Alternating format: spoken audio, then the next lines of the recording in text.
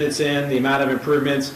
Camarillo system is generally on the younger side. Some of the treatment plant, though, originally was constructed quite a few years ago. And then as far as the collection system and our pumping stations, though, those have come online as development has occurred. A lot of the collection system has been installed and built by developers and not as a result of a master planning effort. So, you know, we're pretty well up to speed and up to date with our system, and this master plan is just a comprehensive effort that's needed at this time, and especially for some of those specific items I mentioned, the biosolids study, and then some process evaluation for you know, efficiencies that we can incorporate at this time. Thank you. Is there any other questions, Mr. Tremblay? No, I had no questions, Madam Chair. Seeing no other questions, is there a motion? I'll move the approval. Is there a second? Second. There's a motion and a second to approve the item. Please have, can we please have a vote? Director Tremblay? Yes. Director Santangelo? Yes. Director Mulchay? Secretary Kildee? Yes. Chair Craven? Yes. That motion carries unanimously. Thank you. Our next item, item B, the water and wastewater financial plan update will be jointly with the City Council, but I do want to see if there are any comments from any board members or staff. No comments. Okay, I have one comment in case anybody was planning to go. The CASA August conference has been canceled.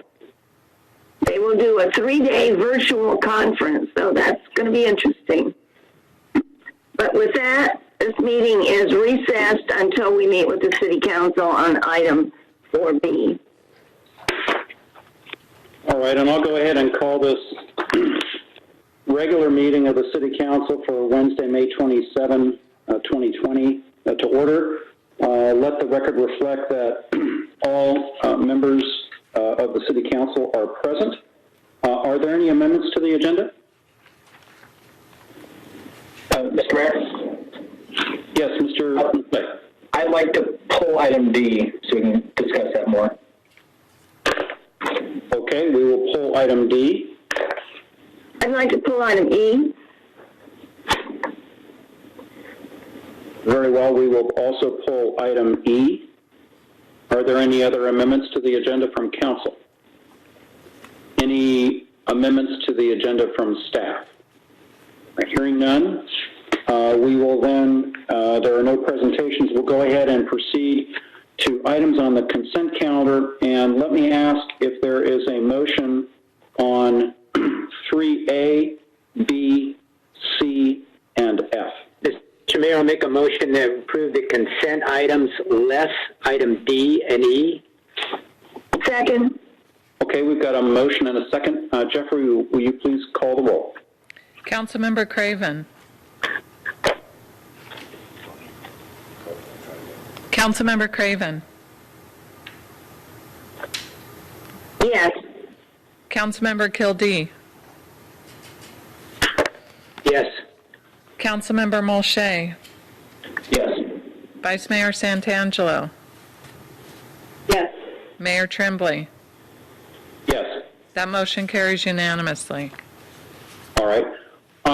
What I would like to do is to go ahead and proceed and see if we can do the rest of these consent items right now rather than defer them to later. With that, is there objection to that? Let's go then to item D on the consent calendar, 3D, the Fleet Vehicle Lift Canopy Project. I believe, Mr. Mulchay, you asked that that be put over. I'm looking for a little bit more explanation or context as to how we got here in needing the additional $23,000 for extra footing work. Yes, Your Honor, and members of the council. To answer the question directly, the initial contract was for the purchase of the canopy, which is above ground, and then also the engineering and design that would be required for the footings work, and that required drawings and approval from our building and safety department, and in order to actually, we had to have that design created first before we know the cost of then what the footing work would be. And so now that we have those costs, they were they were significant, and we did go out and get a second bid just to see if it was in alignment with that kind of work that would be expected, and we found that it was of those higher dollar values, and we were able to work with the what's before you tonight with All Construction, being a company that is recommended by the canopy installer, that they provide what seems to be a reasonable cost for that kind of extensive footing work. Was it an oversight that we didn't catch that the footing work and or necessary footing work wasn't included in the original contract or scope of work? Was it bid out? Initially in the scope of work, it called out how the canopy through wedge anchors would connect to the foundation. And so there was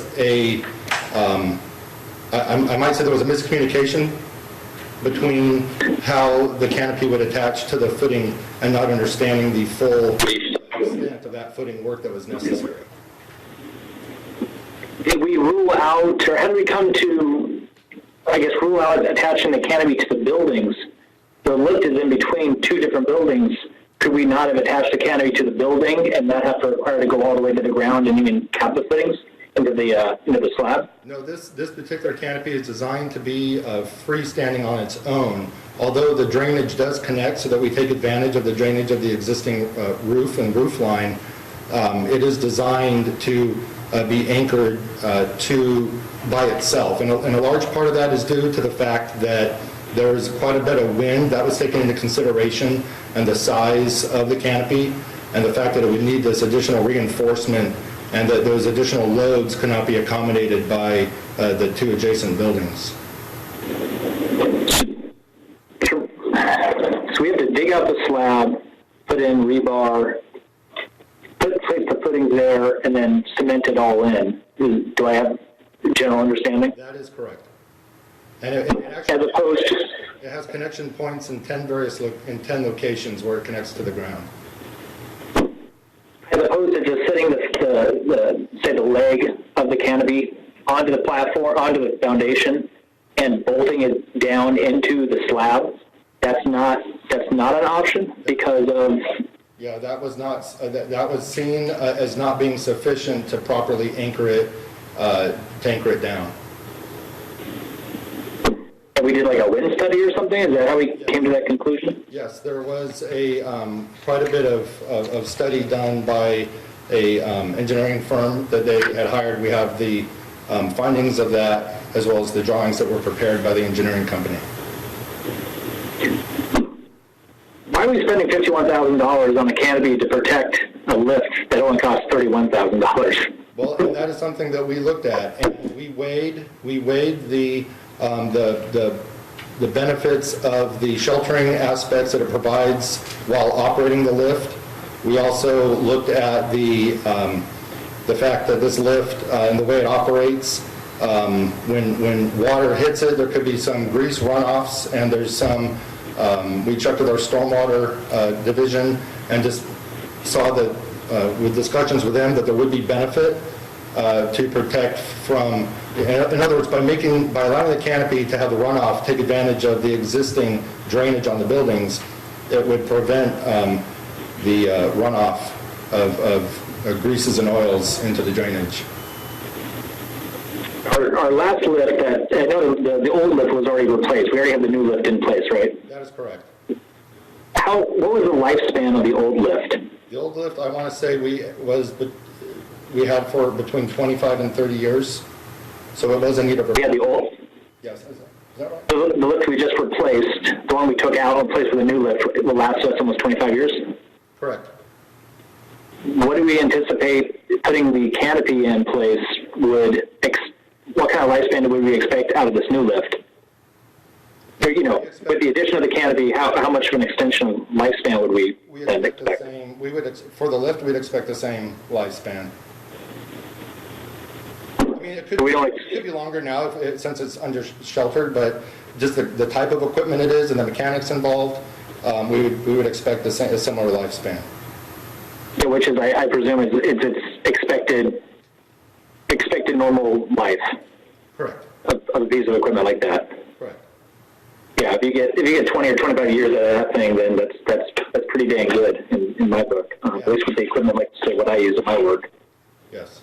So we don't anticipate the canopy is not necessarily to protect the lift as much as it is, from what you said, to help better direct runoff and mitigate certain environmental concerns. Yeah, it's sheltering for staff and the operators of that while they're doing that particular work, and then also the environmental considerations as well.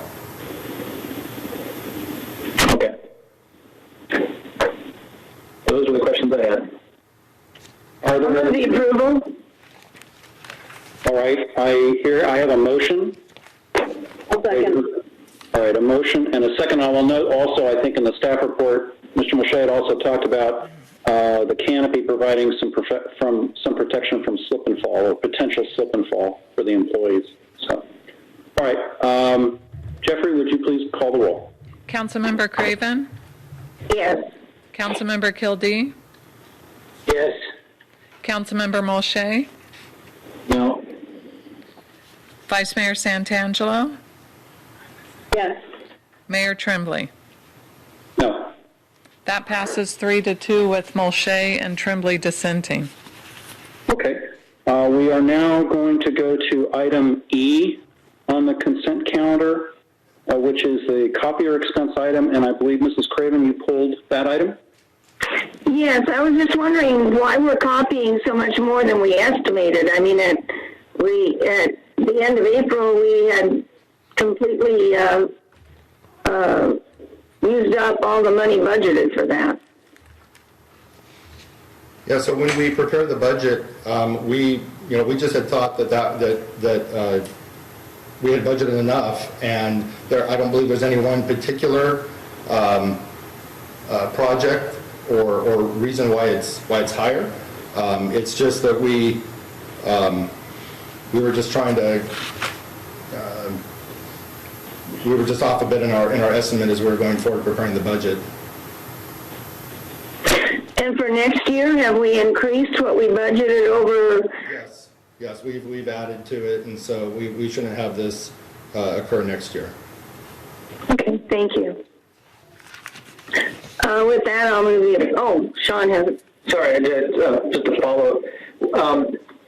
I mean, in this, we deal with a lot of paper. We have a lot of paper. What are we doing, or what is staff analyzing that, and how we can potentially cut down in the amount of paper and the amount of copies and everything else that we encode? Yes, we are. We are looking right now at scanning a lot of the departments, and we're coordinating the departments on this, but this is something that we're looking at and seeing how much we can do with, obviously a restricted budget looking into next year, but what can we do in terms of scanning? I know a lot of departments have things that they're now scanning just to make it easier on pulling up documents, emailing documents, making them transportable so that it's cuts down on the paper. And so that is that is something we are looking at, and we have purchased a number of scanners to accommodate what's going on now, but we know there's more that we can do. All right, thanks. All right. Any other questions from council? Do I hear a motion? I'll move the approval. All right, we have a motion. Do I hear a second? One second. All right, we have a motion and a second. Madam Clerk, will you please call the roll? Councilmember Craven? Yes. Councilmember Kildee? Yes. Councilmember Molche? Yes. Vice Mayor Santangelo? Yes. Mayor Tremblay? Yes. That motion carries unanimously. All right. It's we have a special meeting that I can't call to order until 5:30, so let's try for the next item up here, which is item 4A, compensation for members of the City Council. Thank you, Mayor, and good evening, City Council. City Council compensation and salary increases are governed by the California Government Code, which requires that an increase in salary be approved by the City Council and adopted by ordinance prior to a municipal election. Therefore, the compensation for the following 2 calendar years is reviewed and set around this time prior to the November election and in the even-numbered years. Compensation was last reviewed in 2018, and an ordinance was adopted setting the council salary for calendar year 2019 and 2020. As a result of the current public health emergency and its impact to the city's budget, at the April 29th budget meeting, the City Council indicated it would forego an increase to council compensation for calendar year 2021. However, the council did not give direction to calendar year 2022. This item is presented for your discussion tonight and direction on both years. If the City Council decides to increase council member compensation in either year, staff will bring an ordinance at the June 10th City Council meeting. However, if the council decides to increase council member compensation and not to increase City Council compensation for either year, no action is necessary, and will be presented for your review and direction in May or June 2022 for the calendar years 2023 and 2024. We're asking for your direction this evening. Are there questions for Ms. Nichols? I have a question, Your Honor. Mr. Kildee. Yeah, Ms. Nichols, are we going to do these separately? Are we going to do both years? Or my understanding we did, I believe, 2021, but are we going to talk about both of them tonight? Yes, this is an opportunity for council to give us clear direction on 2021. So that is, you have given us your indication that you wanted to forego the salary. But I would request, so that we can move forward on this item, that you give us direction on both 2021 and 2022. Are there other questions from members of the council for our interim city manager? All right, let me turn it over for discussion. Who'd like to start off? Mrs. Carter? I'll start. I believe that this is our only chance for looking at the next 2 years, because as she said, you can only do it before an election. I believe that this year and next year are impacted, and I think there should be, I would support no raise for the next 2 years, looking at again in 2022.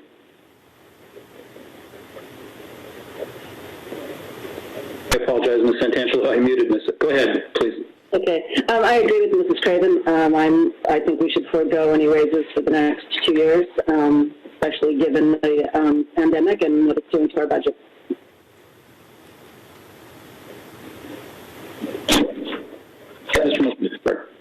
This is the easiest vote of the night. Yeah, I have no, I don't do this for the money. I hope that we all do it for the higher calling.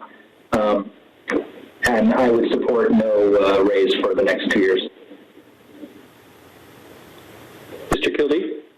Yeah, I agree. I think this is, we don't really know. 2 years is an eternity sometimes in this business, and we don't really know where we are. I happen to think that I might be a minority. I happen to think the economy will bounce back earlier than projected, but that's just my hunch. I think there should be, and hopefully there'll be a discussion 2 years from now from the council about where they want to go on this. But at this particular point, and the upheaval that we're all dealing with here, I think it'd be premature and not appropriate for us to raise our salary for this year and next year as well. My view is that I agree with all of you on this. I think we should freeze our compensation to the current amount and not increase it for 2021 and 2022. Mr. Kildee, I would love to agree with you. I'm hopeful that the economy will get better and soon, but I can foresee difficulties in the city budget through 2022. So I just don't think it's appropriate for us to increase our compensation at this time for these 2 years. With that, let me ask our interim city manager, do you need I think you've heard the consensus of the council, do you need some form of motion from us, or is our comments good enough? I would like a formal motion by the council, please. I'll move to not increase the city council salaries for budget years 2021 or 21-22. All right, do we have a second? I'll second. All right, thank you. Jeffrey, would you please call the roll? Councilmember Craven? Councilmember Craven? Sorry, yes. Councilmember Kildee? Yes. Councilmember Molche? Yes. Vice Mayor Santangelo? Yes. Mayor Tremblay? Yes. That motion And I carries empathize. unanimously. Thank you, and I empathize with you, Mrs. Craven. Sometimes that mute button just doesn't turn back off for me again very quickly. We can't call the city council meeting or the special meeting to order yet, so let's do item 4B, Citizen Appointment Committee recommendation. Council, this is the time of year that you look at reappointments or new applications to city committees and boards. We did all the noticing that's required, and we received applications. The committee, Citizen Appointment Committee, met to look at the request for reappointments and applications, and they've presented their recommendations in the agenda report. I will say we're doing it a little different this year because we're a little behind schedule. So the recommendation is to bring forward the ones that they've made a decision on. They're going to still look at some applications, interview some applicants, and we'll bring back some other appointments at a later meeting. And then I'll defer to the Citizen Appointment Committee if they want to make any comments on their recommendations. Any comments from the committee? It was pretty easy. We did not have a tremendous number of applicants this year like we have some years. But this is not all of the committees that had vacancies, and so we will be back to you with the other ones at a later date. Mr. Molche? And I'll just add that we reviewed all the applications, and where people attached resumes, we looked at their resumes and their qualifications, and also their experience and how they may have served our city in other capacities, or in some cases the same capacity for the ones that we're reappointing. And we made a determination that these would be the best people for these respective positions. Well, any other comments? Well, with thanks to the, I'm sorry, Mr. Kildee? No, I disagree with what's been said.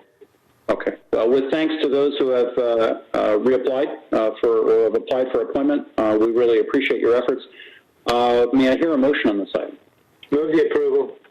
Second. All right, I have a motion and a second on this item. Jeffrey, will you please call the roll? Councilmember Craven? Yes. Councilmember Kildee? Yes.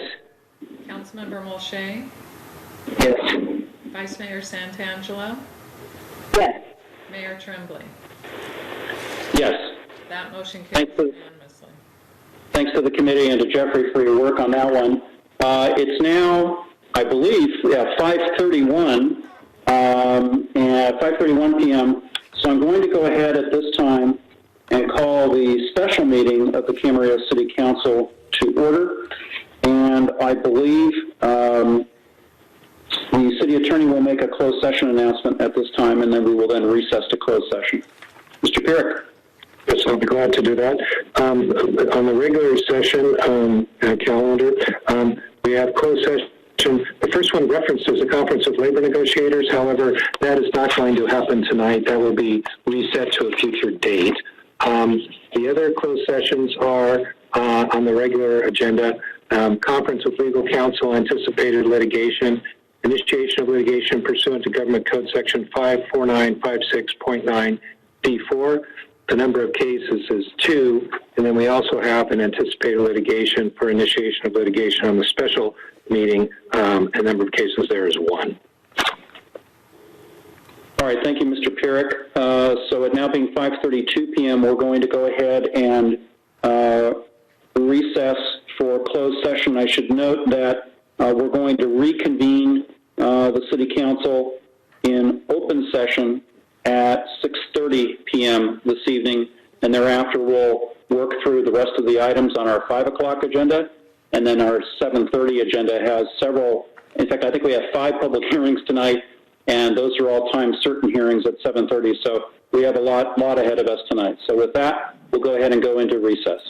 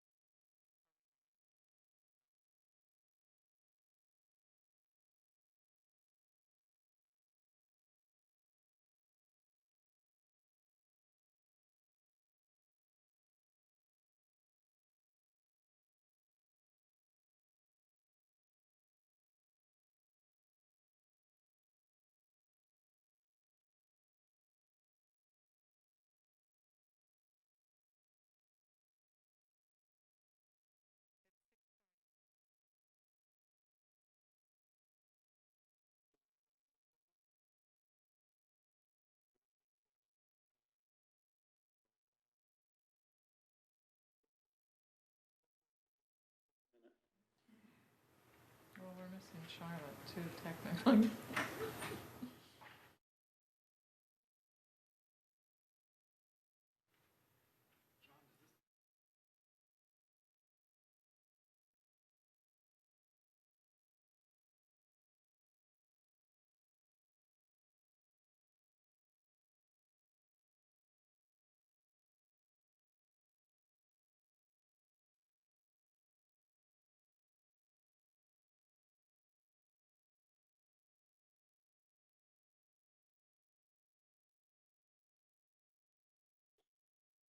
Councilmember Kildee reported to me that he has the numbers and he's working on getting into the meeting. So you might want to give him a minute or two. All right. Without objection, we'll wait one more minute.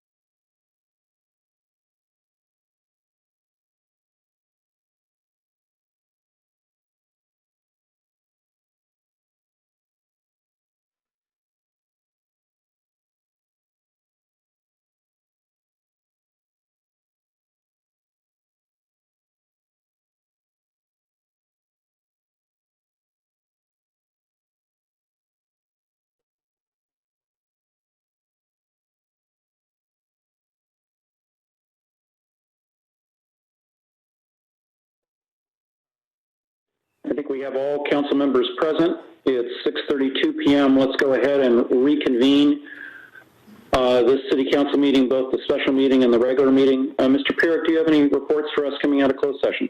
Yes, I do. I would like to announce that the council on a 5-0 vote has authorized the city attorney's office to file a legal action in one case. The details with regards to the nature of that action will be included in the lawsuit when it is filed. And that's the end of my report. Thank you very much. Thank you very much, Mr. Pierrick.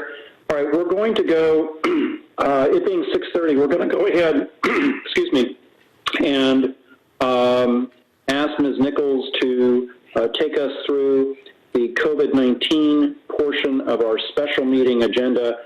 When we get to 7:30, if we have not finished our COVID-19 agenda on the special meeting, we're going to break from that, and then we're going to go to all of the items on our 7:30 agenda, and I note that we have 5 public hearings tonight, so we have a busy evening ahead of us. With that, Ms. Nichols, please take it away. Thank you. Thank you, Mayor and members of the City Council. We'll be giving you the COVID-19 update. So tonight we will walk you through the reopening roadmap and provide you updates on organizational issues, economic development and business recovery, public communication and outreach, budget impacts, and other issues related to the COVID-19 emergency response. The framework of the state's reopening roadmap is also illustrated here in the county's roadmap and will be implemented in 4 stages. We are currently in expanded stage 2. There is currently some confusion as to whether we are at stage 2 or stage 3 due to the most recent addition of salon and barbershop reopenings, but we have not yet received information to indicate that Ventura County cities have advanced to the next stage. Under stage 1, the emphasis was on making essential workforce as safe as possible for all employees. For the city of Camarillo, that meant maintaining an acceptable level of service, even though we had a closed city hall. This also meant communication with the public, including our business community, on all best practices and safety guidelines provided by the California Public Health Department and through state and county health orders. Stage 2 creates opportunities for lower risk sectors to adapt and reopening, and that went into effect on May 8th. And in preparation for that process, the Economic Development Coordinator and the Senior Code Compliance Officer took the lead in forming a task force to assist businesses reopening. Before reopening, all businesses must confirm the following: on the county's website, BC Reopens. Number one, begin by reviewing the guidance published by the state of California on the county's website, and also the California's website at covid19.ca.gov. Upon reviewing the guidance, complete a detailed risk assessment of the business in accordance with the state's guidelines. Businesses are also required to complete a written worksite-specific COVID-19 prevention plan and post it at the business. This plan is also available. These documents are available on the website. They're also expected to implement the preventative measures identified for the worksite. They are to designate an on-duty employee responsible for monitoring the compliance within the plan. And then they complete the attestation form at the bcemergency.com webpage. Businesses can reopen after they meet each of these steps. They do not need a formal inspection to open as long as they have followed the guidelines. So that's a misconception by some of our businesses and community members that an inspection needs to be completed before they can reopen. So it's kind of on the honor system. As long as they've met all these steps, then they're allowed to open, and a site visit may be conducted at a future date. Our city staff has planned to do a site visit, but again, the business does not have to wait for that site visit to be completed before they can open. Mr. Winkler will also discuss staff assistance to the business reopening later in this presentation, which in large part has been proactive education to the business community and alerting them of reopening procedures, including the registration of a business on the BC Reopens website, and also the available templates that I mentioned, and other resources that are available for their business sector. It's very important that our businesses prepare ahead of time so that they ensure that they're ready to go upon the implementation of the phase that affects their sector. And the city has dedicated a city business hotline to assist with questions, in addition to the several questions directed to code compliance. So we have 2 resources available by phone for business members to call. And we urge them and encourage them to call us if they have any concerns or questions. Our goal is to help them become open as soon as possible. So at Stage 2, California is now open with modifications. Early Stage 2 went into effect on May 8th. That included curbside retail, manufacturing, opening, and logistics.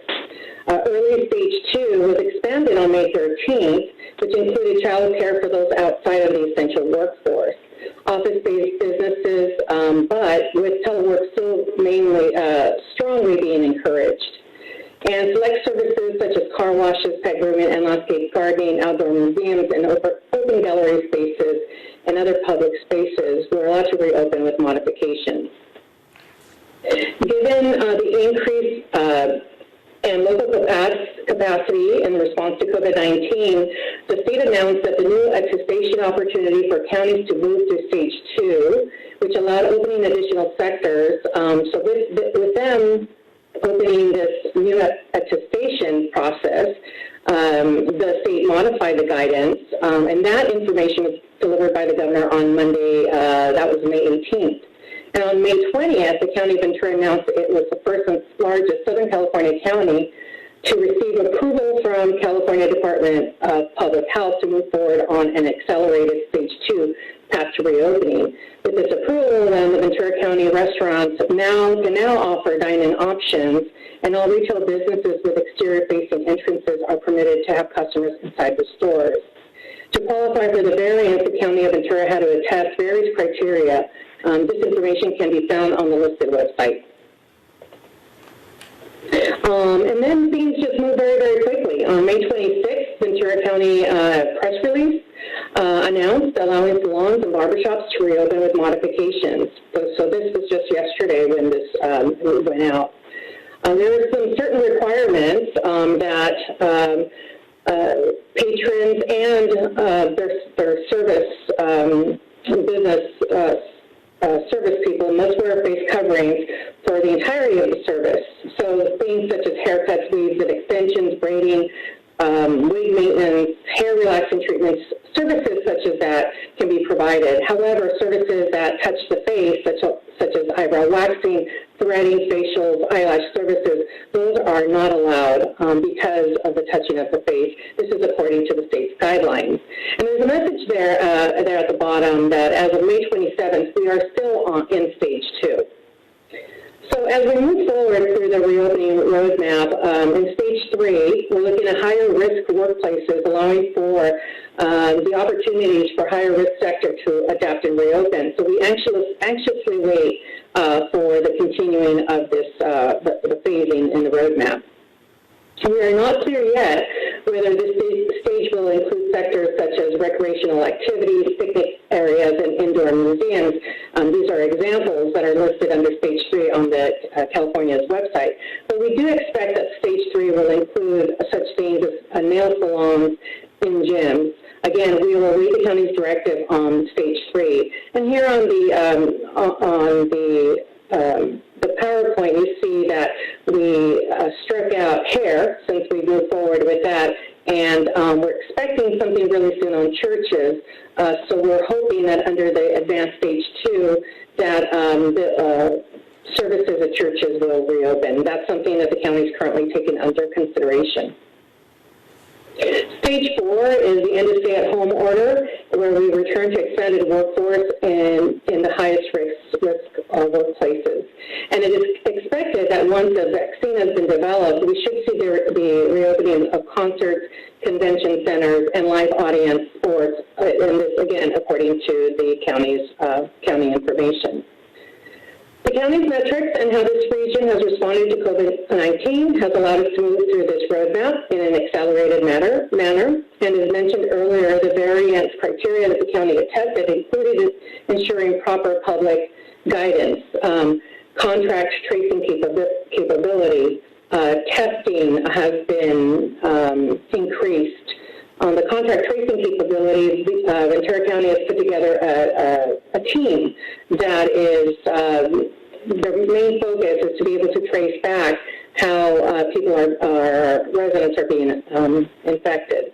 It also includes stabilization of hospitalizations and ensuring that we're stabilizing those numbers, and that PPE inventory are sufficient, and we have a capacity to respond to the continuing cases. Here's a couple of slides from the county's metrics dashboard that are being provided in this presentation. You can find this information and more at vcemergency.com. This information was downloaded earlier today, so this is current as of today. And this is with the most recent information as of May 24th. Total positive tests continue to increase, but this is expected due to the increase of testing as well. So there's a lot of testing that it's increased over time, the amount of testing that's occurring. And then the second slide I wanted to show you was metrics that show that person-to-person and community-acquired rates are the highest in which corona is acquired or contracted. The public is encouraged to continue to use social distancing and practice other health and safety guidelines. And all precautions have helped us here in the Ventura County community to move forward through an accelerated reopening. So we should continue to use these safe practices, even and especially as we begin to visit our local businesses and start going into the dine-in restaurants and start shopping.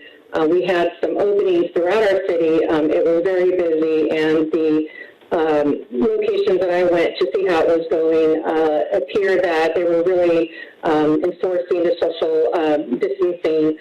We had 10 stores at the outlets open, so that was really good news. Just wondering if council has any questions at this moment. Otherwise, we can move into city organizational issues.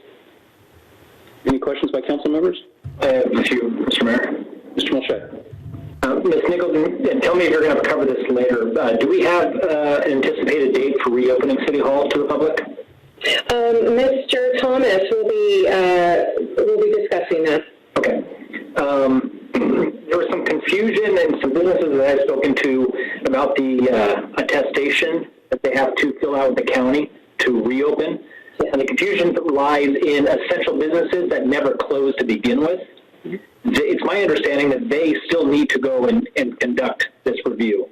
That's correct. Thank you, Councilmember Moshe, for bringing that up. They still need to go through the process. We want to make sure that they're validated and that they're showing up on the county's website. So yes, we would definitely request that they record their business on the city's website.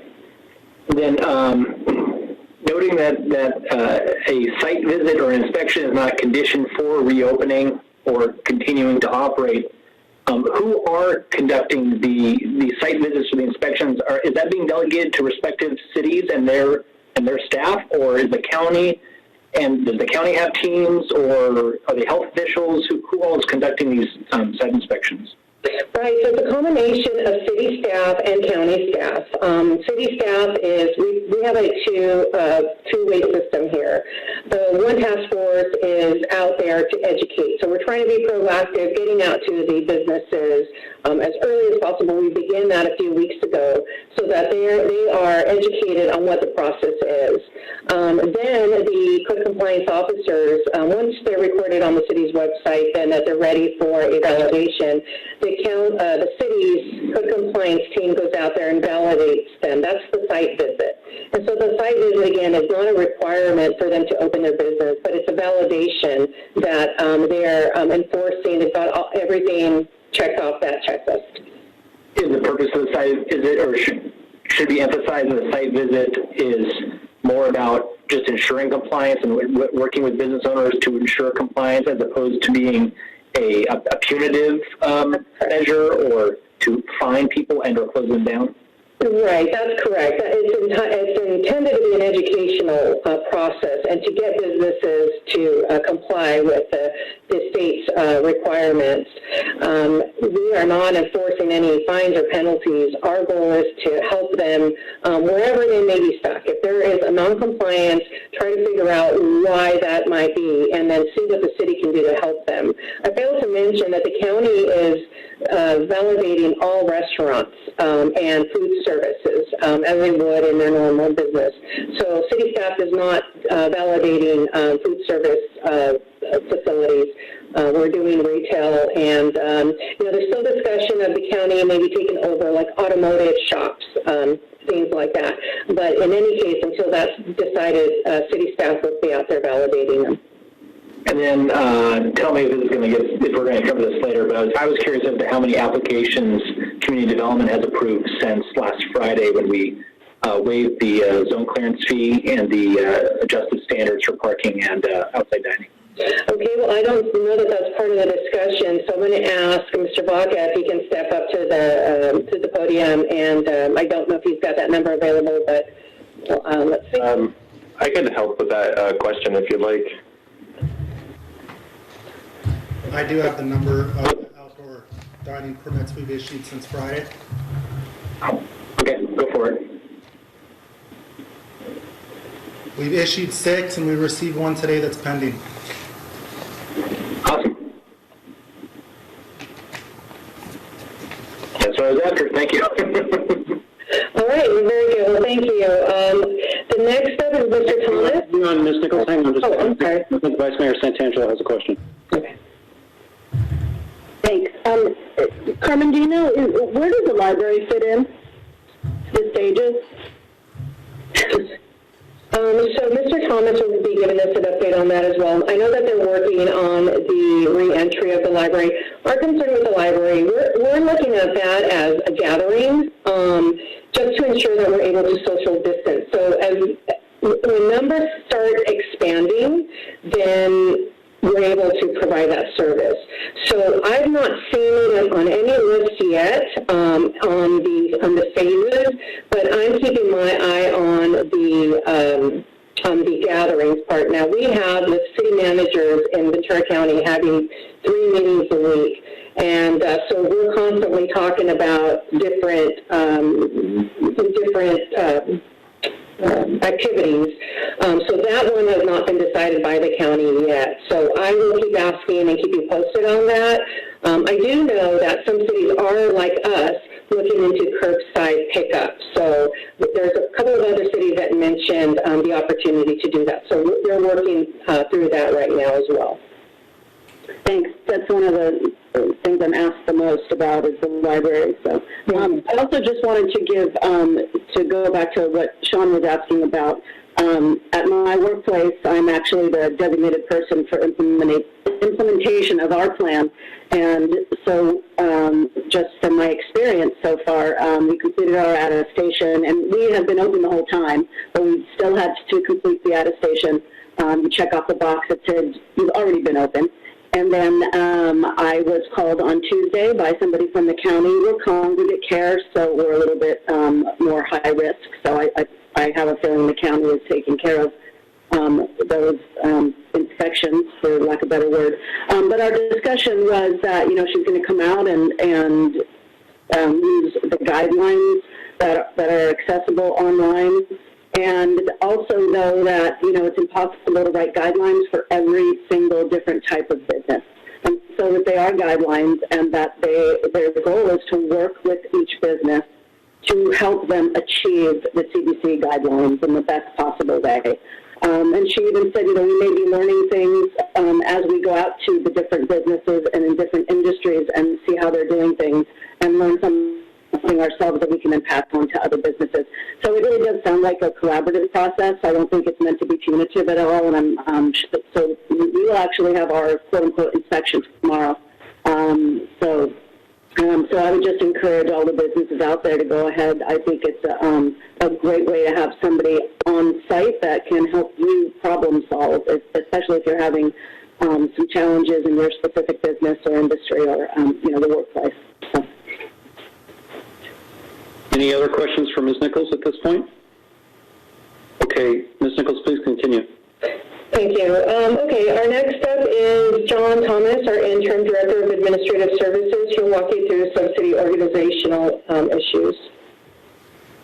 Good evening. I'm happy to be able to share with you what we are doing currently at City Hall while it's closed, but then I also want to share with you the plans that we're putting in place for a reopening, because there will be a time when we do get to reopen, and we need to be able to have plans in place and protocols in place to be able to handle incoming public. But to go over just quickly here, some of the things we're doing during the City Hall closure. As you know, we are open by appointment only. This has worked out really well. I have not been aware of any complaints in terms of how we're handling this. Plan checks and various other businesses or businesses is able to be conducted. When I query the frontline staff that deal directly with the public, I find that I hear that those coming in for the appointments are adhering to the distancing protocols that we've put in place, and that work is being able to be done and to continue. Also, individuals are taking advantage of our online offerings. We have a number of services that can be done online as it relates to business tax certificates, as it relates to utility billing, and just other offerings through working with staff remotely. We are still having a number of staff. We have about 24 that are telecommuting or are staggering, where they telecommute maybe for 1 week and then come back for the next. That seems to be going well. And so we do have telecommuting going on and staggering shifts. And we also, by doing this, we've been able to sort of decrease just the amount of people within City Hall and just kind of reduce that contact that occurs when you have, a full staff versus when you have some that are, a significant number that are out. And so we've been able to minimize some of those contacts between staff members. We do have some employees also that have been out due to family leave and care for children, and also just for medical conditions, but not too many. And so that's going well. We also are making preparations for staff to return. As departments are make the determination that maybe staff should be coming back, we need to make sure, they coordinate with administrative services, and we make sure that there is still proper social distancing between employees, and making sure that if any modification needs to be made, that modification is made prior to the return of any employee. Now, the second part here, as far as City Hall reopening in the plan, this is something that we began work on a couple weeks ago, just sort of thinking about how the flow of incoming public would work and what sort of interactions and that engagement that occurs. How do we handle how this would take place? One of the things that it would look like, I'll try to describe sort of that, what City Hall from the lobby, what it would look like. We're looking at temporarily removing some of the lobby furniture. We do have a couch and some chairs and cushy things that sort of invite sitting and just sort of being in the lobby, and we kind of want people to come in and take care of business and go. There may be a few less comfortable chairs available just in case somebody does just need to sit because there is a long wait involved, but that would be strategically placed within the lobby. We're also looking at the use of floor markers so that people who approach a counter can stand, know kind of where to stand. It's almost, I think at this point people are looking to the ground, wondering where can I be, where can I stand. That's sort of the common thing for people to be looking at now when they enter into a public place. I have an example of one. Let's see here. So this is a floor marker. It's about a foot in diameter. And what we're looking at doing is putting places by the counter where individuals know where to stand, and then also have places for the public to queue up. So for example, we take a counter, maybe we could have 2 places where staff can assist them, and then have a dot behind each one of those places so you could have a queue behind that counter. So we're looking at those. We've also, if you've been in the lobby lately, have seen that we've implemented some plexiglass. Now they call these things sneeze guards, which I guess that's just exactly what they are. And they just are like plexiglass shields that sort of sit there, and they're very transparent. You look out over the lobby and you kind of see right through them, yet they can be where interactions take place with the public. And so there's also strategically located where staff can have an opportunity to have some protection if they need that, they feel they need that protection and they want to handle business behind that shield. We're also looking at just overall limiting the number of people in City Hall.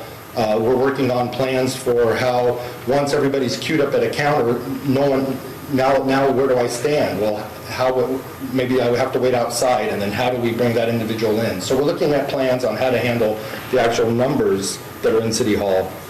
We would also be ramping up some of our regular disinfecting protocols where high-touch surfaces and those areas that the public touch more often are cleaned. There's additional cleaning during the day to cover those, to cover the disinfecting of those areas. And then finally, we're also preparing just staff training so that everybody's aware of what's going on in the lobby, how public is being handled, what the expectations are of the employee, what the expectations are of the public, what the signage will be. So there's a lot of factors going into play on this. We also want staff to know what personal protective equipment is usable for them. They're using it now, but it will just give us an opportunity to revisit that, and also the current protocols that we have in place. So those are all things that we're doing with the eye of knowing that one of these days here, hopefully shortly, we'll be open and able to receive the public back into the lobby. I'd be happy to answer any questions if there's anything that I've covered, if you have any questions. Any questions for Mr. Tom? No, thank you very much.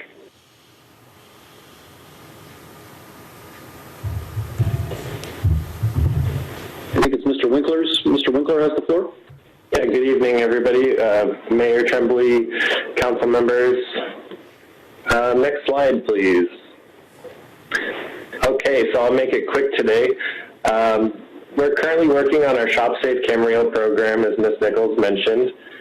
We've visited up to 265 retailers now and helped educate them. And as said, we're out there to really help businesses succeed during this time. It's a big time of uncertainty, so we're really just helping them get over the process for VC reopens and all the necessary components for them to restart their business. We've been well received by the community, but what you see here are some stats from the 265 retailers that we visited, only 95 of those are open as of, back to the other slide, please. Thank you.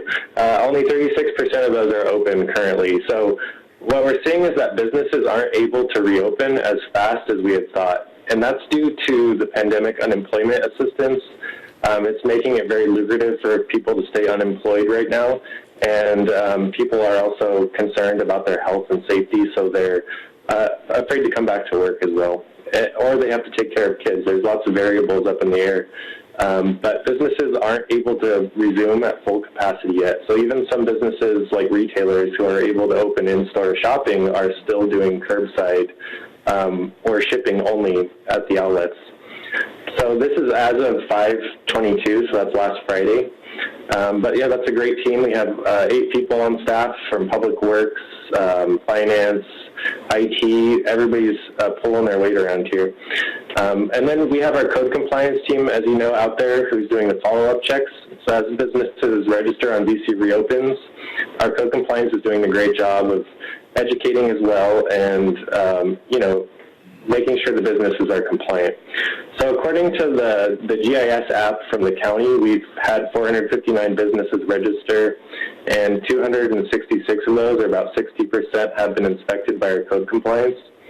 This is, the system isn't perfect, so we're not sure if the numbers are 100% accurate at this time due to some glitches. But that's what we're working off of. So we're doing a great job getting out there and making sure our businesses are compliant. And about 17% of those are restaurants who are going to be inspected by the Environmental Health Department. Next slide, please. I forgot to mention as well, our business tax division is taking a lot of calls right now. As you know, one of the requirements is the COVID hotline. So as patrons of a business or businesses trying to reopen, if they need any assistance, they call the hotline number, and it will ask which jurisdiction you're in. And if you click on Camarillo, it will take you to our business tax division. And in the last 3 business days, they've received 40 calls, which is over 5 hours of information. So they're doing an excellent job as well. So it's just great to see all staff participate and help our business community. It's really coming along well. So just to mention here, you've all heard of these web pages, but in the order that they're listed is actually the order of popularity for the last 2 weeks. So in the last 2 weeks, the reopening web page is very popular. We've had over 3,000 views. Our Open for Business page is very popular as well. People like to know where they can eat or where they can shop. That one has 2,400 views at this point in time for the last 2 weeks. Our Camarillo Hirings page is getting more popular. We have about 660 views in the last 2 weeks, and we're actually promoting some high-paying jobs on there now as well, so that's pretty nice. And we also have our Employer and Employee Resources page, and that page is losing steam. We only have about 258 views in the last 2 weeks, so we can see there's a transition from people needing assistance to wanting to reopen and wanting to re-engage with the community. And we've also been doing some segmented marketing, so we've looked at our business tax databases, and when it's relevant, we're sending emails to the specific industries. So on the 20th, when retail and restaurants were allowed to reopen, we sent information to the retailers and restaurants in our business tax list. And on the 26th, when hair salons and barbershops reopened, we sent information to those, and that went out last night at about 9 p.m. So we've been communicating with our public as necessary and as usual for this scenario. Next slide, please. So unfortunately, our April 2020 employment rate is 14%. This is the highest the unemployment rate has been since the 1930s, which is the Great Depression. It's not good news. We all knew it was coming, and it's bound to go up a bit more. This number was released on May 22nd, and this reflects unemployment up to April 12th. So for the remaining month of April, we're not sure what that looks like, but we're expecting it to go up a bit. This is lower than the California's unemployment, which I believe is at 16.1%. So we're doing a little bit better than California on average. And some good news is we have not received any additional WARN notices since the last council update, so that's great. No big businesses reporting layoffs.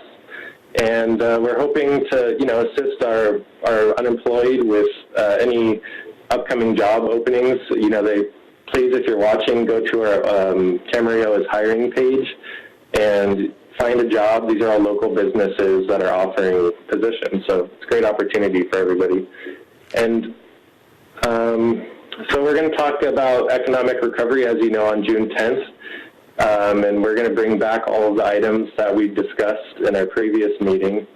But just to close off this, it's been great to see the last week with the businesses reopening.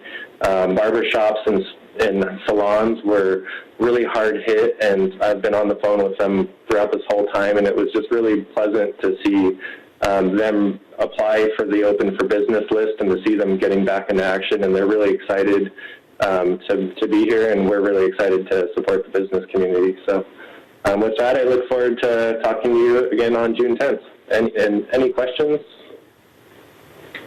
Your Honor, questions for Mr. Winkler? Mr. Kildee? Yeah, I just want to, all our staff does a great job. I want to especially give a shout out to George and his staff members and all the employees of the city that have helped, especially small business, with these, shall we say, learning the ropes, and we're all kind of flying by the seat of our pants here, learning, daily with this. But they've been great, and I've had several calls commending the city and its response to this, and continued response to this. So just one question, George. As far as the opening and the relaxed standards of the restaurants have a whole lot more hoops to jump through than other businesses do. My suggestion, if we're not already doing it, have we reached out to the property owners and let them know that there is opportunities to expand outdoor dining?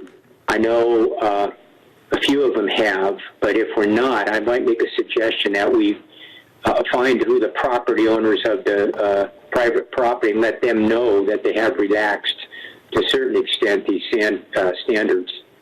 Absolutely. On on Friday of last week, right after community development presented the item, we emailed out to every restaurant in Camarillo and let them know about this opportunity. We haven't reached out to the property owners specifically. It is difficult, not to give any excuses, but a lot of the properties are owned by trusts, and mailing addresses are the only thing that we have on hand. But that is a great suggestion, and I will look into doing that. Susan? George, what is the biggest challenge you're hearing from business owners? The biggest challenge, because we've been targeting retailers specifically, is the workforce availability. And so we've heard a lot of people saying they're having challenges bringing their workforce back. Like I said, people are uncomfortable coming back to work. They're making better money on unemployment in these positions. And they're willing to take the risk in some cases to not go back to work and continue collecting unemployment, even though an offer letter may have been sent to them. So that's kind of the biggest challenge, but also just the whole reopening process. Everybody's really eager to get back to business, so they're jumping into the game without actually reading some of the documents. So in some cases, when I'm on the phone with them, I'm just kind of rereading certain components to them. I guess that's a challenge. They're so excited to get back to business, and some of their staff isn't. So. Thank you. Sean? Yeah, I want to follow up on what Kevin said earlier, and George, I want to give you and a lot of staff props and thanks for the work you guys are doing. If running a business isn't hard enough already, doing so during a pandemic and ever-changing guidelines and recommendations and policies and all this other stuff, it's reassuring to know that at least we have someone who's willing to hold the hand of local business owners and help them, work through it. And the fact that you're able to collaborate with a lot of other departments in the city, and where we can, take each respective department and try to break down the silos, so to speak, to where we can kind of collectively work in tandem on certain objectives. It is really terrific. So again, thank you guys for everything you're doing. I have heard quite a few good things about the city and the city staff and what you guys are doing in your reach out. And it's been far more proactive than not throwing you under the bus, far more proactive than what I've been seeing from other communities. And so it's just reassuring, and I think it just goes back to our commitment to try to further assist our business community where we can, so particularly during a time like this. So thank you. Any other comments? I just want to give my kudos as well to George. I was thinking as I was sitting here how quickly things evolved in March when we were entering this pandemic, and it seemed like almost every day or every couple of days things were evolving. And from a change standpoint, I kind of equate that period in terms of the rapid changes to what's been going on the last few weeks in terms of the reopenings, because it's been a very dynamic, fluid situation. So it requires our staff to be very nimble, not only knowledgeable but very nimble. And George, I really want to salute you and the rest of and all of our city staff. So I'll give those to you. Okay, I think we appreciate your presentation. I think Michelle is next up on public communication and outreach.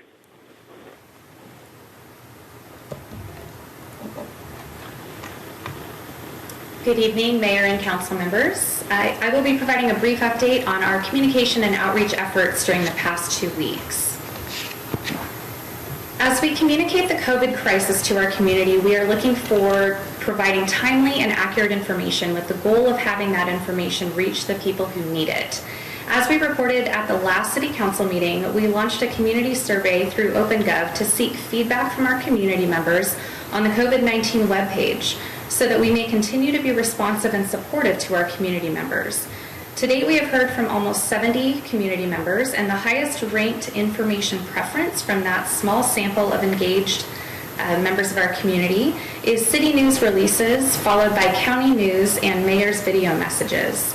We also received several written statements in response to the question, what information is not included on the webpage that you would like to see added?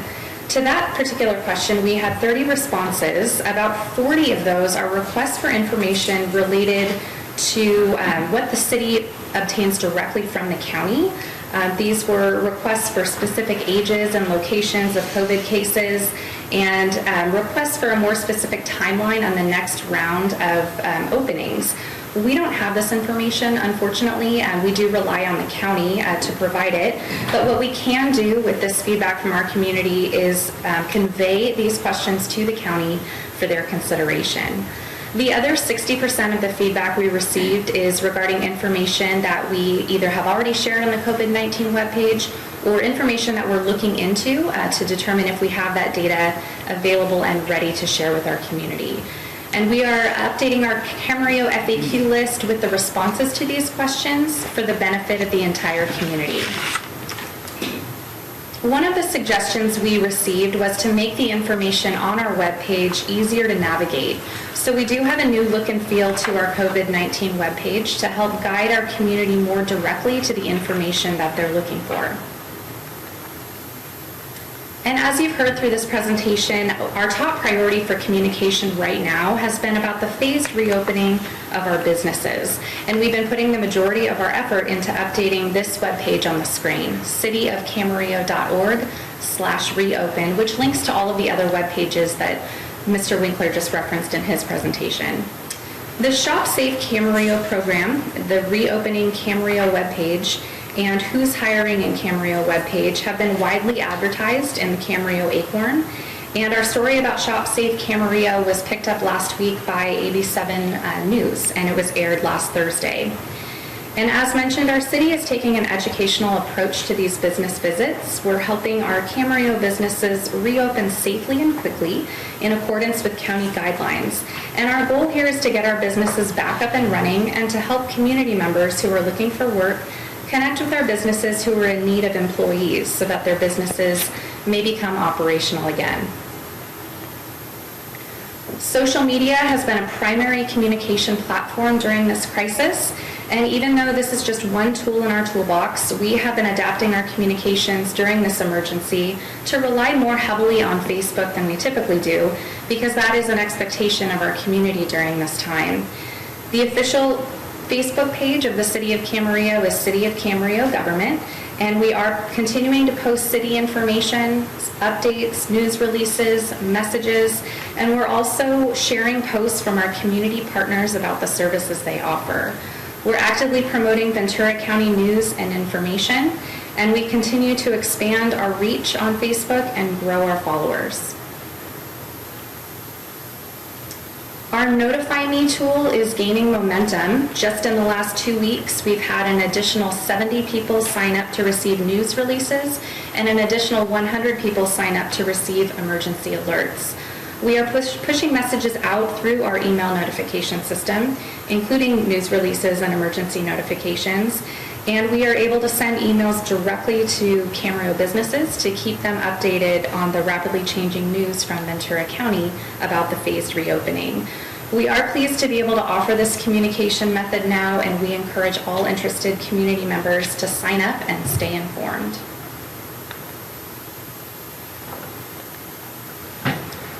And as we move forward with this phased reopening, we are transitioning once again. We are reopening, but not into a world that is the same as when we closed. We are transitioning into a new normal that is very different from before. And thank you, Mayor Tremblay, for your video to the community, reminding our community that this transition is new for everyone, and this new normal affects each of us in different ways, and asking for all of us to show grace and kindness to each other during this phased reopening. We have shared this video and your letter on the COVID-19 webpage.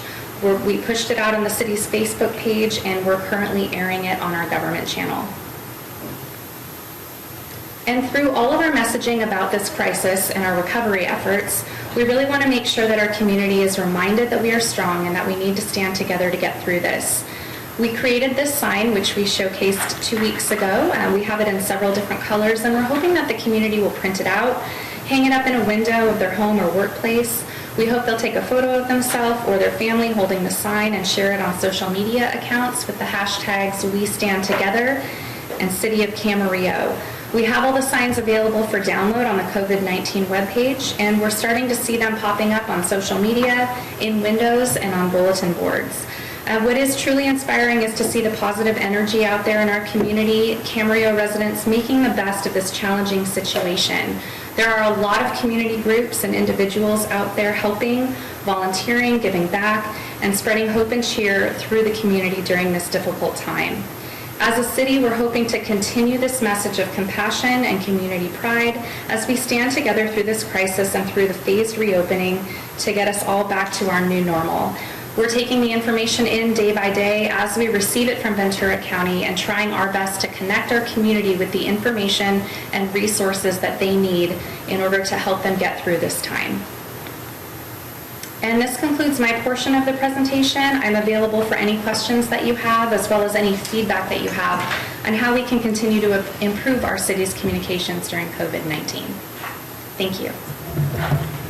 Thank you very much, Michelle. Are there questions for Ms. Dana? Mr. Mulchay. Thank you, Michelle.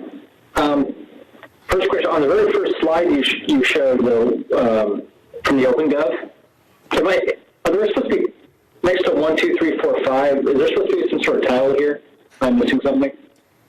That was just a snapshot of the question that received the highest ranked preference of our community right now. So this is not the whole survey. It's just the question that asked about the type of information that the community was most interested in hearing about. This was the tabulation of the City of Camarillo news releases, just showing the breakdown and the high percentage of the community who preferred that information.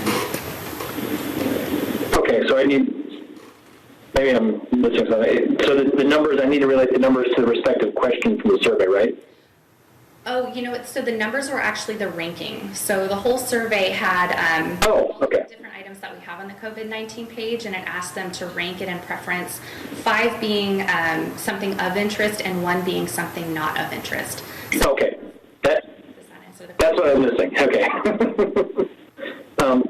Aside from that, thank you for that, and I really appreciate. I am seeing the signs, the We Stand Together things coming, cropping up all throughout the community, and I appreciate all the work. Just like I was saying to George earlier, I really appreciate the work you're doing as well. So, and it shows. I'm seeing it I'm seeing it throughout the community. So, thank you very much. Thank you.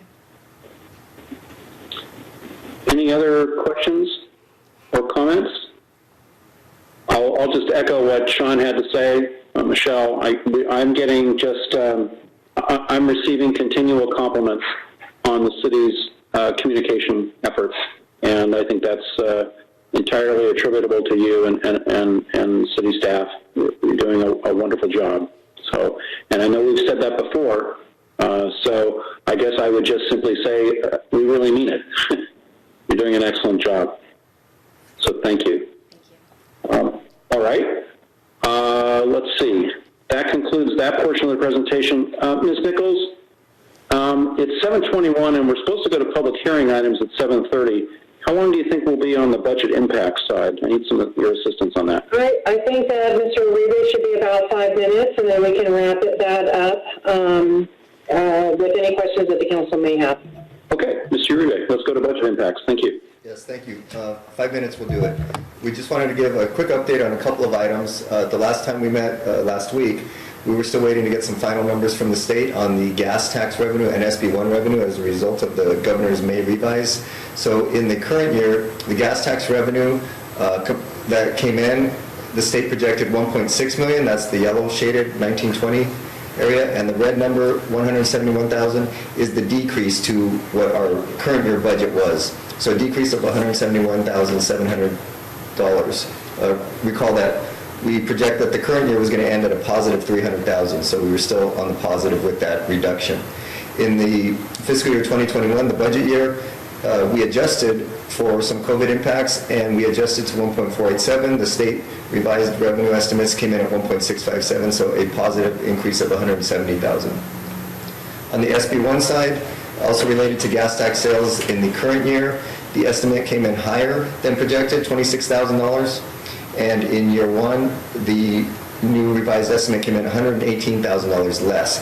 And recall that the SB1 revenue and the TDA revenues are used for the annual pavement project. So whatever level of revenue we receive on those two sources will be the level of maintenance performed during the pavement project.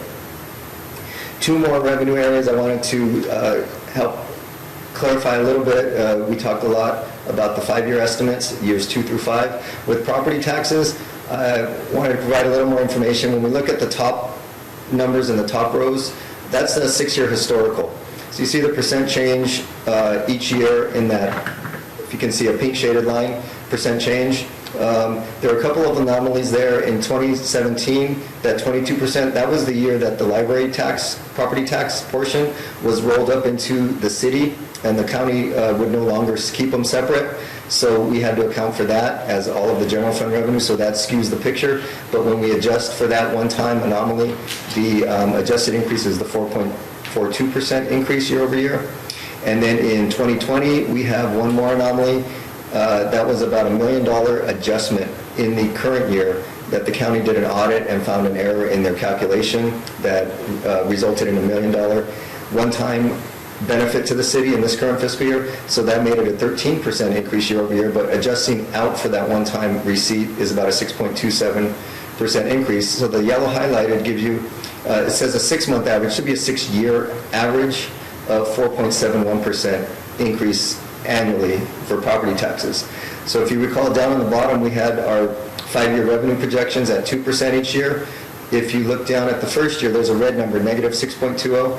That is a reflection of the one-time revenue received in the current year. So going from year to year, it looks like a large decrease, but if we factor out that one-time adjustment, it's actually a flat estimate. and then in each year a 2% estimate. For comparison, with HDL's gave us a couple of different scenarios for the 5-year, and their most conservative one was an average of a 2.9% increase year over year. So all that to say that we believe that the 2% increase year over year is a conservative estimate. And what we would do to adjust is in the narrative for the executive summary, where we made the statement that the housing market is expected to see moderate decline and a decline in property tax could be delayed to fiscal years 2022 and 2023. We would amend that statement to add more context to the conservative projections of the 2% per year. Then the other one, to clarify a little bit on the TOT, you can see the average or the year-over-year increases in the past 6 years, and the estimates were about a 2% per year, other than the 1% in 2022.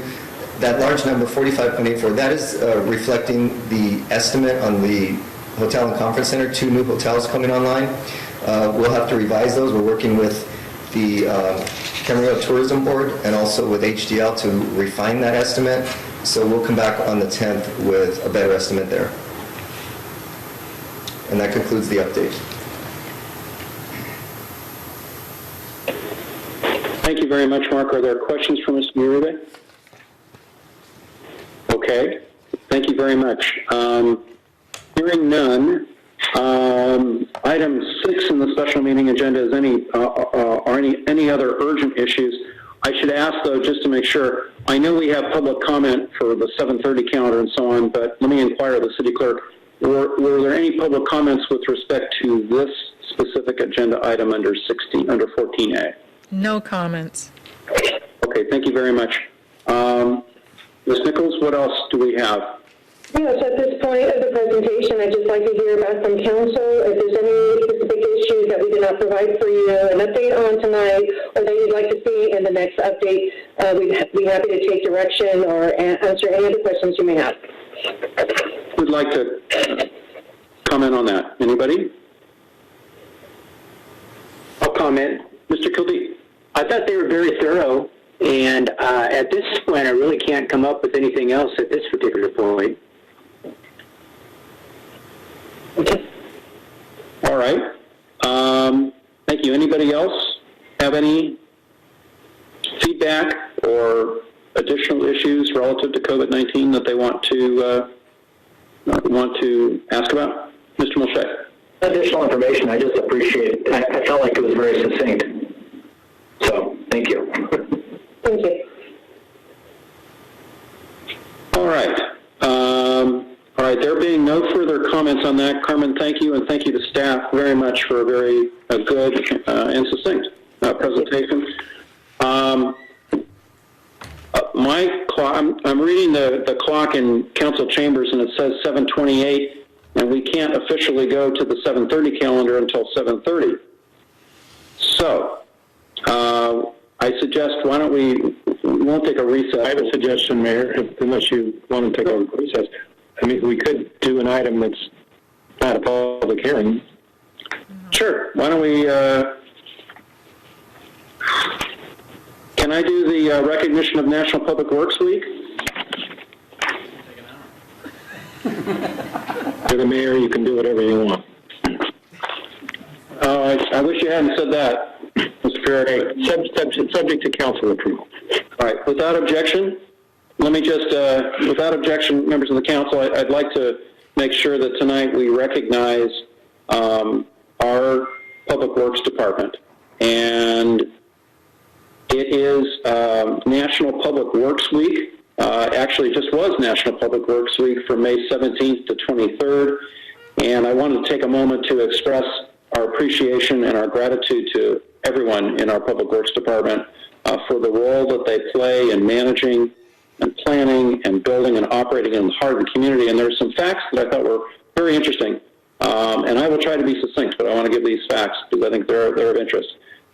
People may not know that our Public Works Department continuously maintains 473 lane miles of roadway within Camarillo city limits.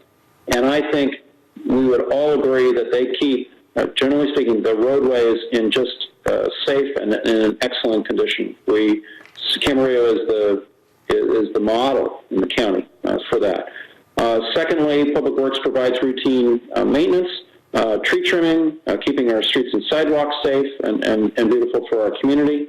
Public Works provides and maintains and improves the city's infrastructure that assure a higher quality of life for our community, and most importantly, obviously, water, wastewater treatment, et cetera, which are vital to our quality of life. Public Works reviews and approves the plans and construction of site improvements for all land development projects. The City of Camarillo, people may not know that the City of Camarillo has 13,700 water customers, but that translates into serving 46,000 people, with the rest of the folks in the city being served by Camarosa. But the city itself serves 46,000 people, and clean water and sanitation services keep us healthy and allow our communities to grow and to prosper.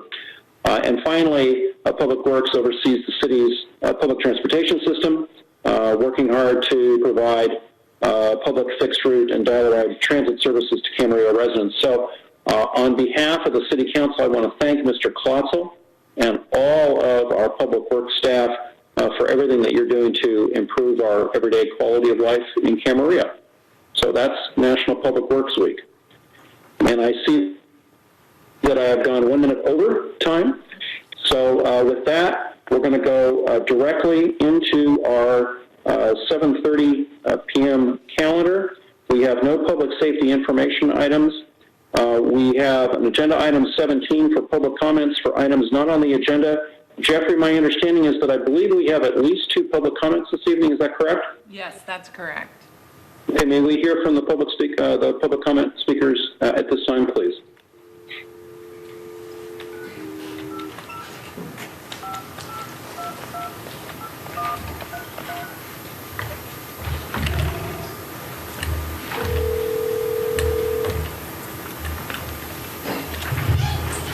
Hello? Hi, Matt, it's Jeffrey. How you doing, Jeffrey? Good, you have 3 minutes. All right. Tonight I'd like to make a few comments. I know we brought up before about helping businesses, and I think we should help our food pantries. Again, we only have 5 in town. And when things start to reopen, the real test will be in 6 months because people will look at the average ticket and comp sales. So we'll be looking at that. I think it's real important. And number 2, for years the city always brings up the point of litigation. There's a conference on litigation. I'd like to see what we can do to reduce litigation in the city. Maybe how much have we paid out over the years? What can we do? Do we need different opinions, different ideas to reduce litigation? Again, the city will be facing shortfalls. Revenue will affect the city because the state will be affected in some capacity. So I'm hoping that we will look at that. And that's all my comments. Thank you, Matt. Thank you very much. We have our next speaker, please.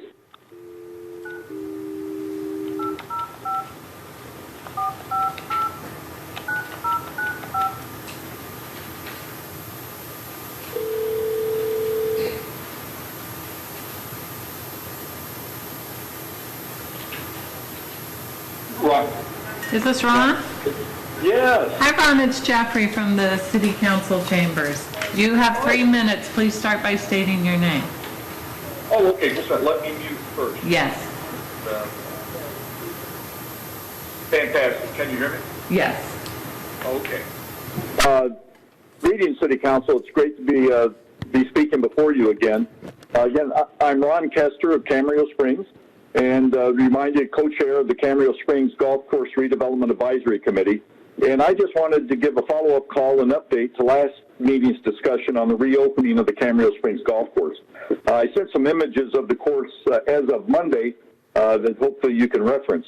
But multiple crews have been working on getting the course ready for the opening June 1st as committed. Watering, green tee reseeding, mowing of fairways, roughs and borders have been ongoing, and the clubhouse is being deep cleaned and restocked, and the golf carts are being cleaned and serviced. The clubhouse, course, putting greens, and driving range are all being prepared for the reopening. New mats are being installed for the driving range. In addition to the course and facilities, weed and grass cutting is being done around the perimeters of the course that border residents' properties and streets. And the parking lot and entrance have been trimmed.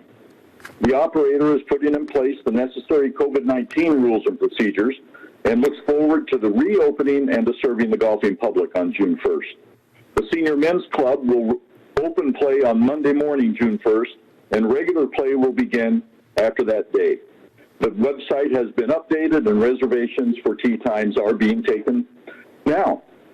We'd like to recognize and thank the developer, New Urban West, for their going what we think is far above and beyond in honoring their promise to keep the course open while their application for development is being reviewed.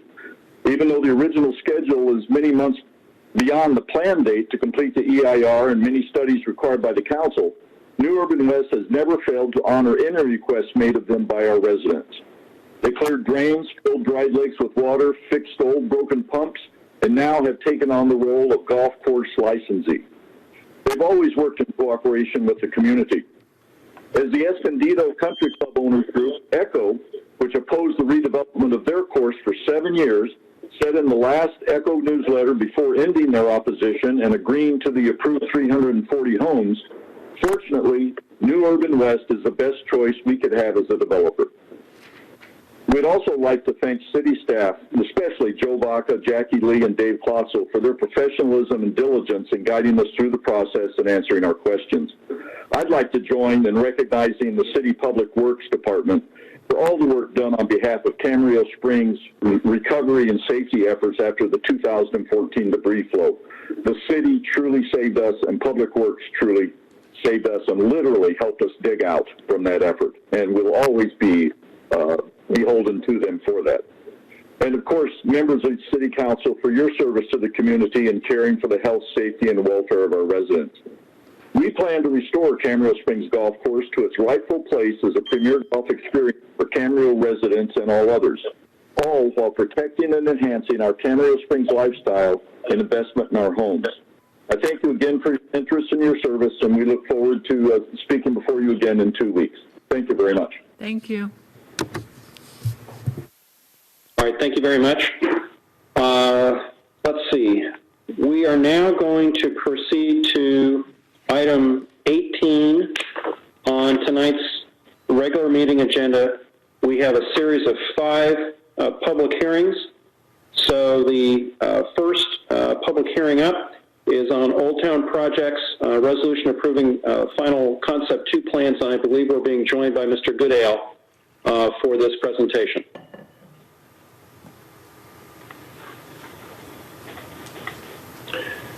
Yes, good evening, Mayor Tremblay, council members. I am trying to get, I think I need to go straight to the screen, it looks like.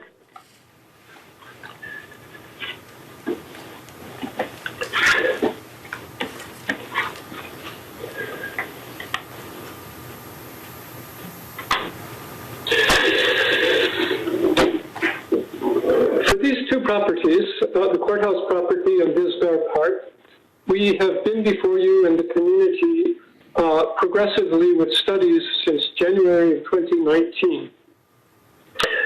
Over the course of this year and a half, we've had numerous programming and concept design workshops with you and the community, a planning commission approval meeting on May 5th, and tonight we present a final summary of the proposed 2 projects. You have seen most of the early slides in previous reviews. Wide program consensus favoring demolition of the courthouse, and at Disdar, the fire station and the chamber building. Preserving and support of farmers market continuing, and expanding passive uses on both sites that will recreationally support Old Town's pedestrian life.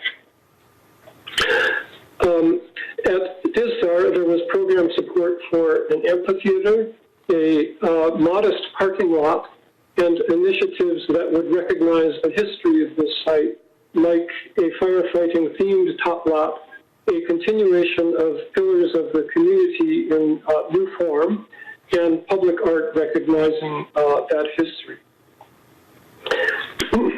The favored concept among the community for the courthouse property is for a small elevated park and strolling garden set to the south of Farmers Market, with a central water feature. For Dizdar, the favorite concepts had a new park entry and the amphitheater at the southeast corner, both creating a diagonal sense that the park is opening itself to Old Town.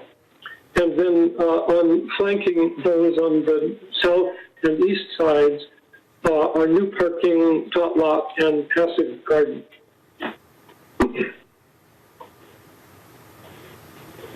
In a further workshop with council, we came to concurrence on the need for public restrooms at both sites. And for brevity, on the courthouse property, we made a number of refinements following those workshops, including a separation between bikes and pedestrians, a more looping walking route through the garden, and a better continuity between the farmers market parking and the Studio Channel Islands parking. And this then, the current outcome, which is the design plan that we presented to the commission. Where you are seeing number 7, this was an important issue, I know, to Councilwoman Craven in particular. The bikes are now basically forced to slow down a little bit by a series of bollards. There will be signage here, so there's a very definite definition between bike passage and pedestrian passage through this crossing. Then we also ensured that farmers market would have a slightly expanded square footage, and that the clearances and modules of a typical tent structure would work successfully within the farmers market layout. It's basically a double-loaded system, just like the parking is. The next image shows prototypes that we shared with the community of both water features and elevated parks and shaded parking. And what follows, I believe we have previously presented this to you, a rendered view from the northeast corner of the farmers market, looking upwards to the elevated park with the central water feature flanked by 2 stairs that lead up to the park. On the far side, there are additional stairs and a disabled ramp that will get wheelchairs up to the park in a low slope ramp. For Dizdar, some of the refinements included a more robust entry statement that would include the pillars of the community, along with trellises and shaded places to sit around that entry. The Adolfo Don Camarillo statue, the equestrian statue, is a little bit off-center to allow a continued view through the park to the amphitheater. And at our last workshop, we discussed locating public restrooms separately from the amphitheater, which we have done. They are now where you see the number 5 on the plan here. And we have also opened up the basically the light, the daylight coming into the amphitheater. And we'll show you that in a second in a rendering, emphasizing that we are still in a planning phase here and that there will be an architectural phase to deal with, again, a community design process, the architecture of both the amphitheater and the park itself. Again, prototypes we have used along the way. Taking one step back here, the number 16 in interacting with the chamber and those who have dealt with lighting the main tree feel that a more modest tree that's accessible for lighting and safer with electrical outlets might be happening here in this number 16 area.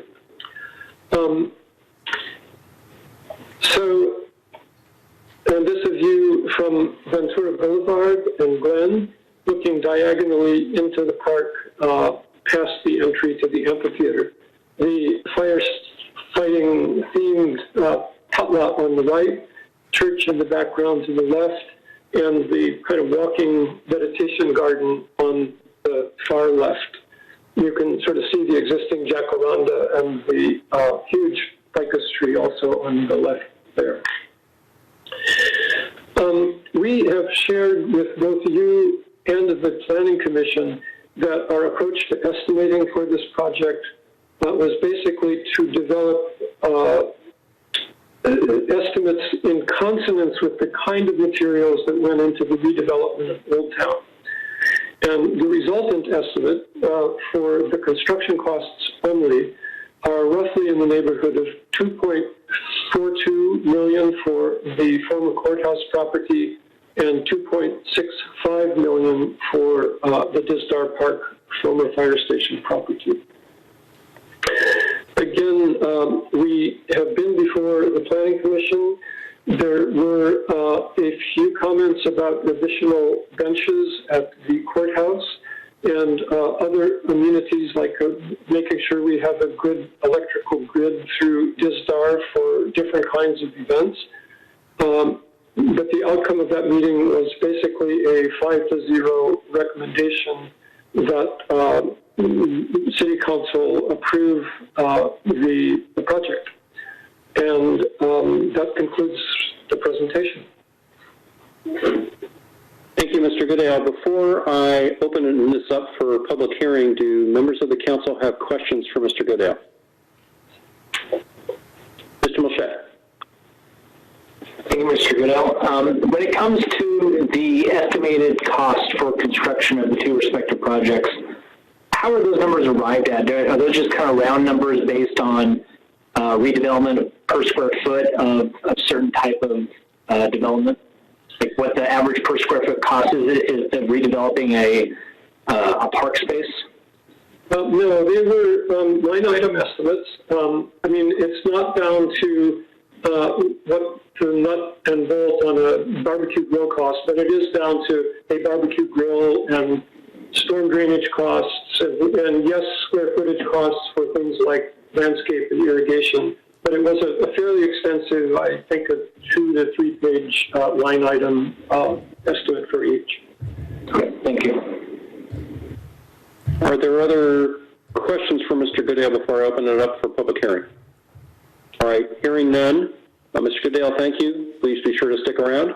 I'm going to open up this public hearing and inquire of the city clerk. Do we have any folks who wish to comment during the public hearing? I believe there's at least one.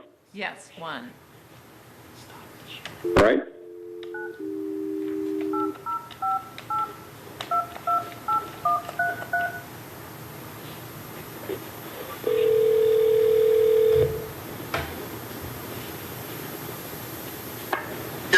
Hi, Matt. You have 3 minutes. This is on the Old Town item. Oh, okay. Hi, this is Matt Warmer. Tonight we have 2 words. It's critical thinking.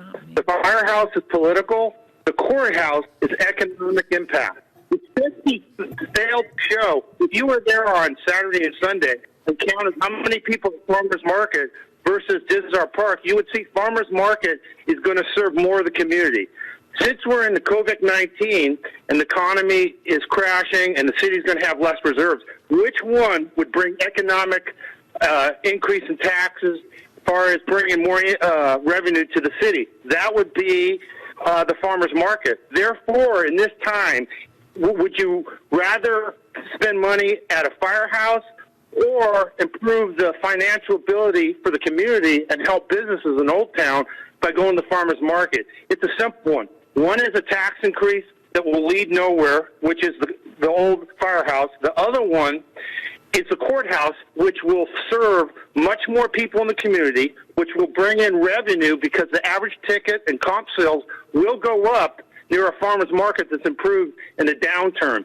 Therefore, as councilmen, we must use critical thinking and say that the best project at this time due to the economic downturn that would help the people in the community as far as serving people and bringing economic increase for helping the city would be the farmer's market. It's a clear choice So we hope that you will really look at that.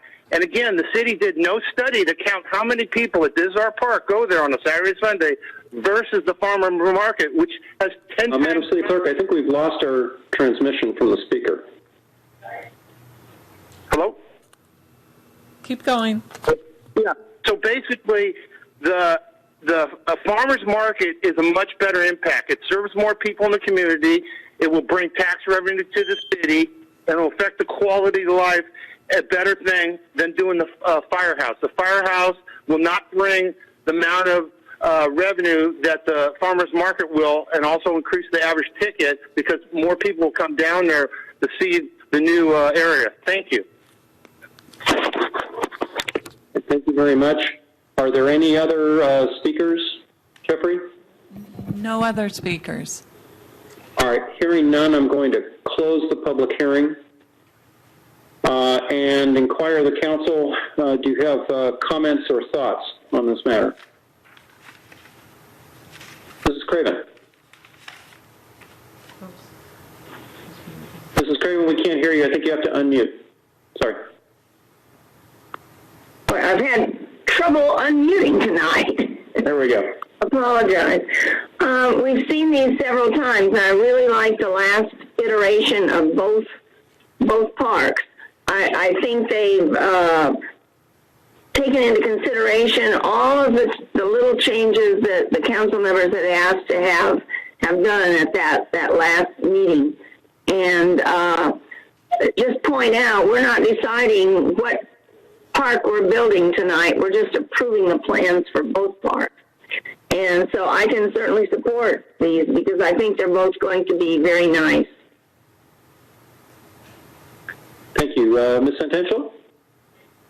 I agree. I think they have, the plans have come out just really beautiful, and it's really exciting to look at them.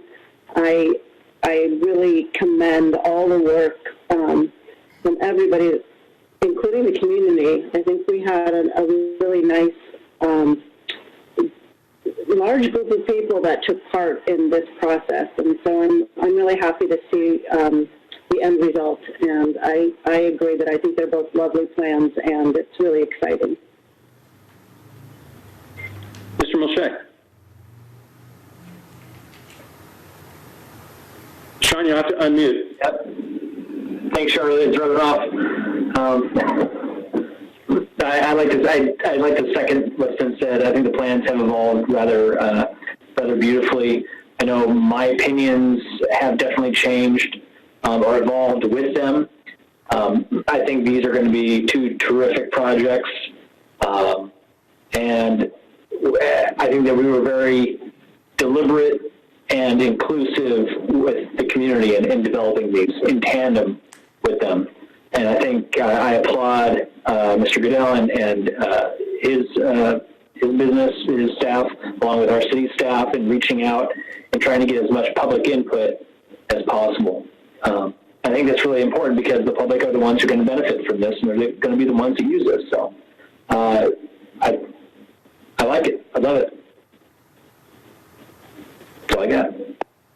All right. Mr. Khalid? Yeah. To me, parks go a long way of defining community. And as we've all come together, one of the first things that I look for is a park. And I can read the type of communities, like the type of parks that they have to a certain extent. And even this like, any way you enhance communities to the park, so many multipliers. I remember when we did Mission Oaks Park, and that was a very significant recession in the early 90s. And when a lot of trials and tribulations on it. However, it's kind of like making sausage. I think it was a little rough getting to where they need to get there. The end result was really good. And it actually is a potential we talk about this as well, because people like to go to parks, they like to feel good. Dizdar is the only park down in Ventura Boulevard area that we've got.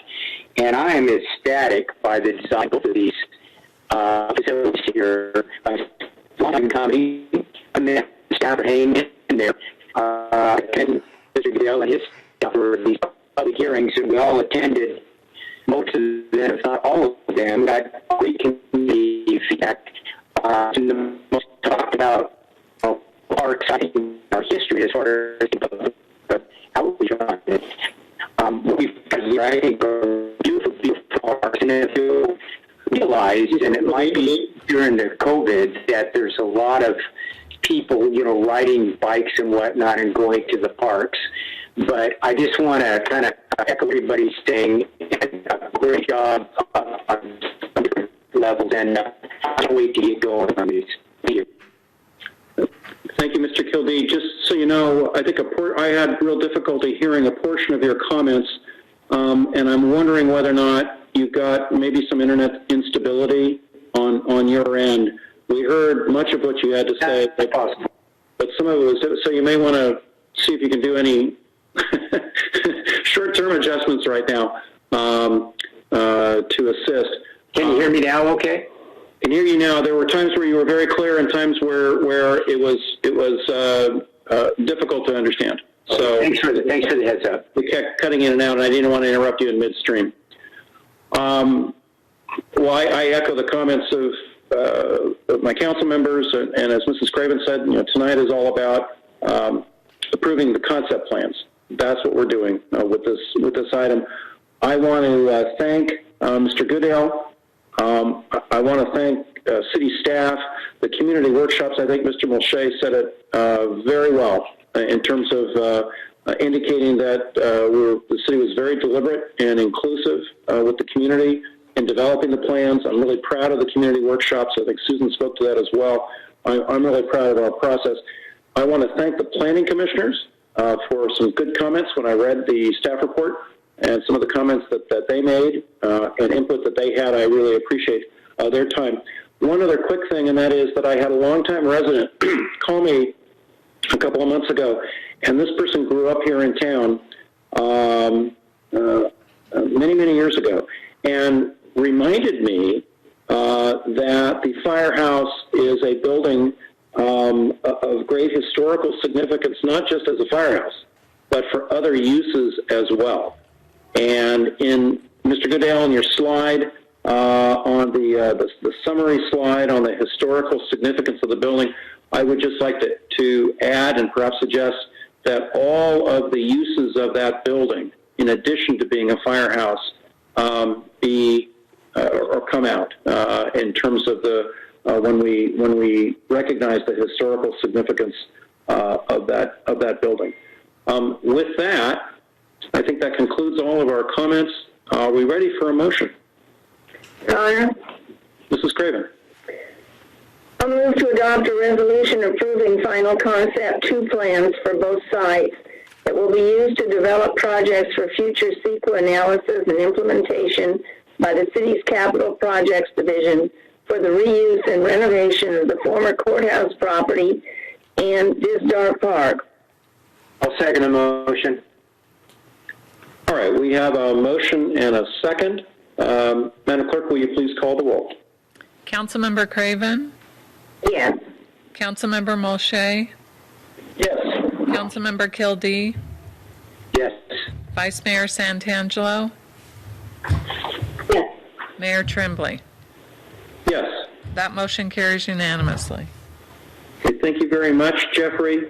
That will take us now to item B, item 18B on the agenda, our second public hearing out of 5 tonight on the city's CEQA environmental guidelines update 2020, and I believe the presenter on this is Michael Brown from Cadence. Mr. Brown?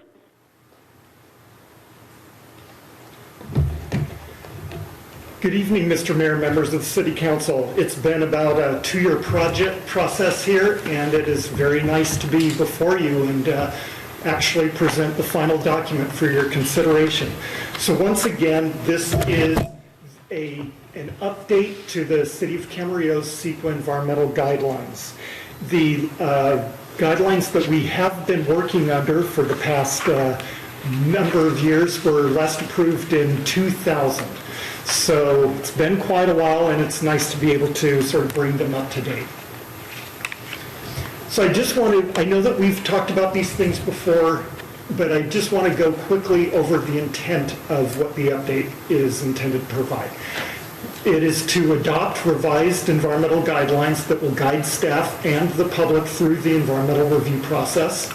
It's to assist consultants working for the city in the consistent use of methodologies and thresholds to evaluate project impacts in Camarillo. It's to make the CEQA review process more efficient for the city, the public, and decision makers such as yourself. It's to obtain greater legal protection in the event that environmental documents are challenged in court by actually adopting thresholds of significance for the city. It's to produce a living document that can be easily updated as necessary to address changes to the state CEQA guidelines or changes to the thresholds of significance by other applicable agencies, such as the Ventura County Air Pollution Control District. As I told you, we've been doing this, we've been working on this for a while, and we began by conferencing amongst staff, getting our thresholds, our initial ideas together. We then met with you for the first time in October of 2018 and presented information to you, and you directed staff to continue to develop the thresholds. We then worked on those, came back to you again a year later in December of 2019 to review the proposed thresholds, which really are the heart of the document. Following that workshop, we then finished putting the document together and put it all together for public review. We then put a document together for consideration by the Planning Commission on May 5th, and now we are before you this evening. One aspect of this, unlike other CEQA approvals that come before you, is that the update to the city's environmental guidelines is exempt from CEQA itself, and that's under section 15060, because the proposed resolution will not result in a direct or reasonably foreseeable indirect physical change in the environment, as well as another section that says because the ordinance is covered by the common sense exemption, that CEQA only applies to projects which have the potential for causing a significant effect on the environment. In fact, this issue was just raised with regards to the adoption of other thresholds of significance here in California. In a recent California Supreme Court case, the one being the California Building Industry Association versus the Bay Area Air Quality Management District, the Supreme Court agreed with the appellate court's conclusion that adoption of thresholds of significance are exempt from CEQA. For one thing, CEQA actually encourages lead agencies to adopt their thresholds, but also the adoption of the thresholds do not result in any direct or indirect physical impacts on the environment. Therefore, no additional environmental review is necessary per the Supreme Court. Some additional information that has come online since we began this process and first met with you is that the updated environmental guidelines, if adopted, will only apply to projects filed after the date of adoption of the guidelines, and that the environmental documents for projects that were filed prior to the adoption of these new guidelines are not subject to the new guidelines. Also, environmental documents circulated for public review prior to July 1st of this year are not subject to the new vehicle miles traveled analyses required now under CEQA, unless the lead agency has elected to do so. Also, a project cannot be evaluated for environmental impacts based on levels of service as we've done in the past. However, LOS analysis can continue to be evaluated and mitigated as a development impact outside of CEQA. That is a change that occurred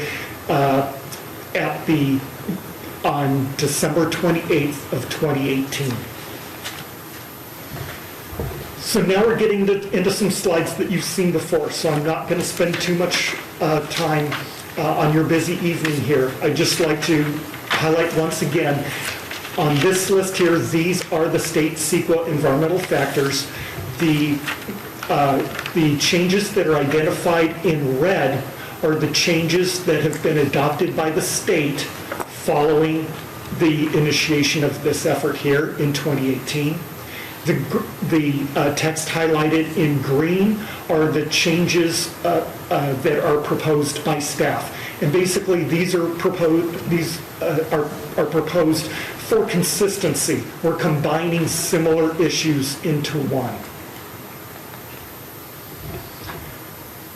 As most of you are aware from your experience here on the council here when evaluating impacts, we're either dealing with no impact, less than significant impact, excuse me, a less than significant impact with mitigation incorporated, meaning it was potentially significant, but we have identified mitigation measures that will reduce that impact to a less than significant level. And then finally, potentially significant impact. So in the following slides, we identify the main issue areas, and then we identify what the recommended thresholds are for no impact, less than significant, potentially significant impact. All of those you've seen before. For aesthetics and visual sources, we're just making some changes here to focus on the issues of concern as identified in the general plan. Here in agricultural resources, we're not recommending any changes to what the state has recommended, only identifying our recommended thresholds. Following the public review of the draft environmental guidelines, the city received a comment letter from the Ventura County Agricultural Commissioner's Office, and it was in regards to one topic under agricultural resources. They suggested some text changes to item B, and we have incorporated those recommendations. For air quality, we're simply tuning the standard state wording to be reflective of the recommendations of the Ventura County APCD. And these thresholds have been reviewed by the APCD, and we received additional input throughout the preparation process from them.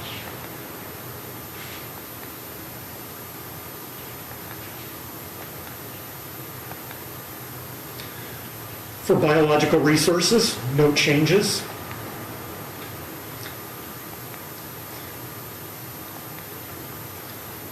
The city did receive a comment letter following the public review of the draft document from the Ventura County Public Works Watershed Permits and Planning Division regarding this issue. They recommended some changes to the item C criteria that was pertaining to federally regulated, federally protected wetlands, and they suggested that we add, regulated and/or, and we have done that. No changes here other than we are combining cultural resources and tribal cultural resources, because here in Camarillo, the primary cultural resources that we would be addressing are tribal cultural resources, so it didn't make sense to keep the two separately. If you have one cultural resources report, you would want that information combined into one environmental document section. Energy is a new topic that the state adopted in the CEQA guidelines following our initiation of this process, so it has been added. Geology and soils, no changes. Greenhouse gas emissions, no changes other than our recommended thresholds that you've seen before. Hazards and hazardous materials, no changes. other than here at the end here. We are just tailoring the discussion from the generic state discussion to the issues of concern here in Camarillo, such as Camarillo Airport and the city's designated evacuation areas.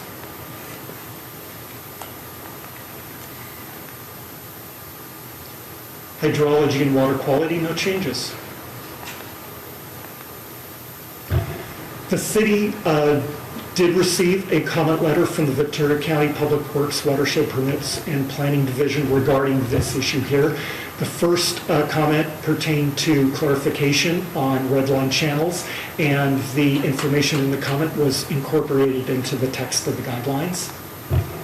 And their second comment pertained to a few of the criterias and what they wanted to see as far as their recommended standards incorporated into the city's document. And basically, our understanding is that that is something that the city already does in their project review process, but they wanted to keep the wording sort of more standard in here. But Tally is available this evening to respond directly to the comments if you have any questions in regards to that. So based on that, while the city is addressing it, we are currently not recommending changes to the actual topics in the guidelines. For land use and planning, we only are recommending changes to be just more focusing on the city's general plan.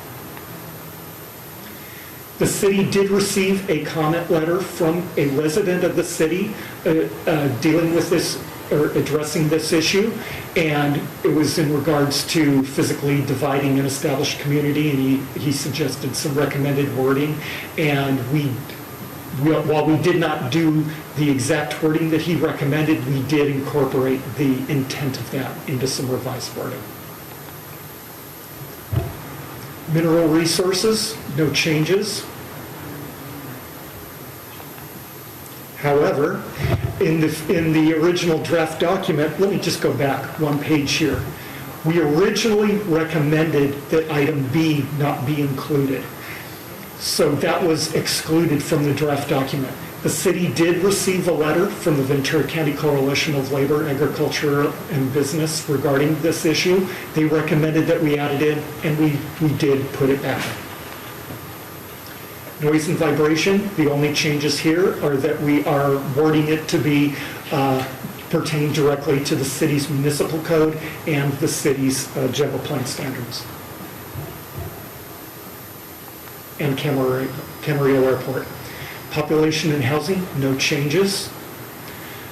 The same resident that commented on land use and planning also commented on this issue, and he was concerned about thresholds for the loss of affordable housing. And while we did not change the thresholds based on this comment, we did add in a discussion to the guidelines document under this topic here that explains the existing state law that addresses this issue. Public services and recreation, we're just combining.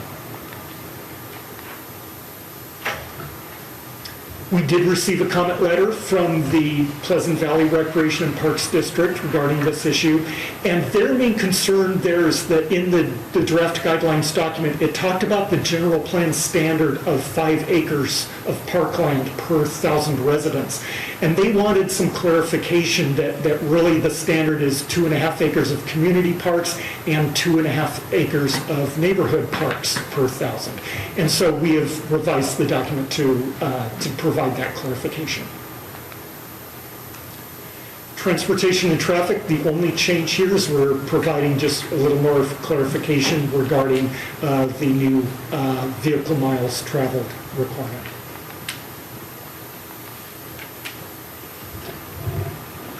Utilities and service systems, no changes other than reflecting the water purveyors here that serve Camarillo. Wildfire is one of the new topics since 2018, and our only changes in the top there for areas classified in the city of Camarillo's general plan safety element. no changes to the CEQA mandatory findings of significance. So the staff's suggested action this evening is to adopt a resolution approving the proposed environmental guidelines update. And so I am here all evening to answer any questions you have. As I told you, Tally is here if you have any questions regarding the hydrology and water quality. And also Jason is here if you have any questions regarding the new requirements for VMT.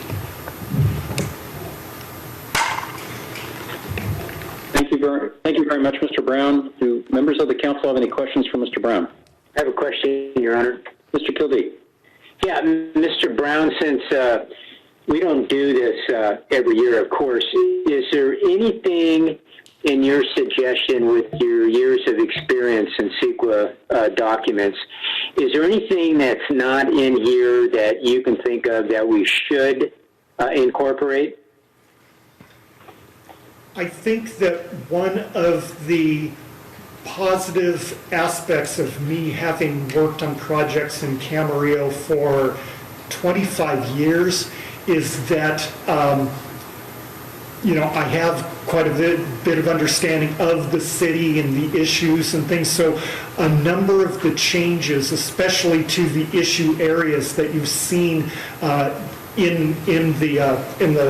those charts beforehand, are based actually on that experience and trying to tailor the discussions for Camarillo. So I do not believe that there's anything that we have not included that would pertain to Camarillo. I believe that everything is included and that we have tailored it to be specific to Camarillo as opposed to using the standard generic wording that the state CEQA guidelines provides. May I have a follow-up, Mr. Mayor? Please go ahead. Yeah. Mr. Brown, in your years of experience, what is the shelf life for a CEQA document? Is there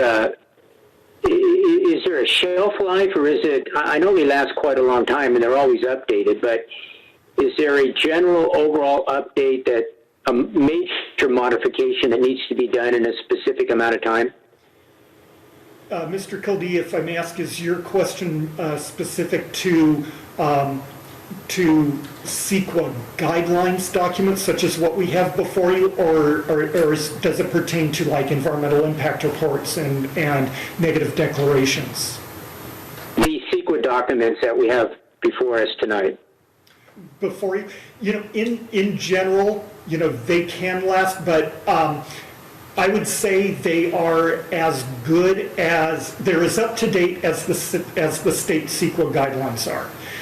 The state will update them every few years as necessary based on case law or even political, direction, if you will.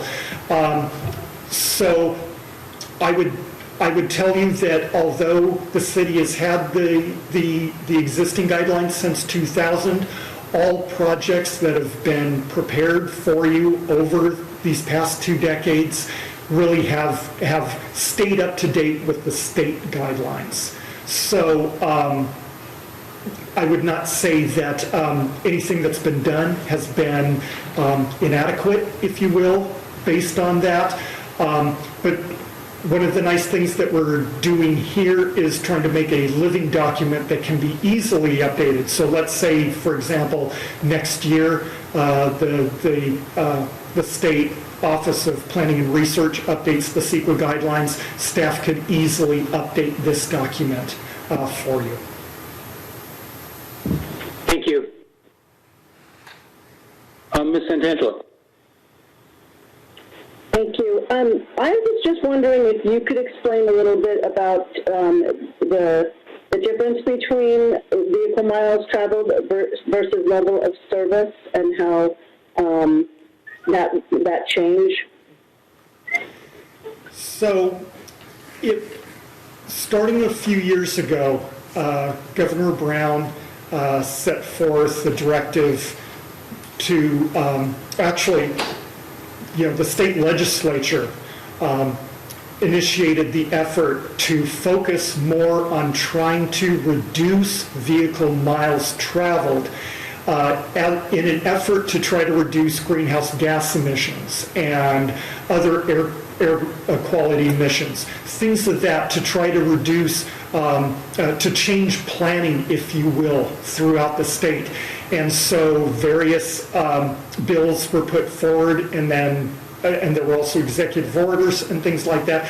But what it really comes down to is that the government in Sacramento has decided that it's more important to try to get the number of vehicles on the road down and reducing the lengths of vehicle trips rather than focusing on congestion. They feel that by focusing on congestion, you're not dealing with other planning avenues that you could explore. So the intent is really sort of to encourage infill development, mixed-use development, things like that. But they took it to the level where we are no longer allowed to evaluate level of service or congestion under CEQA. We now have to look at whether a project reduces vehicle miles traveled. I should say, reduces VMT compared to like a region or a citywide average. Not just that, okay, if we put in a project that now the overall VMT is going down. No, it's just, for this project, is it less VMT than what would otherwise happen?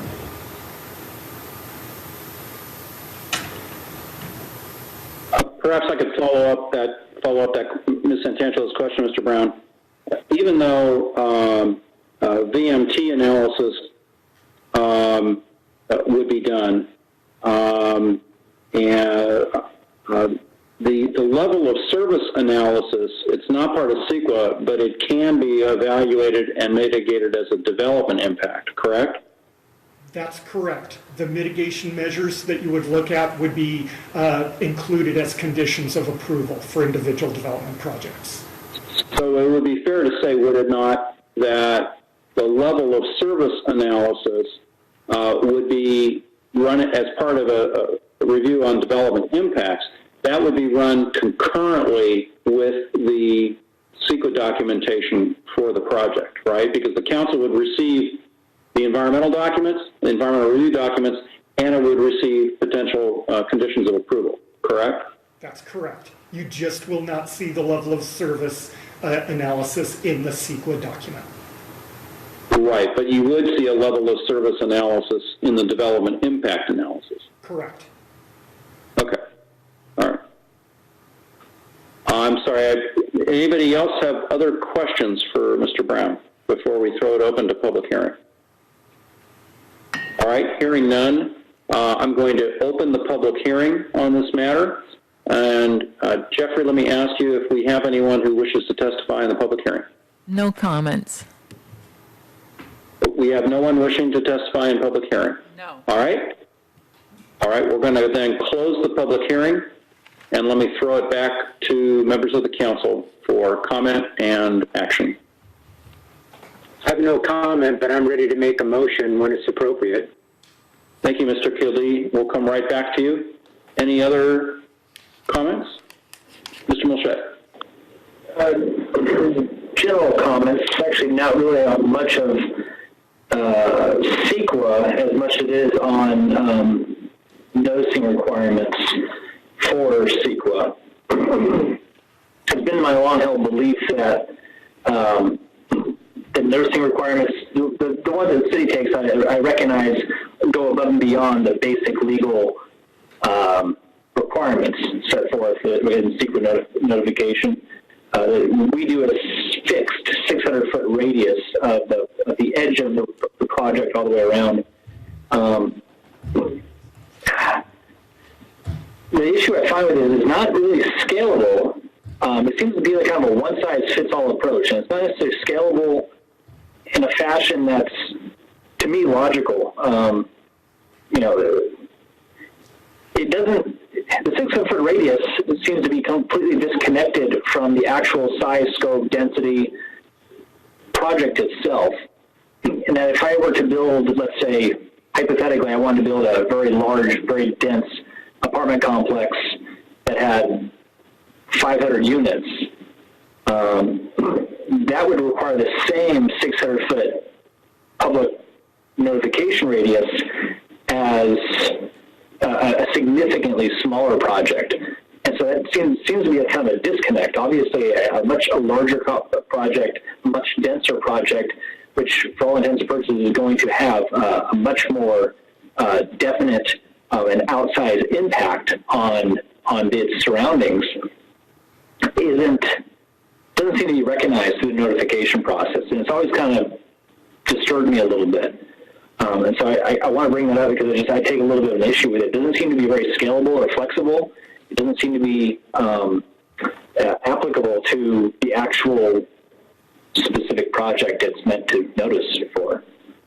The other issue I have with it, again, hypothetically speaking, if a project's going up adjacent to a neighborhood, but the 600-foot radius effectively cuts off, applies to only one section of a pre-existing neighborhood, and the rest of the neighborhood falls outside of that, one can reasonably argue that the whole neighborhood is to some extent affected, and just because a particular home or resident or business or whatnot, it falls just right outside the 600-foot radius, is somehow thus not affected, doesn't seem to be very pragmatic. Just on its face, it doesn't seem to be practical. And so, while I'm not saying that we should, that it should just be everyone needs to get notified about everything all the time, I think that's so much of a strain and a burden, and not necessarily applicable to what's, it's not best practice. I would like to see, when it comes to notification, the process and requirements for notification, I would like to see that be somewhat more flexible. And I know they're not going to do tonight, and I don't have a specific suggestion in regards to it. But that it be that we look at developing that further, because I feel like it's a significant deficiency, and it's one that's been mentioned to me by several residents who unfortunately don't really find out about a process or a project until the backhoe is in the lot and they're digging it out because they're prepping for foundation. At which point it's too dang late at that point. So obviously I think Joe has something to add too. Mr. Baca, do you have some comments to lend? Yes, I did. I wanted to share that I appreciate the comment and the sensitivity to that subject. We have increased our public noticing procedures significantly above and beyond what would be required for traditional noticing requirements under the state for review of public hearings. And we've applied those same standards that we recently adopted back in 2018 to the CEQA review process. And I want to share that we would also be sensitive to the fact that we would never want to leave out one or two homes in a neighborhood if the balance of that neighborhood was affected. So we've been advocating amongst our staff that we need to be sensitive to that, and we can always over-notice. And the same holds true with the City Council. If you anticipate that there's additional community members that would benefit from additional public noticing, we can always expand our noticing procedures. So I just wanted to share that. Joe, can I ask you a question? Yes. So in recognizing that there may be deficiencies or shortfalls with the notification requirement, there's just a 600-foot, obviously, in some instances it may be problematic. Are there not ways that we could rewrite portions of this to be more to be more accommodating and requiring those requirements? Right. I understand that the city and staff is looking at it project by project, and they're making a determination as to whether we choose to extend noticing. But isn't there a way to put that in writing in a more scalable, in a flexible way? I don't know that that's required. I do know that CEQA requires for the review process and public noticing for CEQA documents, and that includes only adjacent properties. So this is well above and beyond what that standard is. It was debated in some significance by the City Council back in May of 2018. And at that time, when that was adopted, we did indicate while we're starting to work on our CEQA guidelines, we would apply the same standards. I think it'd be extremely difficult, and the council agreed back then, that we couldn't necessarily write a standard for every single nuance. We do have to use just our intuitive nature and when we apply broader public noticing requirements, and we can always do that. It doesn't need to be written into the language of the CEQA guidelines. I very distinctly remember that meeting. I was not on the council then. I was in the audience for that discussion. I enjoyed it thoroughly, and that's actually kind of what piqued my interest in this particular topic then, and why I kind of bring it up now. Isn't there a way to say, based on the density, let's say it's a housing complex, based on housing density or unit density, or the number of units, that the radius could in fact be, using some sort of predetermined formula, could be expanded to some degree based on that? Isn't there a way to where you could also say utilizing well-defined arterial streets, saying that a neighborhood once touched by the particular radius would also encompass the general neighborhood as defined by neighboring arterial streets, and so that way, I'm thinking that there's some really simple ways to where it can be approached. And I understand that I totally recognize that what we have here is already above and beyond the requirements, the state requirements for CEQA notification. I'm just looking at, I don't ever want to do anything just because that's what's required. I want to try to find the best potential way to do it that best serves our residents, and in this case, I guess the residents that may be impacted by any potential project or development, and just making sure that they have proper notice and that they have the fair shot in leading their busy lives. I completely understand, and I'm sympathetic to the fact that there's a lot of things that people just unfortunately don't have the wherewithal. They don't have enough room in their brain to really worry about another thing, particularly right now. And where we can make sure that a process and its requirements for the applicant in fulfilling that process or those requirements, make sure that it's the most efficient and most inclusive to what we would deem impacted by a potential development, whether, again, like I say, whether it's a very small one or whether it's a very, very large one, which respectively have two different impacts, or radius impacts, I should say, and may fall outside of the standard 600-foot radius. So I wonder if there's a way to codify that as opposed to just leaving it all better codified. I understand that there's always going to be discretion and we'll always use best judgment, look at things project by project, but I'm wondering if there's a way to where I think we can kind of set a better practice for this kind of process. It was more of a statement than more of a question, but you're welcome to answer it if you want. Well, I just want to share that staff is very sensitive to the nature of the public review process, and we want to be as inclusive as possible. And we do already address the fact that we don't want to cut off neighborhoods during public noticing. So we're aware of that. We do our best, and I think that this city's done a great job in enhancing our public outreach programs in the past year and a half or so. This process is a testament to that for the CEQA guidelines. The previous item on the courthouse and DISDAR is a testament of how our improved public outreach campaign has gained greater participation. So we're sensitive to this issue. And I think as projects come up, we understand the sensitivity of each project and the nuances there. So we're going to adapt and address that moving forward. Is it one little follow-up, and then I'll give my colleagues an opportunity, because I know I'm using up all the air. Is it staff's intention to bring this document? We talked about how this is going to be a living document. Is it going to be looked at every single year, see if there are changes in CEQA, state guidelines, if there are modifications that need to be had, Or if not, in the event that there are no actual, legal requirements need to be updated, is this a document that's just simply going to come before the council every year for review, or just on an as-needed basis?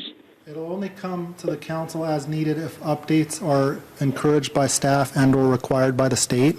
Of course, we're going to be working on CEQA documents all the time, we hope, moving forward. And if we see a need for improvements in the CEQA guidelines, we would definitely bring that forward to the City Council for consideration. And again, of course, if state law is updated and it requires the guidelines to be updated, we'll bring that forward. But this isn't something that we would provide an annual update on. It's a living document in that we can adapt and be flexible and update it as needed with resolution in front of the City Council for their consideration. All right. Thank you, Joe. Mrs. Craven. Yes, I can remember not just that one council meeting, but several council meetings where the City Council had discussions about the distance where people were notified.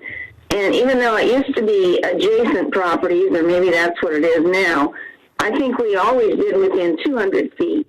And then we expanded it to the 600 feet. When we were looking at various locations for the desalter, we expanded that even farther. The City Council decided to notify people even farther away so that they would, because for some reason, even across the street, across Osposis, it seemed to be controversial. And we wanted everybody to know, even though that, to us, it's a big project monetarily, but it's a fairly small footprint for the project. The one that particularly comes to my mind is with I think it's an assisted living facility over in Village at the Park. And people said they didn't know anything about it. A lot of people still claim they never knew anything about it. And yet, staff showed us where they mailed those notices. Where you send a notice and where people read the notices are two completely different things. So just sending them a letter to notify them, and that's how we notify people. We send them a letter. Doesn't mean the letter is going to get read or that they're going to take the time. It's a form letter from the city, so it doesn't mean that they pay attention to it until the grader's there, Sean. And so a couple of people at that public hearing did say, oh, I got the letter, but I just didn't know it. I didn't pay much attention to it. Now we're at the public hearing for the project, and we don't want it, but we didn't have anything to do with it earlier. And so I think we came to a good conclusion when we decided on 600 feet, and staff doesn't cut it off so that if the 600 feet is at my property line, the next guy doesn't get it. They usually are more inclusive than less inclusive.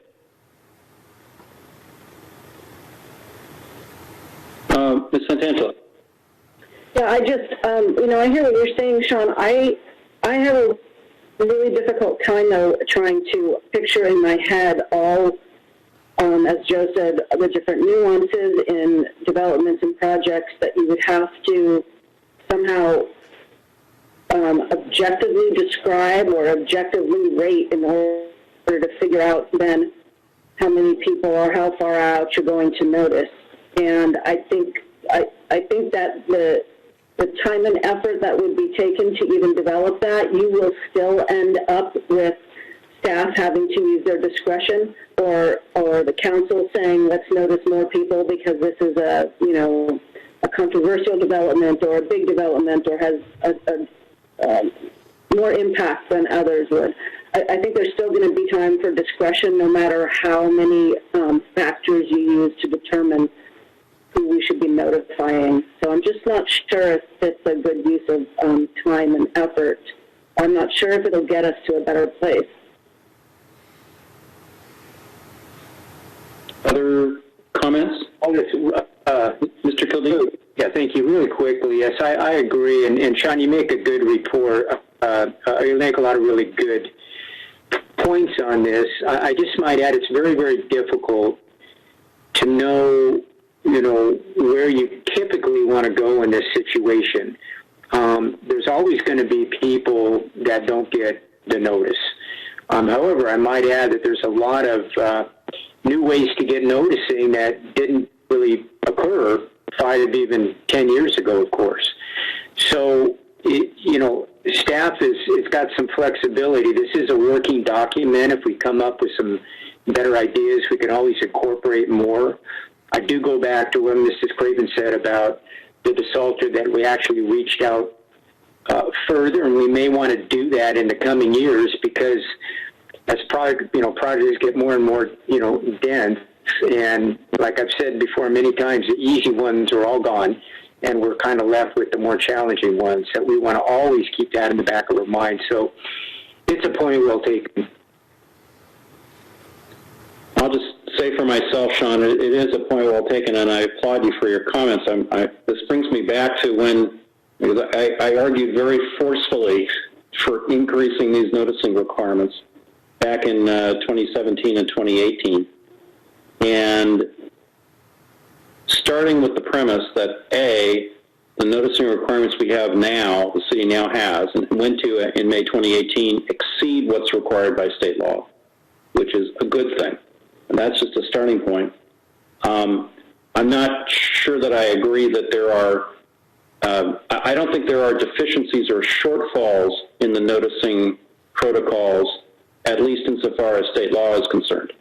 I think if you look at it from a deficiency or a shortfall, it may be with respect to how it slices out on the pragmatic side sometimes. And Mrs. Craven and Mr. Kildee spoke to, I know that the council as an approach said, okay, we're good. Because we had this argument. We had a lot of discussion about this, and you know that because you were watching our discussion at that point. And we cut it off at that. We cut it off with the requirements. We expanded the requirements and then set them in place. And then, since then, the council has very deliberatively, on occasion when it's appropriate, said we want to overnotice. And that happened in the desalter project. And I can think of other places where, from a pragmatic and a common sense standpoint, what you mentioned as a hypothetical, where you have a high density area, that would make sense so that you would overnotice it. I guess what I'm saying is I'm not wedded to the approach that we have now, but on the other hand, to try to discern and think of a way for some different noticing models is a complicated endeavor. And I think the way the council went in 2018 was the right way to basically say, look, we're going to increase and expand these state law, these requirements over and above state law, and when the occasion is appropriate, we're going to overnotice. I think Susan is correct in terms of really haven't taken the time since that time to look at a more complicated noticing protocol, a more complicated noticing structure. But the way that the council has deliberately said we're going to overnotice in cases like the desalter seems to have worked pretty well from a noticing standpoint. So those are my observations. Okay. Let's see. I think I was going to go back to Mr. Kildee because it seems like at the time is probably right for a motion. Go back to Mr. Kildee because I think he was about ready to make a motion. I'll move to adopt a resolution approving the update of the city's CEQA guidelines. Second. All right, we have a motion and a second on this item. May I have a roll call, please? Councilmember Craven? Yes. Councilmember Molche? Yes. Councilmember Kildee? Yes. Vice Mayor Santangelo? Yes. Mayor Tremblay? Yes. That motion carries unanimously. Mr. Mayor, may I make a note? Of course. Or just add a comment? I like a good challenge, and so I hope to be back here within a year. And I'll take a shot at trying to codify something that would actually be more scalable. And I will tell you that I will look forward to that conversation. You know that I do like those. I do like, the council knows I do like those conversations. So, might I inquire the council at this point, before it's now 8:44. We've been going 2.25 hours. Should we take a break before our next public hearing item? For maybe a 10-minute break? Does that sound okay? All right, let's do that. Let's go ahead and recess until 8:55 p.m., where we will then take on our next item.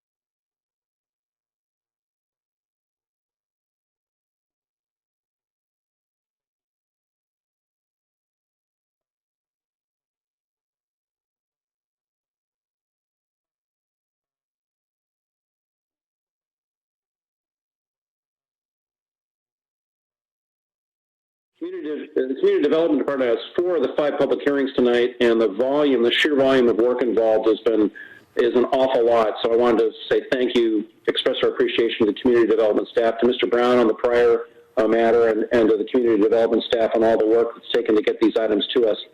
We're now going to move to item 18C, which is on the ordinance to amend and restate the Camarillo Municipal Code with respect to accessory dwelling units. And I believe Ms. Buck is going to take that. In fact, Ms. Buck has the next 2 items. So, and I think Mr. Toon is here as well for additional questions, as is Mr. Pierrick. So, Ms. Buck?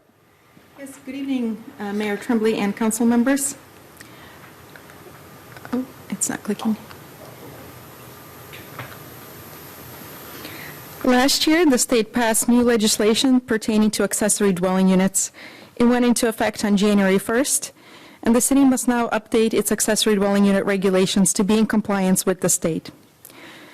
Because of the extent of the new state regulations, it's necessary to complete a comprehensive revision of Chapter 19.56 of Camarillo Municipal Code regarding ADUs. A draft ordinance was provided to HCD on March 10th for preliminary review and comment. HCD reviewed the draft ordinance and provided comments via teleconference on March 16th. And minor changes noted by HCD were incorporated into the final draft ordinance. Chapter 19.56 has 12 sections as listed on this slide. And in the following slides, I'll provide an overview of each section. The first section provides intent of the chapter, which is to permit ADUs in conformance with the state law in designated zones subject to standards that will ensure the units contribute to a sustainable living environment for people of all ages and economic levels, while preserving the integrity and character of residential neighborhoods in a manner consistent with the city's general plan, including community design element. The next section provides definitions. Accessory dwelling unit is defined as a residential dwelling unit that provides complete, independent living facilities for 1 or more persons and is located on a lot with a proposed or existing primary residence that may be either a single family or a multifamily dwelling. It must include permanent provisions for living, sleeping, eating, cooking, and sanitation on the same parcel as the single family or multifamily dwelling or will be situated. An accessory dwelling unit also includes efficiency unit and manufactured homes. There are 5 types of ADUs. One is attached ADU, which is an ADU that shares at least one common wall with the primary dwelling unit and is not fully contained within the existing space of the primary dwelling. A detached ADU does not share a common wall with the primary dwelling unit and is not an internal ADU. An internal ADU is fully contained within the primary dwelling or an accessory structure. And a junior ADU is fully contained within the primary dwelling and is at least less than 500 square feet. And a 2-story attached ADU is attached to the primary dwelling unit and is taller than 16 feet. The definition for accessory structure is an accessory that's incidental to a dwelling located on the same lot. And public transit means a location including but not limited to a bus stop or the Camarillo Metrolink station where the public may access buses, trains, and other forms of transportation that charge set fares, run on fixed routes, and are available to the public. This definition is shown in underline because it was revised after the Planning Commission meeting on March 5th. And this definition is consistent with the state's definition for public transit. The next section is the permitting process. Most ADUs will be approved by a zone clearance, which is an over-the-counter approval. A plan review is only required for attached ADUs that are over 16 feet in height. And it's a state requirement that all ADUs are reviewed administratively and within 60 days. The next section includes regulations on where ADUs are allowed. ADUs are allowed on legal lots that are zoned for single-family and multifamily residential units, residential uses as listed on this slide. The next section addresses the number of ADUs that are allowed. On a single-family parcel, 1 ADU is allowed. 2 ADUs are only allowed for proposals that include a detached and a junior ADU. No other combinations are allowed. On a multifamily parcel, 2 detached ADUs are allowed, plus at least 1 internal ADU with a maximum of 25% of existing multifamily units. Next section includes various development standards for the ADUs. This table shows the size and height requirements by ADU type.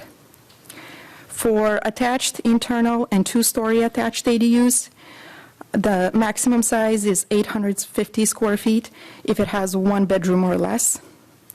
For ADUs that are 2 bedrooms or more, the maximum size is 1,000 square feet or 1,200 square feet, depending on the size of the lot. And the minimum size is 150 square feet with maximum height of 16 feet unless approved by plan review process. A detached ADU can be up to 850 square feet if it's 1 bedroom or less. A detached ADU would be limited to 800 square feet if it is combined with a junior ADU. And maximum size for detached 2-bedroom or more ADU is 1,000 square feet or 1,200 square feet, depending on the size of the lot. And again, if a detached ADU is combined with a junior ADU, it's still limited to 800 square feet. Minimum size is 150 square feet and maximum height is 16 feet. Junior ADUs have to be under 500 square feet, regardless of how many bedrooms it has. Minimum size is, again, also 150 square feet, and the height doesn't apply because those consist entirely within existing dwelling units. The ADUs must conform to the development standards for the underlying zone, including front yard setbacks, lot coverage, and open space. However, despite any development standards for the underlying zone, there are exceptions to those standards, which include minimum and rear yard setbacks that are 4 feet for new construction of ADUs.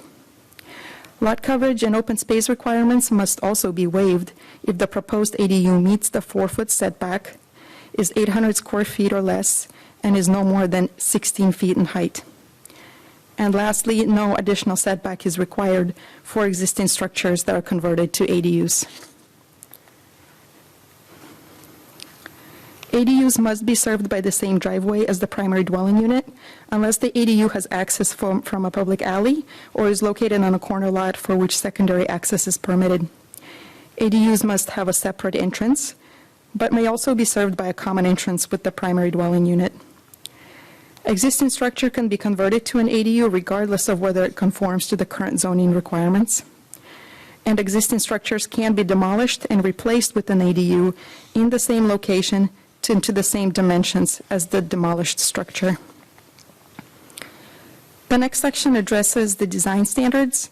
Design, colors, materials, and textures of ADUs must be similar or compatible with the primary dwelling unit. The next section addresses the parking standards. 1 open or enclosed parking space is required per attached or detached ADU. No parking is required for internal or junior ADUs. No parking is required for conversion of existing parking structures into ADUs. And no parking is required in any of the following instances: if an ADU is within half-a-mile walking distance of public transit, an ADU is located within an architecturally and historically significant district, when there's a car share vehicle located within 1 block of the ADU, and when on-street parking permits are required but not offered to the occupant of the ADU. Next section addresses ownership and occupancy. No ownership is required for the ADU or the primary dwelling unit if the ADU is approved between January 1st, 2020 and December 31, 2024. After January 1st, 2025, applicants must occupy either the primary dwelling or the ADU. If the ADU or primary dwelling unit is not occupied by the owner and is rented out, the rental period must be longer than 30 consecutive days. Next section specifically addresses junior ADU development standards. The maximum size is 500 square feet. It must have an efficiency kitchen with cooking facility and appliances, food preparation counter, and storage cabinets that are of reasonable size in relation to the ADU. Junior ADU may, but is not required to include separate sanitation facility from the primary dwelling unit. And junior ADU or the primary dwelling unit has to be owner occupied. A deed restriction must be recorded before occupancy and will be binding on all future owners of the property. The next section addresses deed restrictions. The restrictions prohibit ADUs to be used for short-term vacation rentals of 30 days or less, and from being sold separately from the primary dwelling unit. Next section provides clarification that if any provision in the Camarillo Municipal Code conflict with any provision of this chapter, the provisions of this chapter will control. And if any provisions of this chapter conflict with any requirements of the state law will control to the extent legally required. And as I mentioned earlier in my presentation, the draft ordinance was reviewed for compliance with state regulation and commented on by HCD. The Planning Commission reviewed the proposed ordinance on the May 5th public hearing. After the hearing, the City Council received, at the public hearing, the Planning Commission received no request for verbal public comment, but did receive written comment letter from an organization named the Californians for Home Ownership, which contained a list of concerns. The City Attorney's Office reviewed and addressed this letter at the Planning Commission hearing. And the City Attorney's Office also prepared a more in-depth discussion on each concern, which is included in your agenda packets.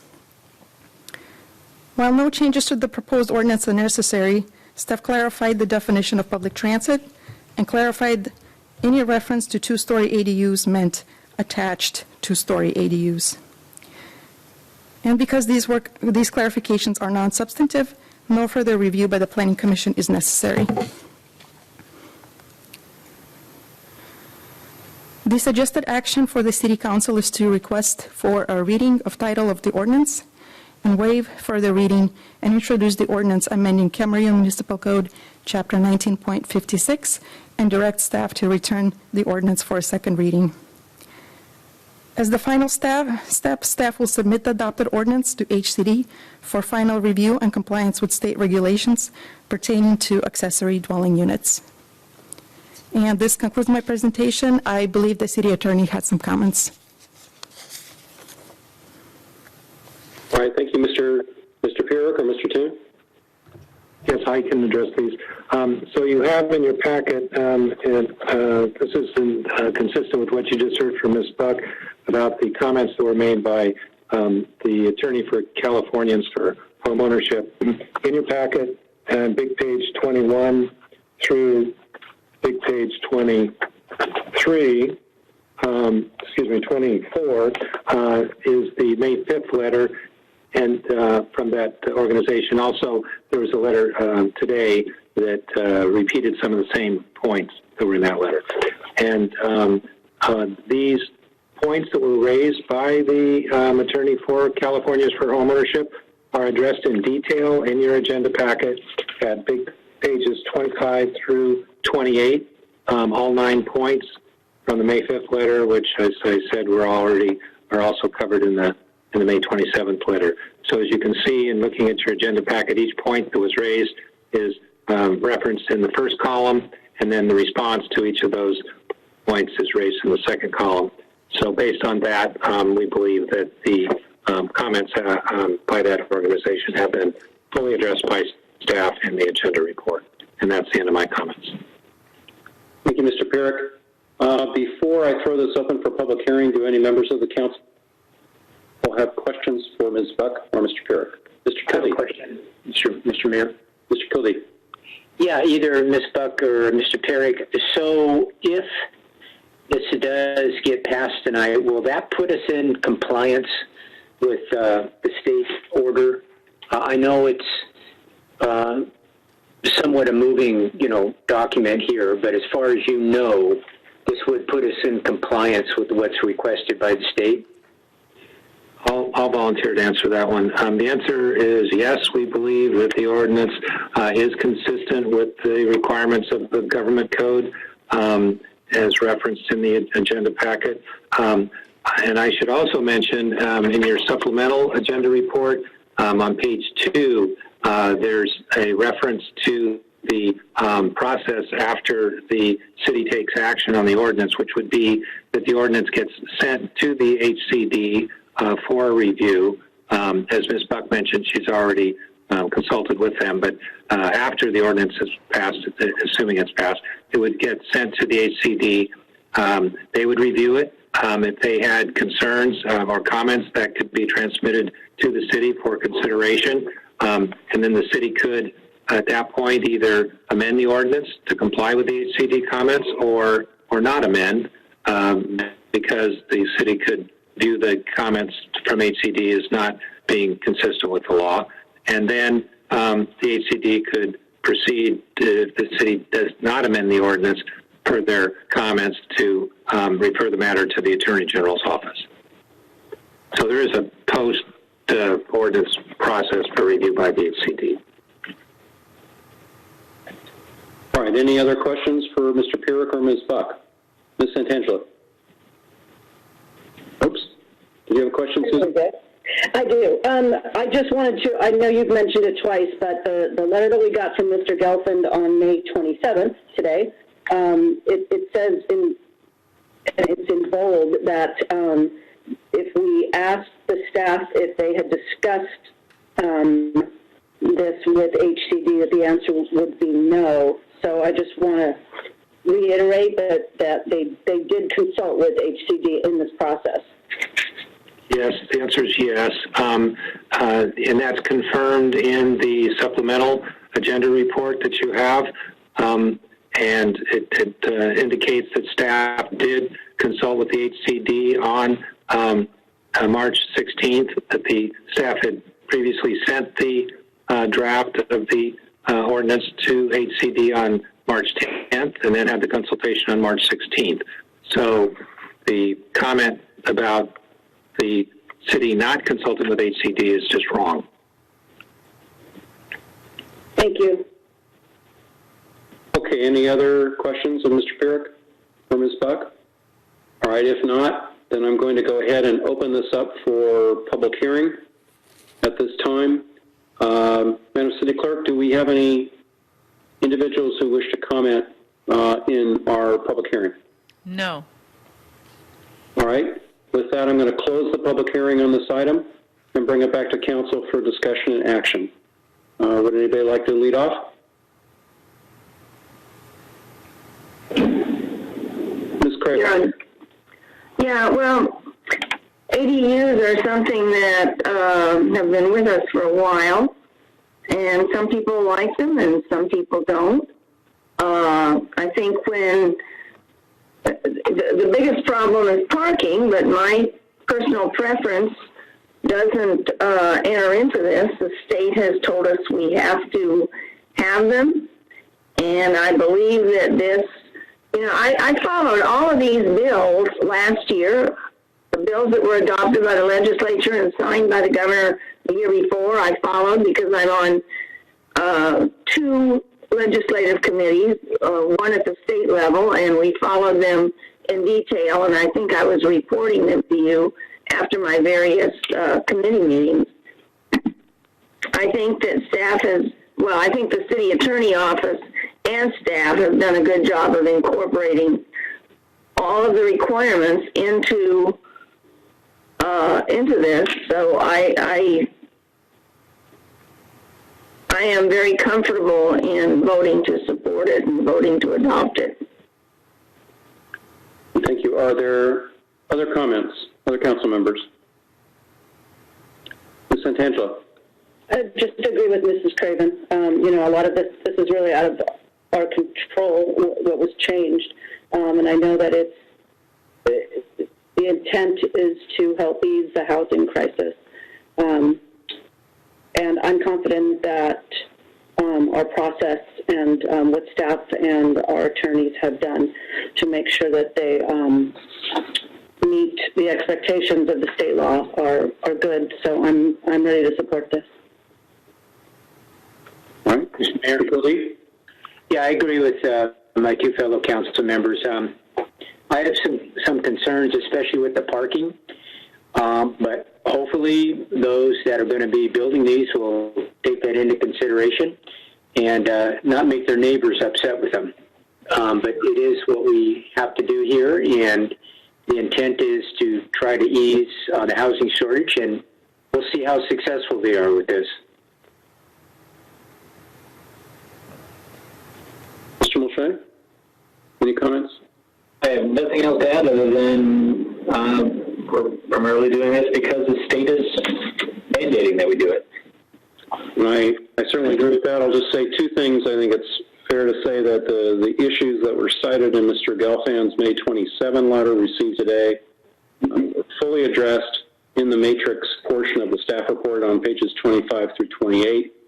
And secondly, we've been informed city staff did in fact ask HCD for a preliminary review of the ordinance. So I'm satisfied as to both counts. So with that being said, let me request a reading of the title of the ordinance.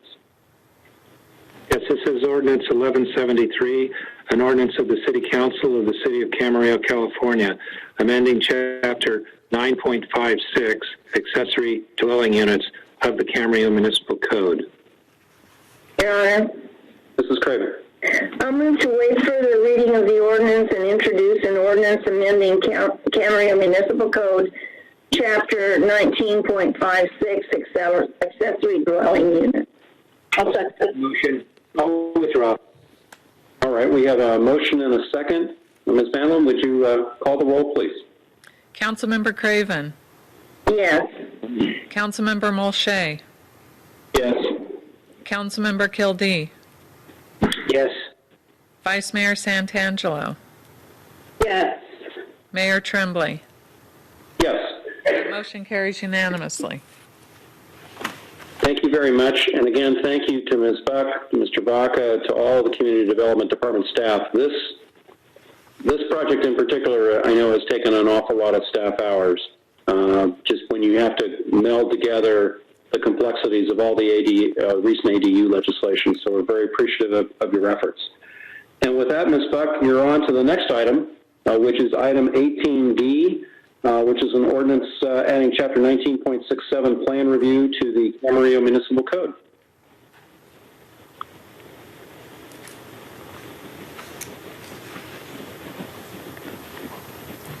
This proposed ordinance adds a new chapter 19.67 to the Camarillo Municipal Code. It consolidates the city's existing plan review procedures from various sections of the code into one single chapter, which will further streamline the municipal code.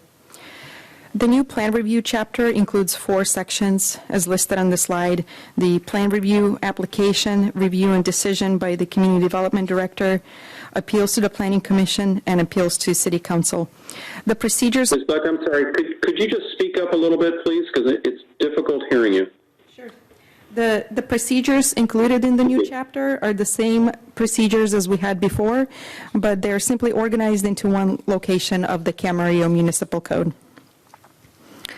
The Planning Commission reviewed the proposed ordinance at their May 5th public hearing, and by a vote of 5-0 in favor, the Planning Commission recommended that the City Council adopt the proposed ordinance.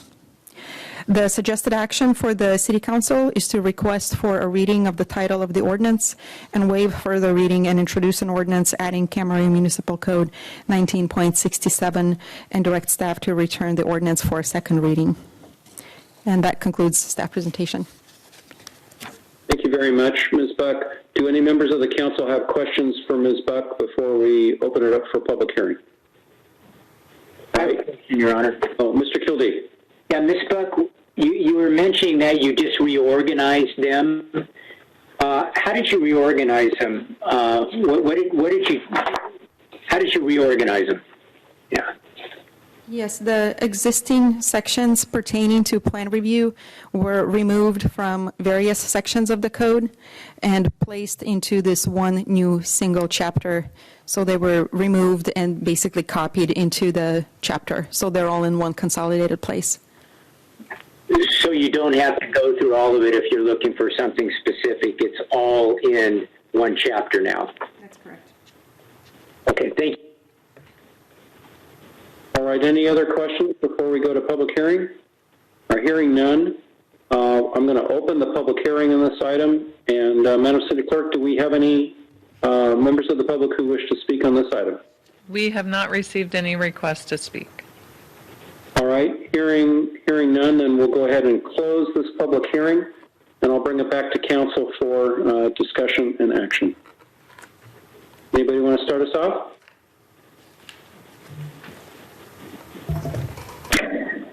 I'll start. Craven.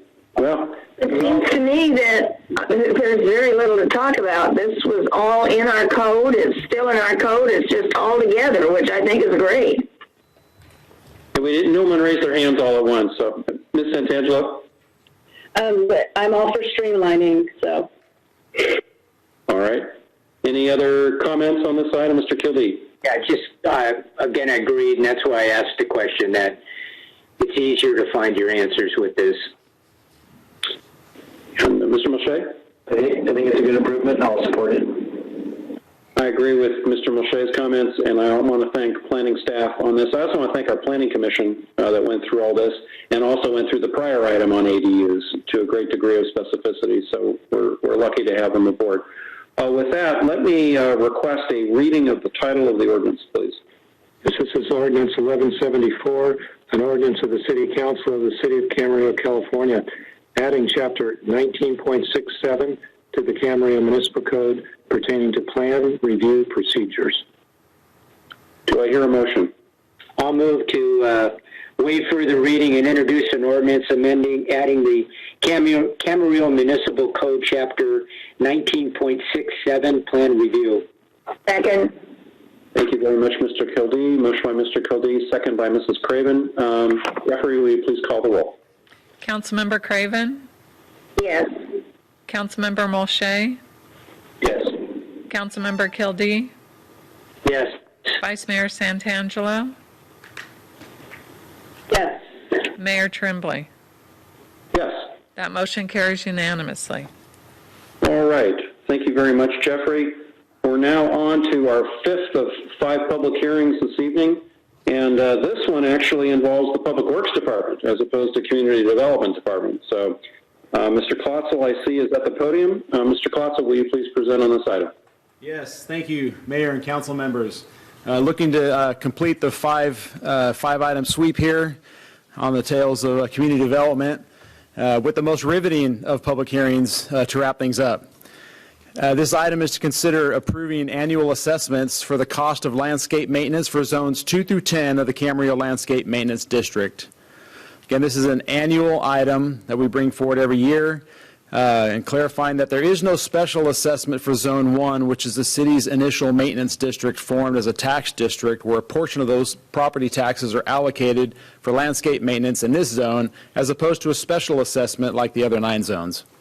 This is an annual process to review the landscape maintenance costs and current assessments for each zone, culminating in tonight's required public hearing to adopt a resolution approving the engineer's report and the levy of assessments for next fiscal year 2021. On April 22nd of this year, City Council adopted a resolution of intention to levy the fiscal year 2021 assessments and set the public hearing for tonight. The notice of public hearing was advertised in the newspaper as required.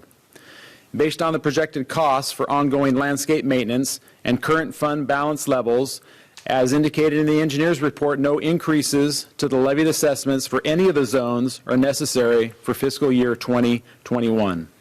Therefore, the suggested action is to adopt a resolution ordering the levy and collection of assessments for the Camarillo Landscape Maintenance District, zones 2 through 10, as shown in the engineer's report, and that concludes my report.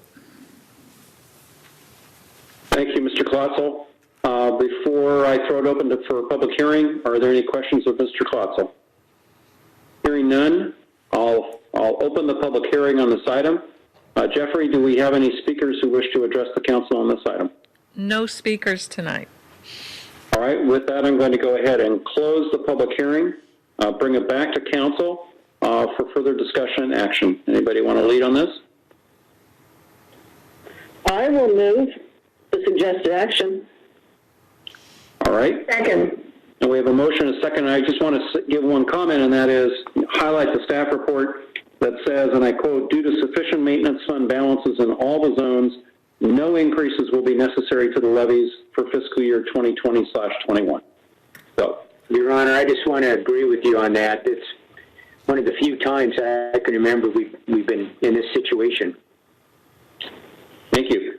And let's see, I think we have a call for the motion. So, Jeffrey, would you please call the roll? Councilmember Craven? Yes. Councilmember Molche? Yes. Councilmember Kildee? Yes. Vice Mayor Santangelo? Yes. Mayor Tremblay? That motion carries unanimously. All right, thank you, Jeffrey. That concludes our public hearing items. So now we are going to go back and into our regular meeting agenda. And at this time, I'd like to go back to item 5A on the water and wastewater financial plan update and agreement amendment. And I think, Mrs. Craven, we've got to open the sanitary district meeting as well relative to this item. I will reopen the Camarillo Sanitary District meeting. And may we have a presentation from staff, please? Yes, thank you, Mr. Mayor, members of the council, members of the sanitary board. This item is to amend the contract with Raftellus Financial Consultants, who do our wastewater and wastewater rate study model. What this is to update the model for the next year. A little bit of background, we do a 2-year rate setting cycle with a Prop 218 notice. So the rates have already been set for January 2020, obviously, but also for January 2021.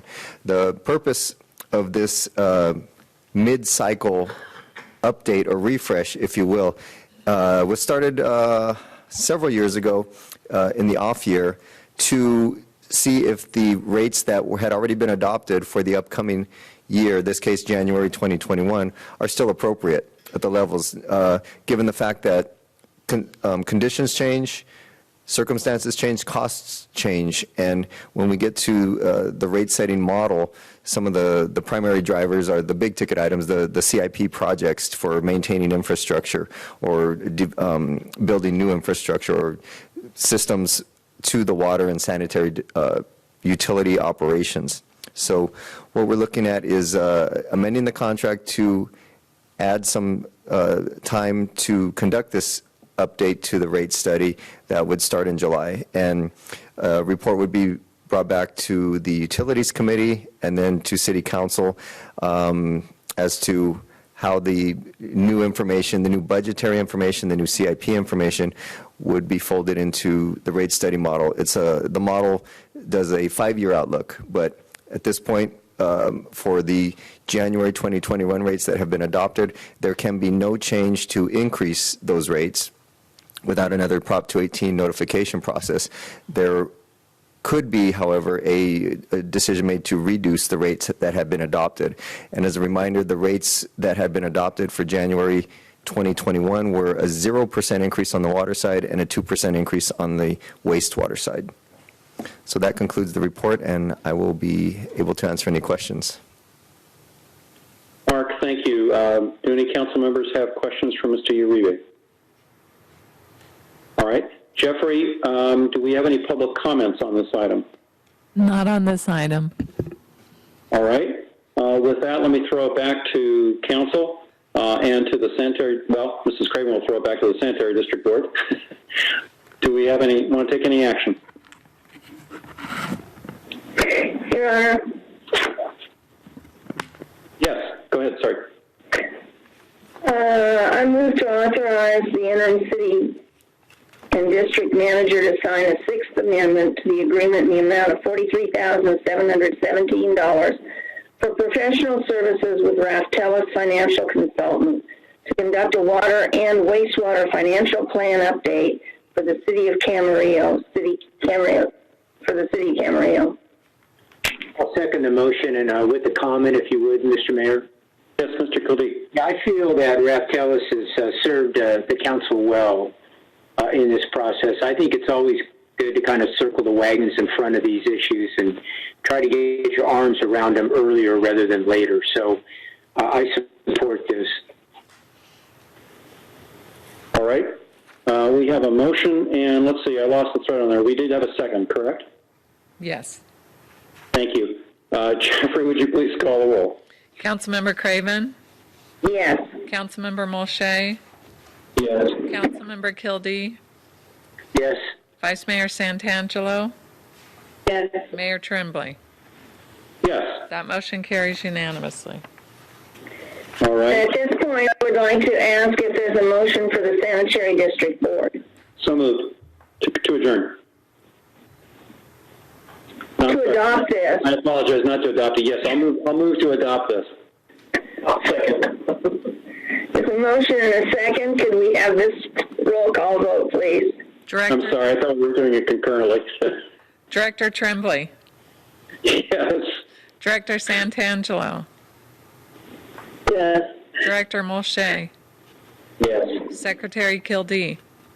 Yes. Chair Craven? Yes. That motion. And with that, I will now adjourn. I apologize for stepping on your toes, Madam Chair. Okay. We are now, I think, completed with item 5A. And that will then bring us to item 6A under Public Works, Transit Operations and Maintenance Service. Your Honor, Agreement Amendment. I need to make a statement that my husband and I own properties within 500 feet of one of the trolley stops, and therefore I have a financial conflict of interest, and I will need to recuse myself. Your Honor? Yes, Mr. Kildee. I will have to make that same statement. I do have a retail store within 500 feet of a trolley stop, and I will have to recuse myself from any further discussion on this matter. All right. Thank you. That leaves 3 council members, and I believe, Tyler, you're ready to address us on this item? Yes, thank you.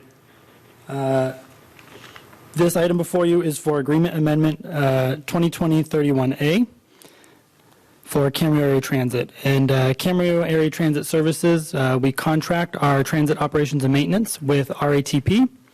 The services that are provided are fixed route services for the fixed route itself, the trolley route, complementary paratransit, which includes the Americans with Disabilities Act, which is our dial-a-ride services, local dial-a-ride for ADA senior and general purpose dial-a-ride, local dial-a-ride meaning within city limits, and then regional dial-a-ride for ADA and senior riders only, which would be dial-a-ride services to other cities. I want to start by talking about the CARES Act funding a little bit. The Coronavirus Aid, Relief, and Economic Securities Act is the CARES Act, and a portion of those funds are intended to supplement transit services due to the impacts of COVID-19.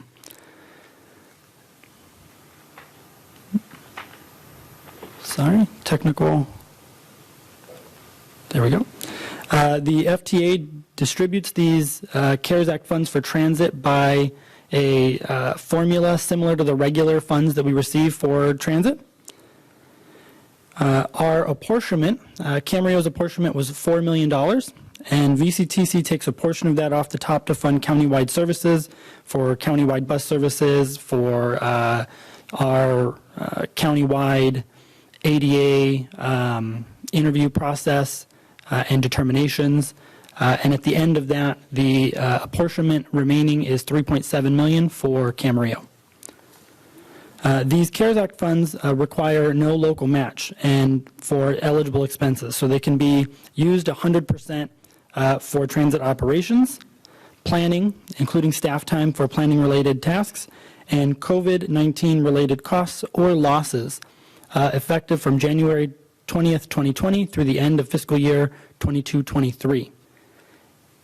The operations spending is very flexible through the CARES Act, more flexible than the typical FTA 5307 funds that we receive. And the maintenance portion of our services, the CARES Act is eligible for January 20th, 2020 through the end of fiscal year 2021. As discussed in last week's council meeting by Finance, they indicated that we are not able to use the CARES Act funds as the FTA 5307 matching funds. These CARES Act funds don't replace our regular 5307 funds. Future funds may be impacted. There's no indications at this time that there'll be any significant impacts, but it's prudent to suspect that there may be impacts and think forward and conservatively. Our typical allocation is around 1.4 million, and any unused FTA allocations are rolled over and continue to accumulate for future use. The FTA guidance for the CARES Act funds is subject to change as we continue to learn more and continue to go through the process. Staff estimates that the funds will cover 100% of operations and maintenance for fiscal year 2021. And that's based on pre-COVID-19 conditions. So any remainder after the fiscal year 2021 we'll be able to use in fiscal year 21-22, but at this time making an estimate it will change very, very shortly after we come back with more transit changes and options to council in June. So at this time, after discussion with Finance, the CARES Act funds will be used exclusively for fiscal year 2021 and not for the current year. And then we can roll over those CARES Act funds into fiscal year 21-22, whatever that remainder is. But let's talk about Agreement 2020-31, which was on March 11th. Council authorized the Agreement 2020-31 with RATP for transit operations and maintenance. In that agreement, the method of payment is $67.65 per vehicle revenue hour, and the revenue stream is completely dependent on that demand. So primarily our most revenue generating service is the general purpose dial ride, and the more vehicle hours, the more revenue generated for RATP. However, on March 13th, Council declared a state of emergency due to COVID-19, and then on March 27th, Council temporarily suspended some transit services, that being the trolley route and general purpose dial ride. April 1st, that agreement 2020-31 became in effect, and that's when that rate began. And then on May 13th, after a full month of April to kind of determine and get a sense of what those impacts were going to be, RATP requested COVID-19 relief due to significant lost revenues. The primary intent of CARES Act funds is to recover lost transit revenues, and it provides an ability for local agencies to be a pass-through to contractors.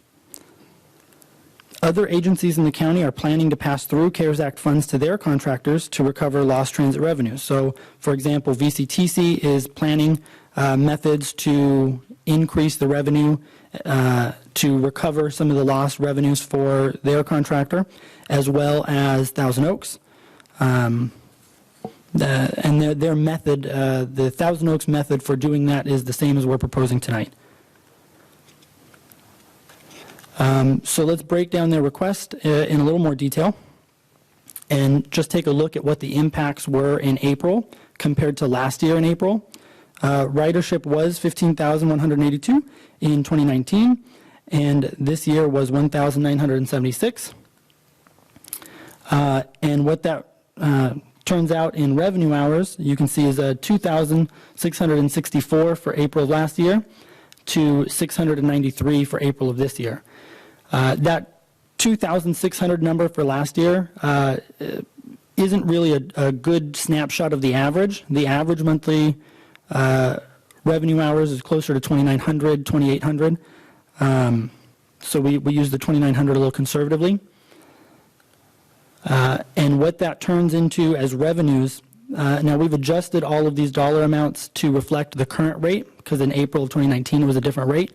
But you can see the revenue is significantly reduced due to these impacts and reduced services to RATP.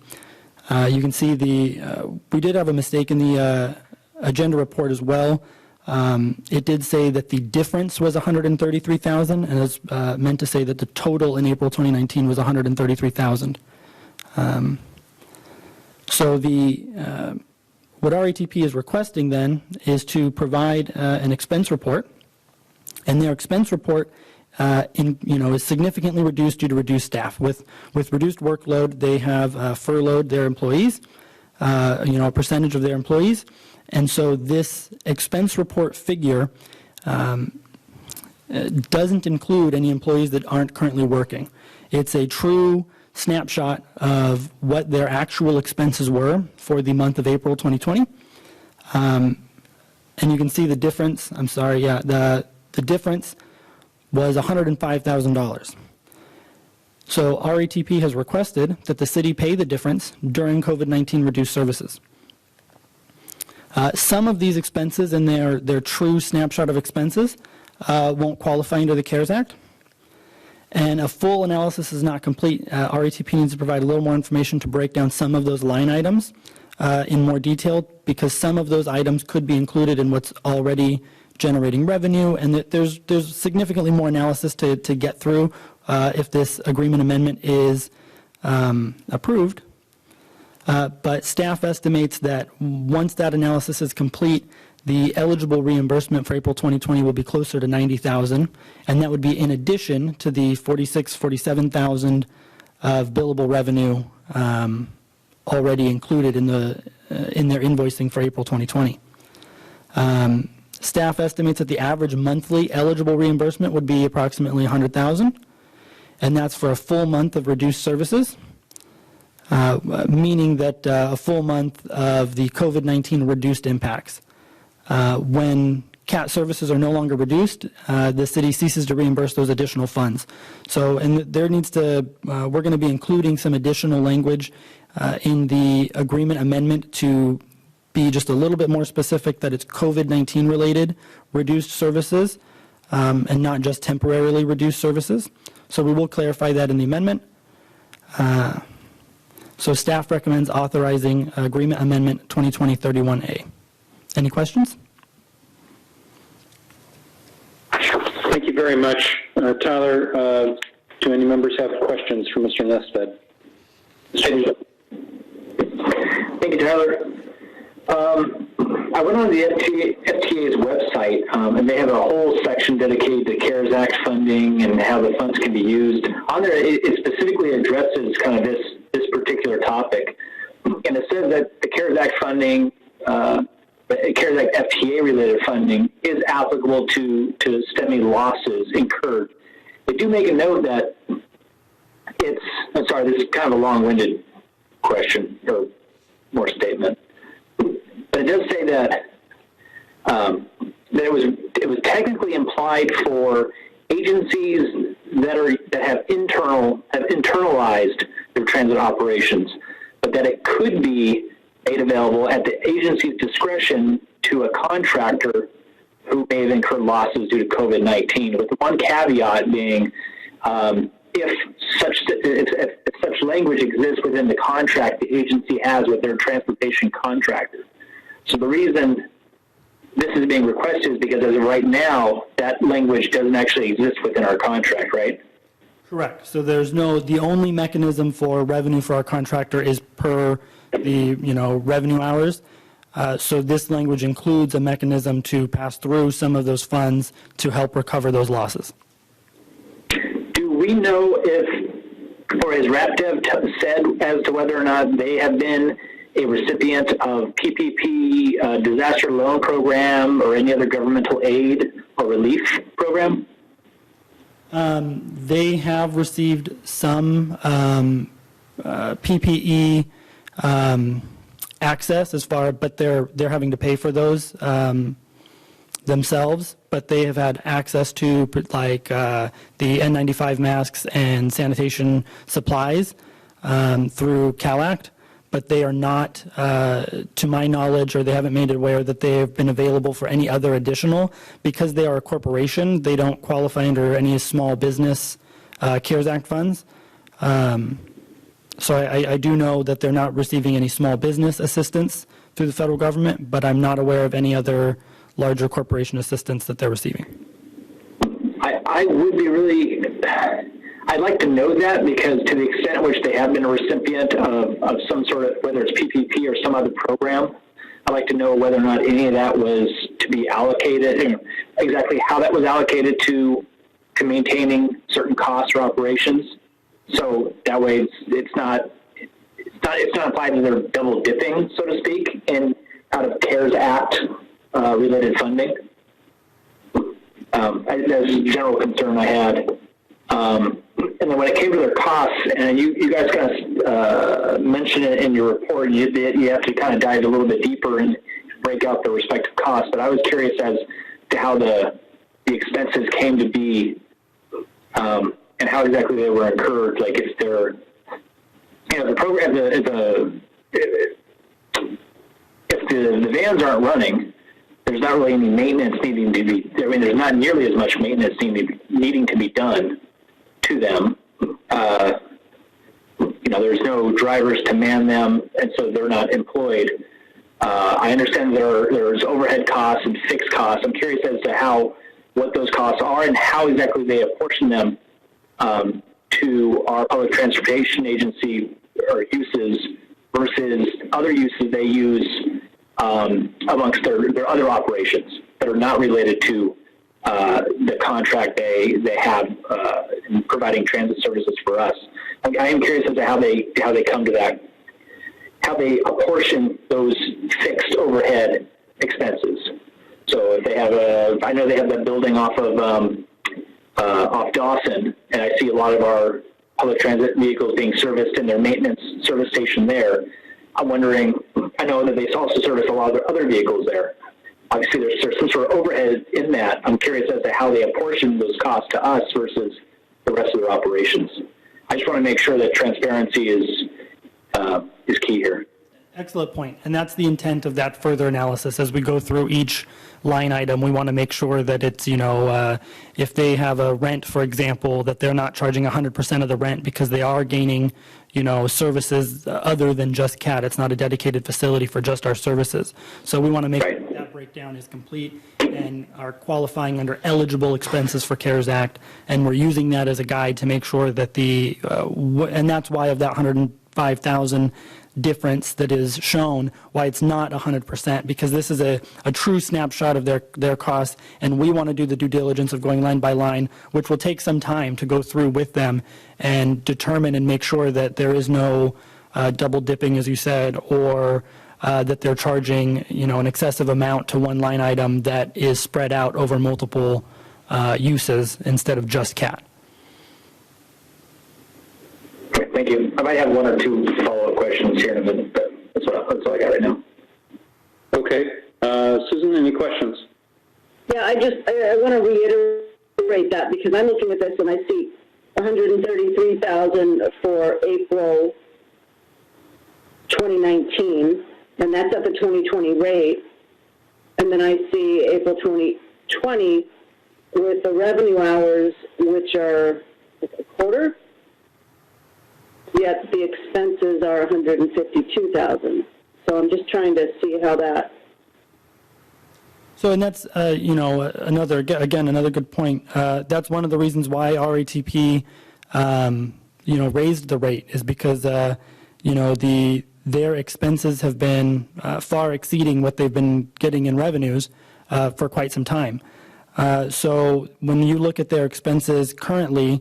And the 2,600 revenue hours for April of 2019, that's a low month. It just happens to be a low month, and it's, month to month it varies quite significantly, and it's hard to pinpoint what that exact reason is, and that's why I wanted to demonstrate and show that on a typical month, you see closer to 2,850, 2,900 revenue hours, and that total is actually closer to $200,000 in revenue we would be anticipated or expect to pay on a monthly basis. So the expense report of 152,000, that's reduced because they have less staff working, and when you even just looking at the staff looks to be about $30,000 to $45,000 less They provided us with their March numbers versus their April numbers already, but we haven't had a chance to analyze each line. But looking at the staff, you can see the staff reducing, so their true expenses on a more regular month would probably be closer to $200,000. And so they've been reduced significantly, but the items that are included in that 152 would be the, rent, phone, the current staff. They only have 2 mechanics, so they didn't furlough any of their mechanics. The mechanics are still working, and their mechanics have used this time to catch up on a lot of the more body work style, not the safety required. So they have been working and doing maintenance. It is reduced, but it's not, it certainly hasn't gone away. So there's a number of expenses, and the intent for this agreement amendment and the language that we've included is to make sure that staff has the ability to review and really have the final say over what's approved and not approved based on a detailed breakdown. And, the goal is to fulfill the intent of the CARES Act, which is, just the lost revenue. It doesn't include profit margin. It doesn't include, any additional ability for them to double dip, as you said earlier, and that we want to, just make them whole on their expenses that are true to the cost of operating the service. Okay, thanks. Mr. Mulchay? Sure. Yeah, sorry, I remember my other 2 questions. Tyler, usually the cost to the city is offset by the fares collected by the transit operator. If I do this under April 2020, if I do this 46,907, if I divide that by the number of revenue hours, I come to their hourly rate.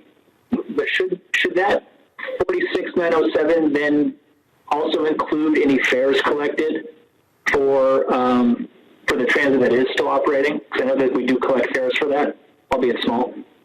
Correct, but at this time we're not collecting any fares.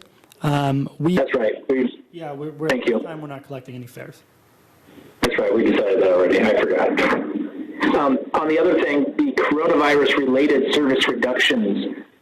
How is that exactly defined? How do we come to that conclusion? Is that essentially going to be? I guess I'm looking for a more finite definition of that. Is that pretty much any service reductions incurred while the state of emergency is declared, or that we simply say is attributable to coronavirus, or what? So it would be the reductions that have been taken place as an action due to the coronavirus. So, for example, the reduced fares, reducing the trolley, or temporarily suspending the trolley services, and temporarily suspending general purpose dial-a-ride, they all occurred during the special meeting in relation to COVID-19 with the intent that those services are temporarily suspended during the pandemic. So if we resume services, slowly as we reopen and recover, once all those services are back to operating, we're no longer going to meet the difference. If they still have a difference between their expenses and their revenues, we wouldn't be responsible for making them whole for that because we're operating at full capacity. If we choose to reduce services not due to COVID-19 and due to budgetary action, then we wouldn't be responsible for recovering their losses either in that situation. If later down the road we choose to reduce services again because maybe there's another wave of coronavirus impacts, then we would have the ability already built in with this amendment to then continue to recover their losses at that time. Does this obligate us to recover their losses? The language says that we have to approve the losses, so we have the ability to not approve the losses. Okay. I think that's all I got. It's actually review and approval of the operating expenses, correct? Correct. That's what it says in the agreement. Correct. Just a more macro question and then a different one. Tyler, this approximate $100,000 shortfall, that's for the reduced level of CAT services only. In other words, it doesn't include the trolley or the general purpose dial-a-ride services, which the council recently suspended, correct? No, those services are the reduced services, the temporarily reduced services. So the general. Let me try it a different way. The shortfall is attributable not to anything having to do with the suspension of the trolley services or the general purpose dial-a-ride, correct? In other words, you're excluding those out for purposes of calculating the operating expenses under this agreement, right? Correct. Okay. What's the pleasure of the council on this? I'll make a motion. Madam Vice Mayor. I'll authorize the interim city manager to execute agreement number 2020-31A with RATP Dev USA LLC in covering lost revenues due to the impacts of COVID-19 pandemic emergency. Do I hear a second?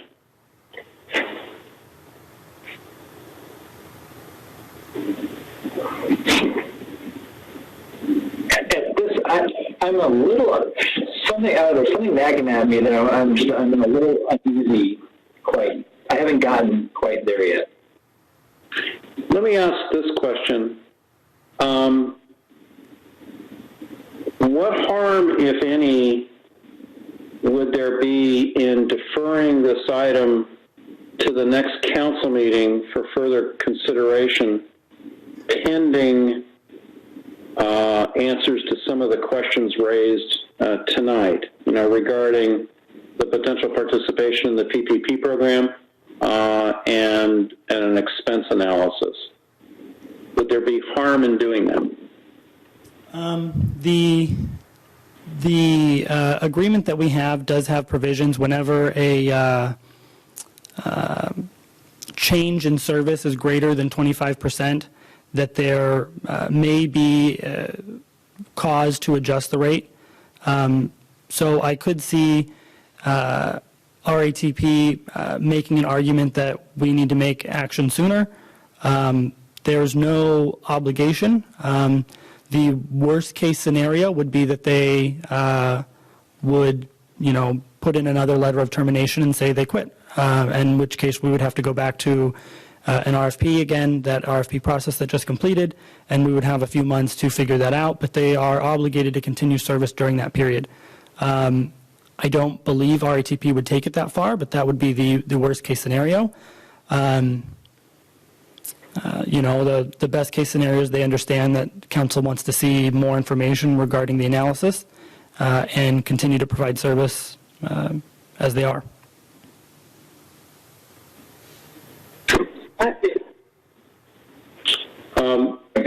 Now, I think actually, Sean, you're on deck.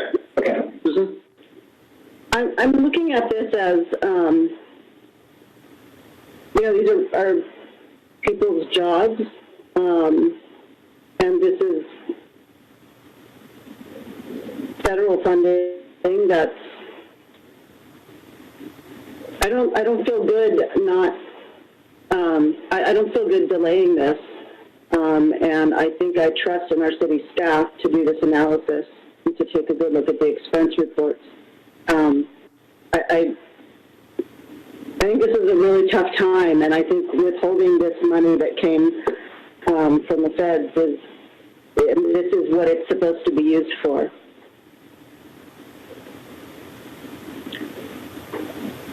Sean, you want to go ahead? I don't disagree with that. I'm not open to considering this. I just have some questions that I feel more comfortable having answered before approving this language, because if depending on how some of these answers go, then I might want to amend the language slightly to reference. So I'm getting at the PPP, disaster loan recovery, any other government economic aid or relief. I would just like to be more finite in some of the language here and not leave it so open-ended, because I don't want to, I just don't want to leave it too loosey-goosey, to use a technical term. Well, I don't think it's that. I'm personally, I'm inclined to agree with Susan on this, and to put my reliance on staff, pursuant to the language in the agreement, looking at the monthly operating expenses and review and approving them to a level of specificity that I would expect. Because this is such an unusual time, I mean, the fact of the matter is,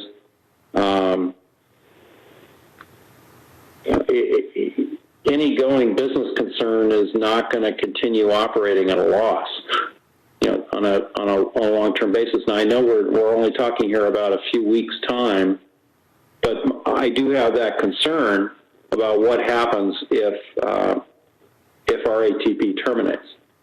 Of course, we've got a lead time, and we go through an RFP process again.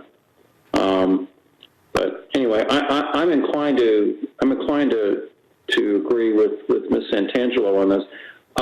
But let me ask Mr. Pierrick.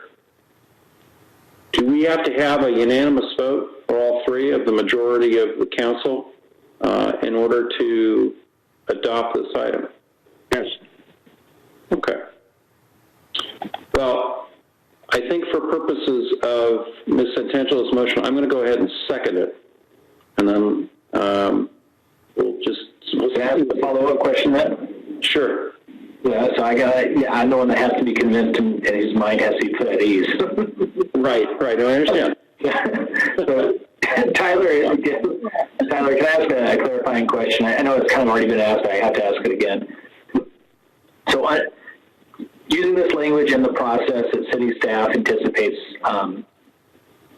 utilizing, city staff has the sole discretion to determine as to whether or not expenses put forward by RapDev are actually applicable or eligible for this funding, and that includes, one, the expense itself, how that expense has been apportioned, if it's like an overall, if it's an overhead, a fixed overhead expense, how it's been apportioned out between this contract and other services that they render for unrelated city stuff, and in light of any additional funding that may be on for PPP, that, let's just say they got PPP and they decided to utilize all of it on the other side of their business and not apportion any of that to this, staff would have that discretion. And I guess there's also a question for Brian too, from a legal standpoint, that staff would retain that discretion. The discretion to do what? The discretion to approve and deny expenses put forward by RapDev, and the eligibility of the expenses as to the extent they can be put forward and these funds can be used to recover them. It's not a lot of words. I don't want to say them all again, but if I can add clarity by comments. Well, I don't know, Tyler, do you know the answer to that? Is there something in the contract that addresses that question? For the amendment language, we have the ability to approve their expenses that they submit. I believe we can add language to the amendment before it's signed by the city manager to be more specific to your request. If there was specific language that you wanted to add to it, we could add that. I just want to make sure everything's on the up and up and that all things are being considered. I have no problem with covering legitimate losses. If I could add a comment, one of the ways we approach this is with the wording is to provide staff as much discretion as possible. Adding too much specificity may put us in more of a corner, but I think where we're heading is a good suggestion, Councilmember Mulchay, that we could add language in there along the to the effect of that basically right now it reads that upon city review and approval of contractors' monthly operating expenses, and we could include language in there of eligible expenses that are only related to costs associated with providing the CAT services exclusive of any other general overhead items that would not be directly related to CAT. So we could, and that's a lot of words to say something that we could be more succinct and concise in the amendment. I think touching on what you're getting at is through that review and approval process is confirming that it's only those costs related specifically to the CAT services and not some like what was mentioned on the rent, for instance. 100% of the rent wouldn't be necessarily attributed to CAT services only. It'd be shared with some of their other services. So I think we could add in language to provide that level of specificity and still retain full discretion of staff to make the determination on what expenses are eligible, are valid. Yeah, I trust in the discretion and determination of staff. I just want to make sure we have it. So I'm looking at big page 3, and I don't know if this is Mr. Klotzel's reference, but section 1 is the amendment, and then small a, and then small I. Upon city review and approval of contractors' monthly operating expenses. Yes. I assume that's where you were proposing to add the language, Mr. Klotzel? That's correct. Okay. So I can volunteer to work with Mr. Klotzel to add language to that to address the concerns that we're hearing from Councilmember Mulchay and to provide the city with that ability.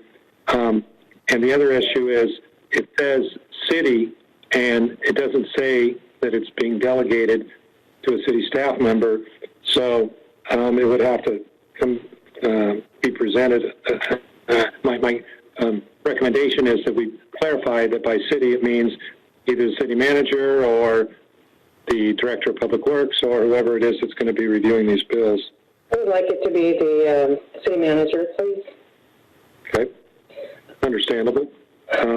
So I think we change city to city manager then. Mayor Tremblay, I have a follow-up question. Sure, Ms. Nichols. So Member Mulchay, was your concern regarding PPE or funding that may be received, has that been addressed with that language discussion? Yeah, well, we haven't put forward any specific language, but if as long as staff, as long as Mr. Pierrick and yourself, Klotzel, understand my general concerns, then I trust you guys to draft language to address it. Okay, so just to clarify that, what your concern is that if they have received additional funding, that should also be applicable to city operations. Is that what I'm understanding? If they received additional funding via other avenues from the CARE Act that were derived from the CARE Act, that those would also be in some form appropriately apportioned to this. So what that formula is, I don't know. It could be, the question is as to whether or not they've received other government assistance, taxpayer provided, well, that's the feds, but other government assistance through the CARES Act. Okay, I understand that. I think Mr. Klotzel and I and our future city manager will be able to handle that. Thank you. Let me inquire, Mr. Pierrick, would it be advisable for Ms. Santangelo to modify her motion to include this, Mr. Pierrick? Yes, I think she could. if she wants to take a stab at it, that would be fine, or I could help. I'd appreciate some assistance. Yeah. So the motion would be to approve, or authorize the interim city manager. Well, the motion would be the suggested action with direction to the interim city manager to work with the city attorney and director of public works to amend, to revise the amendment to reflect the comments from Mr. Moshe this evening regarding other funding government assistance.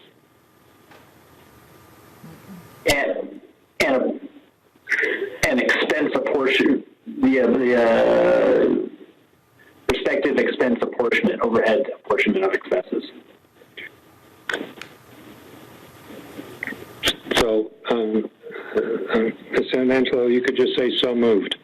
So moved. I will go ahead and second that. Are there any additional questions at this time? Let's call for the question. Jeffrey, would you please call the roll? Councilmember Moshe? Yes. Vice Mayor Santangelo? Yes. Mayor Tremblay? Yes. That motion carries. All right. We'll bring back, welcome back Mr. Kildee and Mrs. Craven. And that will, welcome back, and that will bring us now to item 8A, Employment Agreement, City Manager. Yes, that'll be mine.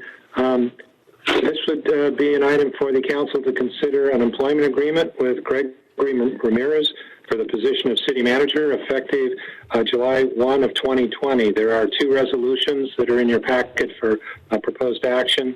One of them is for the appointment of the city manager and the approval of the employment agreement, and the other is to appoint the city manager as the city treasurer. Background. We know that Dave Norman retired as the city manager on April 3rd of 2020, and following his retirement, the city began a recruitment process for city manager with the assistance of the recruiting firm of Peckham and McKinney, who conducted a nationwide search. Following the retirement of Mr. Norman, Mr. Tully served as your interim city manager up until May 15th of 2020, and at that point, Carmen Nichols was appointed as interim city manager, and she continues to serve in that position. During the recruiting process, the City Council interviewed several potential candidates, and based upon that review, the Council requested that an employment agreement with Gregory Ramirez be prepared and presented to the City Council at your meeting this evening. In terms of Mr. Ramirez's experience, he has worked at the City of Agoura Hills for the last 22 years, and he has been their city manager for the last 16 years since 2004. Prior to working for the City of Agoura Hills, Mr. Ramirez served 2 years with the League of California Cities Southern California office, and he had also worked with the City of Santa Fe Hills and with the City of La Mirada, and also the Metropolitan Transportation Commission. So enclosed with your packet is a proposed employment agreement with Mr. Ramirez. As I said, the agreement would be effective July 1 of 2020. The agreement calls for an annual salary of $255,528. There is a typographical error in the agenda report which said $255,538, so it was off by $10. The correct number is the one that's in the employment agreement, $255,528. In addition to that, the benefits that Mr. Ramirez would receive are set forth in the employment agreement, and those benefits have an annualized, on an annualized basis would be equivalent to $155,080. So the suggested action this evening, there's two items. As I mentioned, one is the resolution to appoint Greg Ramirez as the city manager and authorize the mayor to execute the employment agreement. And the second is to adopt a resolution appointing the city manager as the city treasurer. And I'm prepared to answer any questions. Questions from council members? Jeffrey, I'm sorry, Mr. Kildee, go ahead. I have a question, just a comment at the appropriate time. Okay, hold on just a second if I can. Jeffrey, do we have any public comments on this item? No, we don't. Okay. Kevin, why don't you go ahead and start us off? Yeah, I'd like to thank Packham and McKinney. I've been through several of these, and I thought that we had extremely high qualified applicants, and it was extremely challenging and difficult decision the council had to make. So with that, the individual, Mr. Ramirez, comes with a lot of experience, and I look forward to working with him. As we all know, it's a high salary job, but it also comes with a lot of responsibility and a lot of high expectations with our city and our council. So look forward to working with him and moving our city to the next level. Who would like to speak next? Susan? Oh, I'm already unmuted. We spent a lot of time on this decision, and I think the way we deliberated and came to our decision was thoughtful, and not only is he qualified and experienced, but I believe he's a good fit, and I think that's really important. So I feel good about this. I also understand that the salary appears high. It is a solid salary, but if you look at the salaries for city managers in neighboring cities, it's right there in line with what city managers make. And honestly, until I came to the council and started looking at neighboring salaries, I didn't realize what the salaries were. So I feel very good about this. I'm excited to bring Mr. Ramirez in and have him join our city. Your Honor. Mrs. Craven. Yes, I agree with what's been said before. We spent one whole day and another day.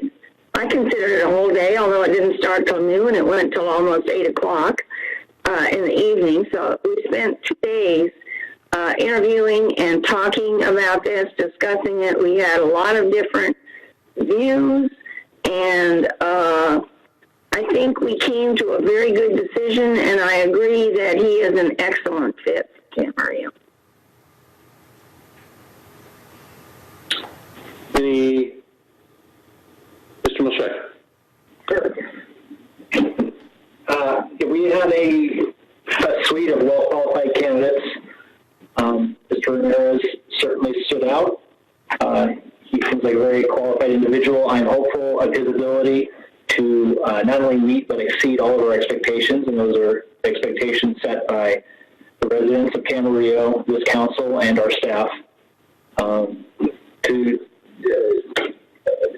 follow on Susan's comments, at first sight the salary is high, but relative to the responsibility and the value the right individual can bring to an organization, it's rather relative. You know, we have an annual budget exceeding $50 million. We have 144 employees under this roof. Bringing the wrong person in, or an underqualified individual in, or someone who's not the right fit, will certainly cost us multiple more than this. And it's something,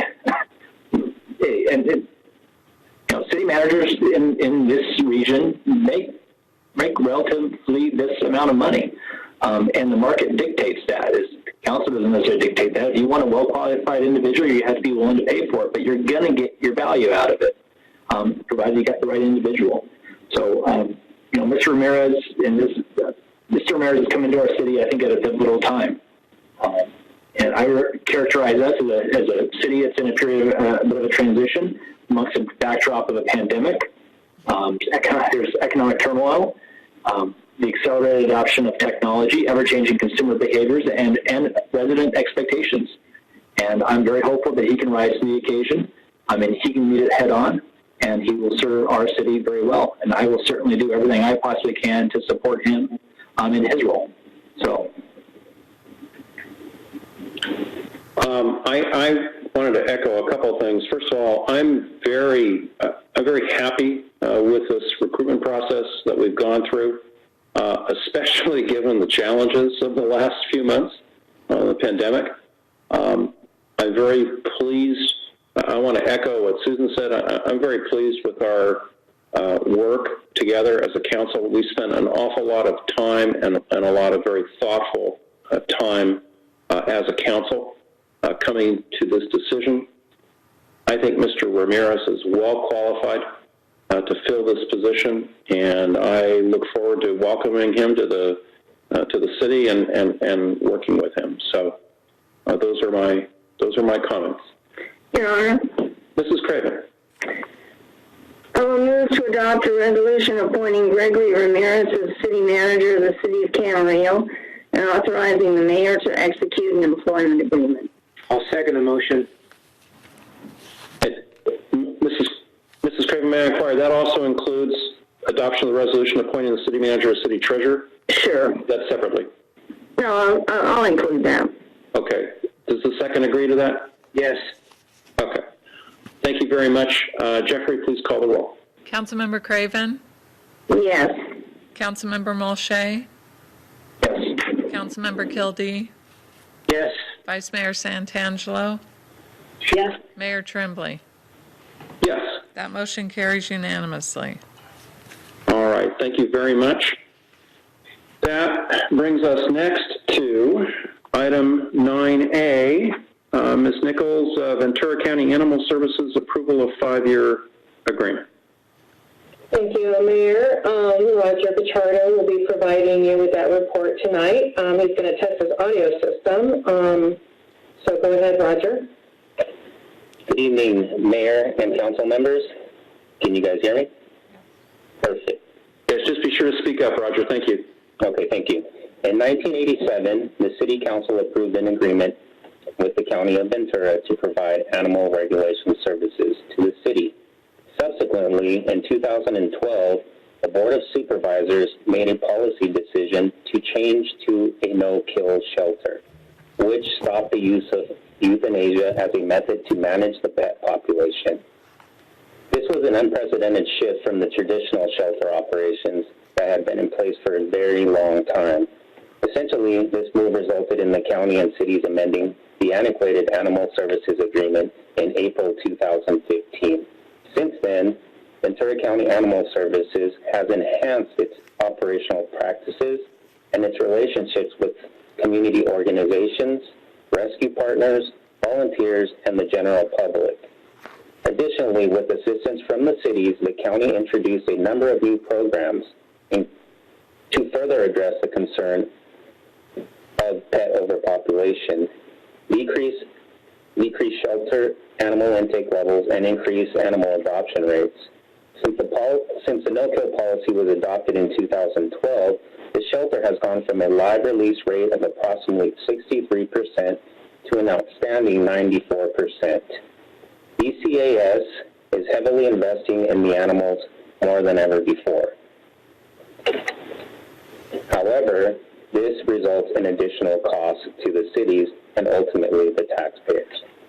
Having said all that, I will now provide a high-level overview of the existing agreement, which has been in effect since July 1st, 2015, followed by an explanation of the proposed 5-year animal services agreement. The existing agreement, which expires on June 30th, provides animal care services, field services, rabies control, animal nuisance hearings, animal license processing, administrative citation processing, and license canvassing. However, after a meeting with city staff and the Animal Commission, Ventura County Animal Services Animal Services recently discontinued license canvassing because it was determined that the return on this activity did not justify continuation. To supplant the license canvassing program, Ventura County Animal Service is suggesting cities pass an ordinance requiring veterinarians to report all administered rabies vaccinations to Ventura County Animal Services with the intention to increase rabies suppression and animal license compliance throughout the city. As a byproduct of increased animal license compliance is increased license revenue. The state of California's Code of Regulations, Health and Safety, and Penal Codes mandate that municipalities have responses to animal-related issues in the areas of rabies suppression, injured and deceased animals, animals at large, animal bites, and quarantines. Due to changes in animal care standards, the cost for services provided by Ventura County Animal Services have risen significantly over the past several years at an annual average rate of approximately 9%. In response to the participating municipalities' concerns and the county's plan to inch closer to achieve full cost recovery for services provided, specifically in the area of field services, which the county provides a subsidy to the cities to the tune of approximately $1 million annually, VCAS has proposed several revisions to the agreement. The proposed revisions to the 5-year agreement were discussed at length with all cities and the Animal Commission. Now on to the proposed agreement. Under the proposed Animal Services Agreement, several cities and the County of Ventura share in the cost of the shelter operations. The current participating cities include Camarillo, Fillmore, Moorpark, Port Hueneme, Ojai, Oxnard, Simi Valley, and the city of Ventura. The agreement before you tonight provides the following services: animal care services, field services, rabies control, animal nuisance hearings, animal license processing, and administrative citation processing. These are among the certain services that the council may select to comply with state law, with state mandates, as listed on big page 4 of your staff report. Over the course of the contract since 2012, city staff have discussed performing service level activities such as field services, but it would require additional staff resources and would not be cost effective. We just do not have the expertise required, and we would continue to rely on Ventura County for shelter services. A significant shift in the animal care industry standards from the traditional sheltering to comprehensive animal care has resulted in additional services needed to meet those standards, including pet retention services, foster coordination, volunteer management, and trap, neuter, and return services for feral cats. Within the proposed agreement, the county, with input and concurrence from cities, staff, made modifications to the terms of the agreement in order to provide a level of cost stability for the participating cities and to improve the county's cost recovery. Attached to your report, you'll find the annual service level form, which is executed each fiscal year to update costs of services and to allow cities to propose service level changes. The city selected service level functions outlined in your staff report beginning on big page 2 provides for the state mandates to be covered. The service level functions include animal care services, field services, license processing, and nuisance hearings. The animal care services budget will be allocated among the participating cities and the county based on the weighted 3 calendar year animal intake percentage formula described on big page 2, table 1 of staff report. On big page 4 of your report, table 2 details the estimated costs, projected revenues, and service levels for fiscal year 21. The estimated net cost of the 5-year agreement is $518,944, which is an increase of approximately $14,000 over current fiscal year budgeted amount. Revenue from the administrative citation program will likely offset the increase in cost to the animal services agreement. This new program, which provides for the collection of administrative citations and adjudication services, was approved by the City Council in 2019 and implemented in July of 2019. The proposed agreement has a term of 5 years, effective July 1st, 2020, and a termination date of June 30th, 2025. This agreement may be terminated by either party at any time, with or without cause, with 90 days written notice. Additionally, upon mutual agreement of the county and city, the agreement may be renewed for up to 5 successive periods of 1 year each. The proposed agreement has been reviewed by the city attorney and approved as to form. Tonight's suggested action is for the City Council to authorize the interim city manager to execute agreement number 2020-51 with Ventura County Animal Services and authorize the city manager to administratively execute annual amendments to the animal services agreement to reflect the revised contract amount. That concludes staff's report. All right, thank you, Mr. Pichardo. Do we have questions of staff on this item? I have a question, Mr. Mayor. Mr. Kildee. Yeah, Roger, my understanding, the no-kill policy, well, first of all, when it was implemented, the cost, went up quite a bit with no-kill. But in my opinion, it was the right thing to do. And my understanding is no-kill is about 92%, and we're at about 94%. Is that right, Mr. Pichardo? Correct. Okay. And I might say, too, that the quality of service there is exponentially greater than what it used to be. They've really done a good job in public outreach, and it's really hard to get as many animals adopted as they are. It's excuse me, it's 24/7. So, but there is a cost to that.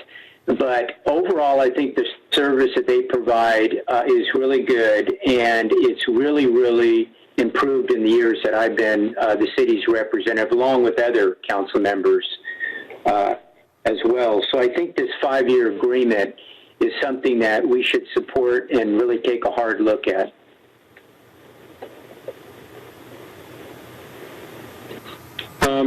Ms. Santangelo.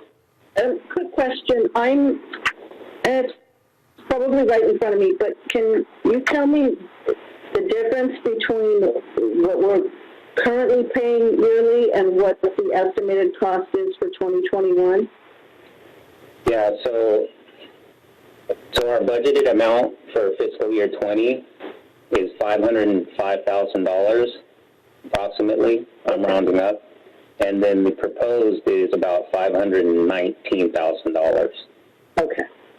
So it's the 14,000 that you've meant. I thought I heard that. I just wanted to confirm it. So it's 14,000 higher. Correct. Once you factor in all the offsetting revenue. Okay. Thank you. Roger, if I might, that's just a piggyback on that. Does that include the offsetting revenue as well? Yes, sir. Additional questions? Mr. McMahon. Roger, the 5% increase year over year, that's going to be fixed, is that correct? That is correct. There won't be any deviation, so it's only going to be offset by the weighted revenue. Intake share. So it's supposed to be a 5% annual increase, and that's a guaranteed rate. Okay. That was my only question. Thank you.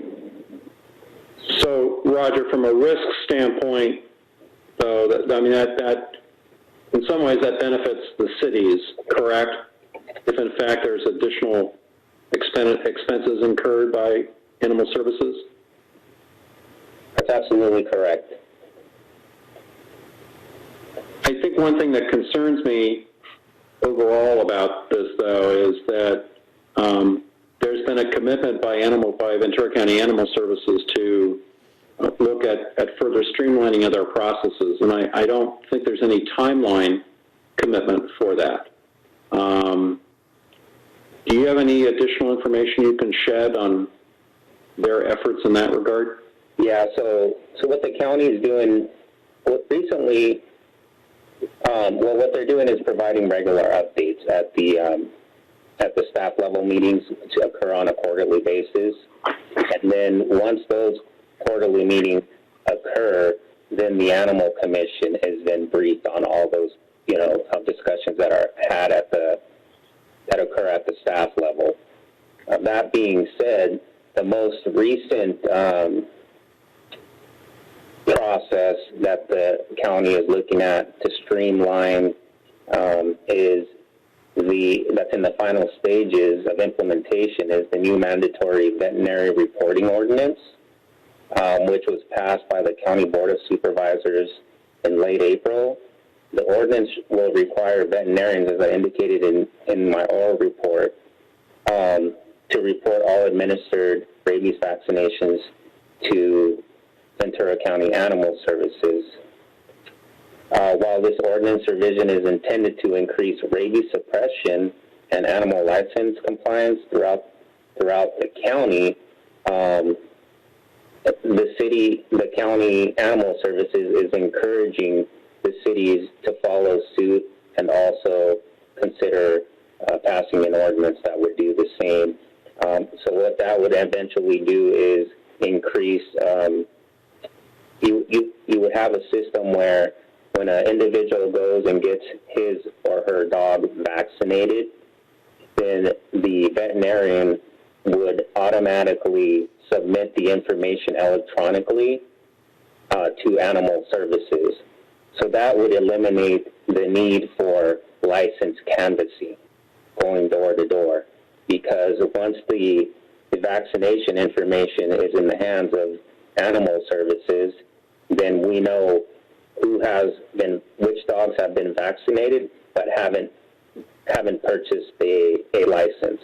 So that's a way that we're going to see an increase in compliance both with vaccinations and licensing, which, those are a byproduct of increased revenue as well. One of the things I was concerned about in reading the staff report was a discussion on service level choices. But I guess it's my understanding on further discussion with staff is that there's really there are no less expensive service level choices that comply with state law mandates, because we have to comply with certain state law mandates other than what's in this agreement, right? I mean, this agreement is basically it. Yeah, Mr. Chairman. With it in that sense. We looked at it, and we back in 2015, that was the idea is to try to, prune the cost as much as we could at the time. And what we ended up doing is we reduced the field services from 40 hours per week, basically a full-time animal control officer out in the field, to half-time. And that has served us well thus far.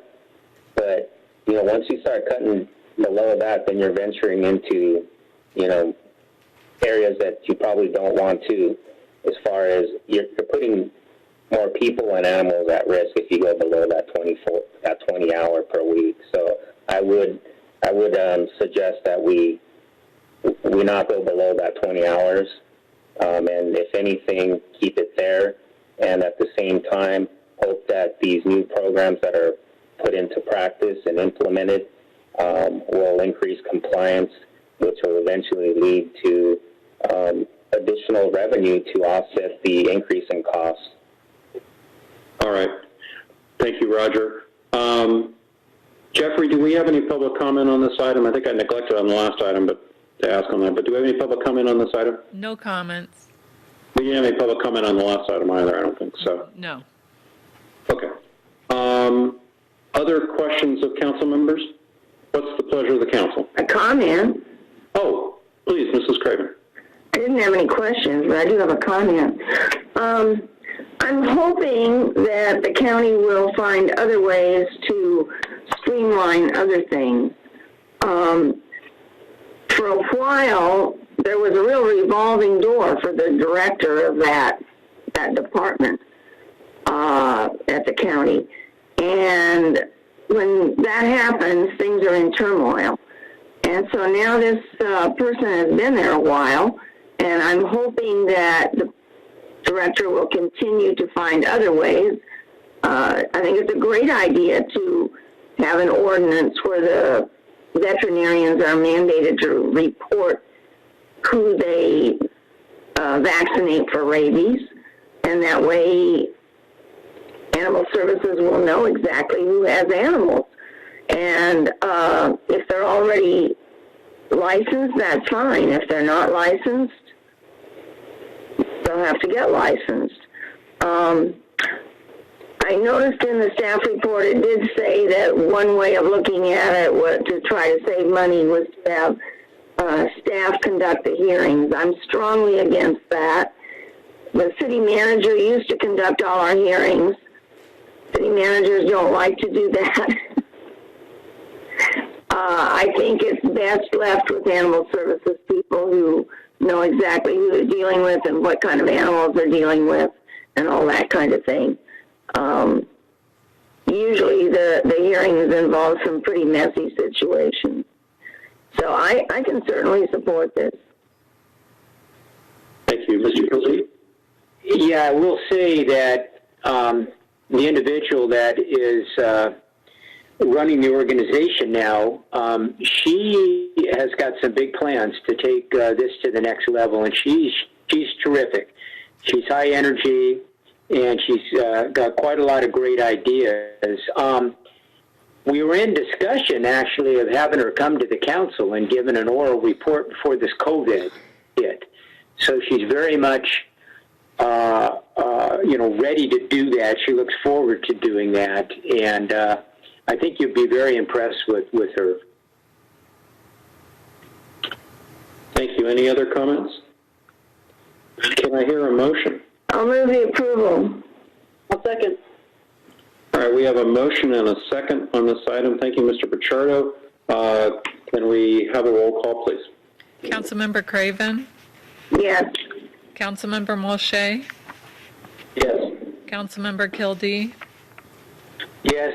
Vice Mayor Santangelo? Yes. Mayor Tremblay? Yes. That motion carries unanimously. All right, thank you, Jeffrey. I think we have only one item left, but we may have two. I want to go back just for a second.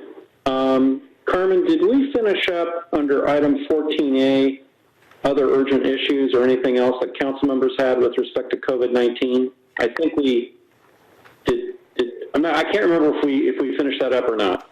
Yes, Your Honor, we did finish that up. I requested council any other direction or comments, and council had none. So there were not that. Okay, that's fine. So we're done with that, and that means that I think we are on the last item of the evening, and that's item 13A under new business oral communications. First one up would be city manager. Okay, thank you. Mayor, I wanted to go over a few planning development updates. I want to share with you an update on Amazon, the Vons former Kmart building, and America's Tire. And the investment of these projects is a reflection of staff's diligent work with the party. So please allow me a moment to go over these. On May 18th, Mr. Vaca, the Director of Community Development, approved an administrative modification for the properties of 3001 and 3175 Mission Oaks Boulevard to allow for an Amazon last mile distribution center. Amazon plans to occupy both buildings, totaling approximately 750,000 square feet. The city's traffic engineer has reviewed the proposed traffic study for this project, and it has been determined to be acceptable. Amazon plans to hire 140 employees and 250 contractors to work out of this location. Staff worked with Amazon to expedite the review of their entitlement application, and which has allowed them to submit for their tenant improvements at their own risk prior to receiving approval of their administrative modification. I just want to let council know that staff played a critical role in helping Amazon open their last mile distribution center this summer, consistent with Amazon's planned timeline. That's on Amazon. Regarding the Vons former Kmart building, on May 21st, staff had a teleconference with Mr. Greg Parker of Investec on the redevelopment of the Central Plaza Shopping Center in Camarillo. We are informed that Vons has committed to a lease for a new 64,000 square foot grocery store building to be constructed on the site of the former Kmart building. The applicant will use the major new Vons Market building to facilitate a remodel of the shopping center facade and the construction of a new building on a long vacant parcel at the corner of Ponderosa and Arneal. The property owner anticipates filing project applications to the city for around the first week of June. And regarding America's Tire, on January 3rd, staff provided comments to representative of America's Tire on their pre-application for a proposed new America's Tire location in the northeast corner of the parking lot for Home Depot. And on May 15th, staff reached out to both the representative for Home Depot and America's Tire to get this project moving forward. Staff educated them on the entitlement process and offered an expedited approval process for the land division and commercial plan development permit to help facilitate getting the final parcel map recorded by Ventura County before the end of 2020. This will allow America's Tire to close escrow on the new parcel within the terms of their existing purchasing agreement. And as a result, America's Tire submitted their applications on May 18th and are anticipated to go to the Planning Commission for their review in June. Again, as mentioned earlier, during the public hearings, community development has been very busy, but we're looking forward to these projects. That's all I have. Thank you very much, Ms. Nichols. These are all very welcome developments. Can I ask a question, Mr. Mayor? Mr. Kildee. Yes, have we got any on the Vons, Ms. Nichols? The current site, are there any plans for that after they move over? Now, if I heard you right, they're going to move over to where the Kmart used to be. Is that correct? You're on mute. Carmen, you'll have to unmute. Yes, Councilmember Kildee, that's correct. I would ask Mr. Vaca to approach the podium, and maybe he can provide some additional information regarding that. Yes, thank you, Councilmember Kildee. With Vons relocating to the Kmart location, they anticipate backfilling that existing space once it's remodeled with additional retail. Okay. All right. All right. Thank you, Ms. Nichols. Can I follow up one more, Mr. Mayor? I'm sorry. Sure, go ahead, Mr. Kildee. Yes, Ms. Nichols, as far as the Amazon building,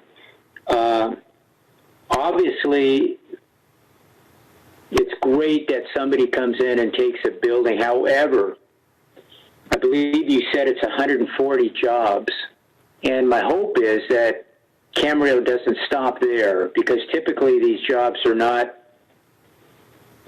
shall I say, extremely high-paying jobs, and I'm hoping that with our economy here that we can attract other industries as well too, with higher payer jobs that can not only work here but live here. And that's one of the goals that I share, and I know several of my council members do as well. Again, good news, but I'm just hoping we don't stop there. Thank you. All right. Thank you, Ms. Nichols. Mr. Pierrick, any new items to report on? I have no more items tonight. All right. Thank you. Let's go to City Council. Who would like to start off? Mr. Mulchay. All right. It's not even 11 o'clock yet, so the night is young. So I will take some extra time. No, I'll try to be brisk. Meetings attended Wednesday, May 20th, attended a budget meeting with all of you fine folks.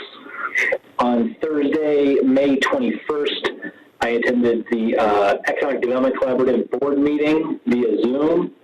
In council mail, I sent off some notes as to what was discussed and just updates, trying to keep all of you, my colleagues, apprised as just what's coming out of the EDC. But I do want to highlight a few things for the public too, seeing that I'm on it. The EDC, which is located here in Camarillo, has been awarded approximately $2.4 million in a revolving loan fund from the U.S. Department of Commerce that was appropriated via the CARES Act. They are also a recipient of additional funds from local banks and organizations to assist businesses, including $70,000 from VCCF, $50,000 from CIT Bank, $40,000 from Union Bank, $5,000 from Mechanics Bank, and a $500,000 loan capital from PacWest Bank. EDC has said that they've expensed approximately $300,000 thus far just in direct consulting expenses. That is hiring consultants to assist local businesses, kind of just navigating the waters right now, and how to, that's everything from applying to PPP to getting disaster recovery loan, qualified to just, how they approach these this whole situation. They were averaging approximately 200 calls a day for either help or questions or consulting. At the time, they weren't able to handle the load, but they've rapidly scaled up. That's actually been, I think, rather widely discussed and talked about even here during our council meetings. They've taken up over 900 COVID-related business clients in the last 2 months, of which about 600 to 800 they don't have any prior experience with. So they're meeting a whole slew of new businesses that they haven't, they didn't originally have any contact with. So they're forming new relationships there, which is great. They're holding daily online seminars covering a range of topics. As of late, was helping businesses who had been able to get PPP disbursements via the CARES Act be able to satisfy both reporting and compliance measures in order to turn those loans into grants, the forgivable loans, turn them into forgivable loans. That's all I had for that. On Friday, May 22nd, in the morning, I attended the Citizen Appointment Committee with Mrs. Craven. And at 1 p.m., I attended the special council meeting with all of you. On Tuesday, yesterday, May 26th, I attended the investment committee meeting with Vice Mayor Santangelo. A few things that came out of that. Jason, boy, I don't know why I'm blanking on the name. Jason with Chandler Asset Management, who we invest through. Gave us a quick rundown. He's been coming in and discussing kind of the lay of the land in terms of, from an economic perspective, to us each meeting, give us more timely info. But some of the stuff you guys have probably already heard in the press. Initial jobless claims as of I think the first week of May. Has been 36.5 million. The continuing jobless claims are about 22.8 million. The unemployment rate is officially around 14%, but unofficially they believe it's really as high as 20% when you factor in those who are underemployed. It was noted that younger workers in our workforce are looking at an unemployment rate approaching 30%. So the unemployment rate definitely skews higher for the younger, less experienced folks. There is through the Fed in June, I guess it's already planned, and the Fed has a website referencing it and with some dedicated info on it. There's a $600 billion Main Street lending program that's going to be rolling out in June. So I'm still researching more on that. And just the Fed is looking to beef up its balance sheet by about $8 trillion by the end of the year to a total balance of somewhere between $10 to $12 trillion, which is unprecedented. In regard to city investments, you guys, it's included in our consent calendar as well. But you know, for those people watching, the way the city invests its money is rather conservative. It is not subject to the whims and the sometimes volatility of the market. So we're rather protected there. The one downside is it means that we don't always realize as high gains when things are really, really good, because we're not often investing in corporate paper. You know, we're not buying stocks and whatnot, because we're invested so conservatively. There's that risk-return ratio. So we take on less risk. So sometimes there's less reward, but we know it's steady. And we've been moving, as securities have matured, we've been moving those into our LAIF accounts until we determine an opportunity. Once we have a better understanding of where things are going, then we'll consider purchasing additional securities later on. But right now, we're kind of in a holding pattern because where everything is going is probably anyone's guess. So we want to see, but interest rates are going to probably continue to be low for a very long time, which is going to further suppress our returns for the money we have parked in our accounts. So that's all I got. Thank you. Mrs. Craven. You're muted. Charlotte, you're muted. I don't know what it is. I click on it and it doesn't go. So I attended the budget study session on the 20th, Citizens Appointment Committee on the 22nd, followed by a CASA Legislative Committee meeting on right after that, and then that afternoon we had a special City Council meeting. And I have two other things that I was wondering if Mr. Uribe has any idea of whether our customers are continuing to pay their utility bills, or if we're having fewer and fewer customers pay utility bills. I keep reading that statewide and nationwide utilities are getting really far behind because their customers aren't paying, and I was just wondering how ours were doing. Actually, we have a meeting scheduled for Thursday with the customer service staff to get an update on that. So we'll be able to report something either on June 10th. this week or at the next meeting. Okay, at the next meeting, I'd appreciate that. Thank you. And my other thing that's going to take a little bit of time is the governor's budget that was May revised. One of the things that he's planning to do is to close 2 prisons, plus 1/5 of the fire camps and all 3 of the youth prisons, including the Camarillo Youth Authority, whatever it's called now. In the past, when they have tried to close that, and since I've been on the council, there have been 3 attempts to close that facility. The city of Camarillo has opposed that action. That is the only place in the state of California where females under the age of 18 are incarcerated. There aren't very many out there now because of attempts to rehabilitate them. But some of those girls out there have committed some pretty bad crimes, and they need to be dealt with, and I think that youth authority is a place that has dealt with them very well. They have training programs out there.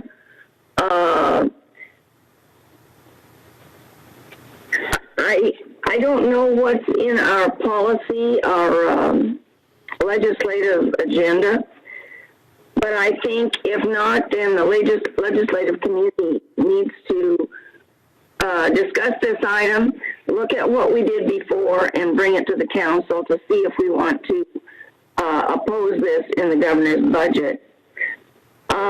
In addition to that, I think we need to look at this whole issue of closing 2 more prisons. I'm not sure what they're going to do with all those people. But right now, there is a tremendous problem because everybody's being cited and released. There's no bail. More people are being let out. And it's a revolving door. Our crime rates are way up. And it's affecting our citizens. And so I'm having a problem with that. And I think we need to look at that. And I think we need to at least talk about whether we want to take a stand on that and oppose that part of the budget. And because there's another thing coming up, July of 2021, Prop 384 will take effect. And in Camarillo alone, that will mean that 338 out of the 1,127 registered sex offenders in Camarillo will be taken off the list. These are people who are meeting criteria. The criteria is still being written. I just think this whole thing of letting more and more people out with the idea that they're going to be rehabilitated doesn't work. I think that's being proven right now, and we're seeing it in our crime rates. So I'm just asking if sometime maybe Carmen will take a good look at our legislative platform and see where any of this fits in there. I don't believe we have a section in there specific to this kind of thing. And so maybe the policy committee will need to meet and discuss it and bring a recommendation of some kind to the city council. And that's all I have. Thank you. Who wants to go next? I can go. Mr. Kildee. Yeah, it's good to be back working. Let me tell you, you don't know how much you miss something until you don't have it. It was 8 weeks for me, and I fielded several calls from businesses throughout the city, as I'm sure a lot of the rest of us have as well. Mostly I was from the very small business community that we have, and I have to say that our staff was great because I would call them and they would immediately, when permissible, get a hold of them, let them know what help there is out there for them. And that's, small business has always been the backbone of Camarillo. It's changed a lot over the years, but it's still, small business, I think, is going to lead us to an economic recovery in this city to a certain extent here. We have a real good nucleus with larger employers and smaller employers, and that just didn't happen. We worked decades and decades for that relationship, and it really paid off now. I couldn't be, more complimentary to, as Sean said, the EDCVC and his leadership on this, George's leadership and his staff, and all the council members that really support business here. And I really feel strongly about that. And there's been several people that have stopped by the store and actually congratulated me for coming back to work. And I said, well, hey, it's what I do. It's I am who I am. And they really want, again, I know I've said this before, but they really want to support Camarillo businesses here. And I think there's going to be a strong push with the community to support businesses in Camarillo and bring us back. At some point, there's some tough sledding that still needs to be done. I totally understand that. I don't know when we're going to come back, but a lot of the Camarillo public has been really great to the business community here. And I know it's going to continue that way. And let me tell you, Vons wouldn't be expanding, Amazon wouldn't be coming here, and America's Tire wouldn't be looking to build another building if they didn't feel that Camarillo has a bright future. And I don't mean to get on a soapbox, but I really think it does. So, again, good to be back, and I just look forward to, keep doing what I do and for a long time and helping the Camarillo economy. And by the way, I did go to we had a VRSD meeting and also the special meeting with the city as well that I attended, and that's all I have. Thanks, Mr. Kildee. Ms. Santangelo? Okay, on May 20th, I was at the council meeting for a budget. May 22nd, our special meeting, and the 26th, I was at the investment committee with Mr. Mulchay, and he already pretty much reported everything out of that meeting. I tell you, I really look forward to Jason's reports, especially right now, because he gives so much information about the economy and what's happening, and it's invaluable. I really, really appreciate it. I don't have too much to say except just a couple reminders for people as we do reopen. You know, I want everybody to remember that this virus is still in our community, and we still have to be careful, and we still need to stay at home whenever possible. We really should be wearing masks whenever we can, social distance. Please keep washing your hands, sanitizing your hands. If you're not feeling well, stay home, definitely. You know, it's important that our businesses reopen, but we also need to do it really safely, and we need to take care of each other. This means we're going to be out with each other, so let's take care of each other and protect each other. And let's also be kind to the businesses that are reopening and that are figuring this all out. Not everybody's going to have a perfect setup. Not everybody's going to do it perfectly. So let's be patient with each other and, you know, accept that we're all trying to get through this together, just like we stand together. And what else did I want to say? From the conference call this morning, just a couple things. It sounds like hopefully maybe in the next couple of days or early next week we'll have some guidance for schools coming out. I know I know we're not the school district, but a lot of people ask me about the guidance from the state or from the county about schools. So I'm looking forward to that coming out. I know there's a lot of parents. They're trying to figure out what to do in the fall. And it also sounds like there's going to be some revised guidelines on masks, which will be interesting. So just keep your eyes open and eyes and ears open for that to come out from the county to give us some more guidance. But everybody stay healthy and be kind and good to each other, and let's welcome our businesses back and support them best we can. Thanks, Susan. So my report just on meetings attended. On May 14th, I had the statewide board of directors for the California Association of Sanitation Agencies. So between Charlotte covering the Ledge Committee and my covering the board of directors for CASA, I think we're in pretty good shape. On May 15th, I had a Metrolink board meeting as we continue to, that board continues to deal with, of course, the absolute implosion in terms of ridership and the continuing challenge moving forward of offering that service, which is essential for many workers, but it's a very challenging one at this point. On May 16th and on May 19th, I had long meetings with or calls with city staff regarding our budget preparations for the May 20th meeting, and I really want to thank Carmen and Mark for all their work and all the finance department staff as well. We had our own council meeting regarding the budget last Wednesday, May 20, so participated in that. On May 21st, excuse me, Fox Canyon GMA Fiscal Committee, Mrs. Craven will recall that committee fondly. That's a joke. And on today, we had a board meeting for Fox Canyon GMA as well.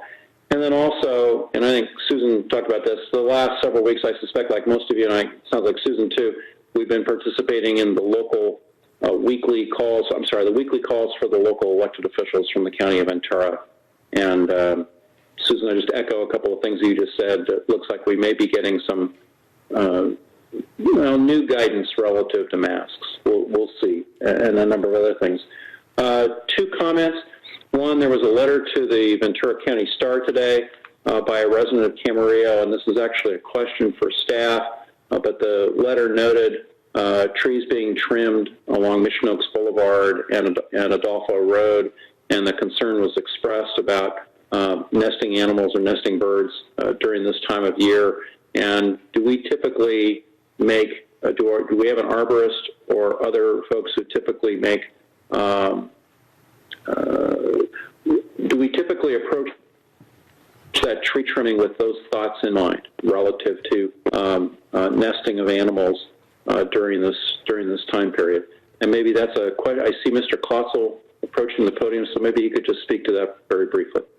Yes, in our tree trimming activities, especially this time of year, our tree trimming contractor, along with city staff, we have an arborist on staff, do take the approach of making sure there is no, as best of their ability, no nesting and effects of any animals in the trees before the trimming takes place. Great, thank you, Dave. And then my last item, and this kind of follows what Susan said. I've done an awful lot of videos this year. Never thought I would as mayor, but the one that I did last week just talked about our new normal. And we obviously have a new normal and new ways of doing things. So I just wanted to indicate coming out of that, particularly since we're reaching that point where we're all getting used to new norms, please be responsible. Please treat one another with grace and with kindness as we all learn these new norms. And please support our local businesses as well. So that's it from me. I think we finished all of our closed sessions earlier this evening. I don't believe we have anything left on the agenda, unless I'm mistaken. So with that, I'm going to go ahead and adjourn this meeting.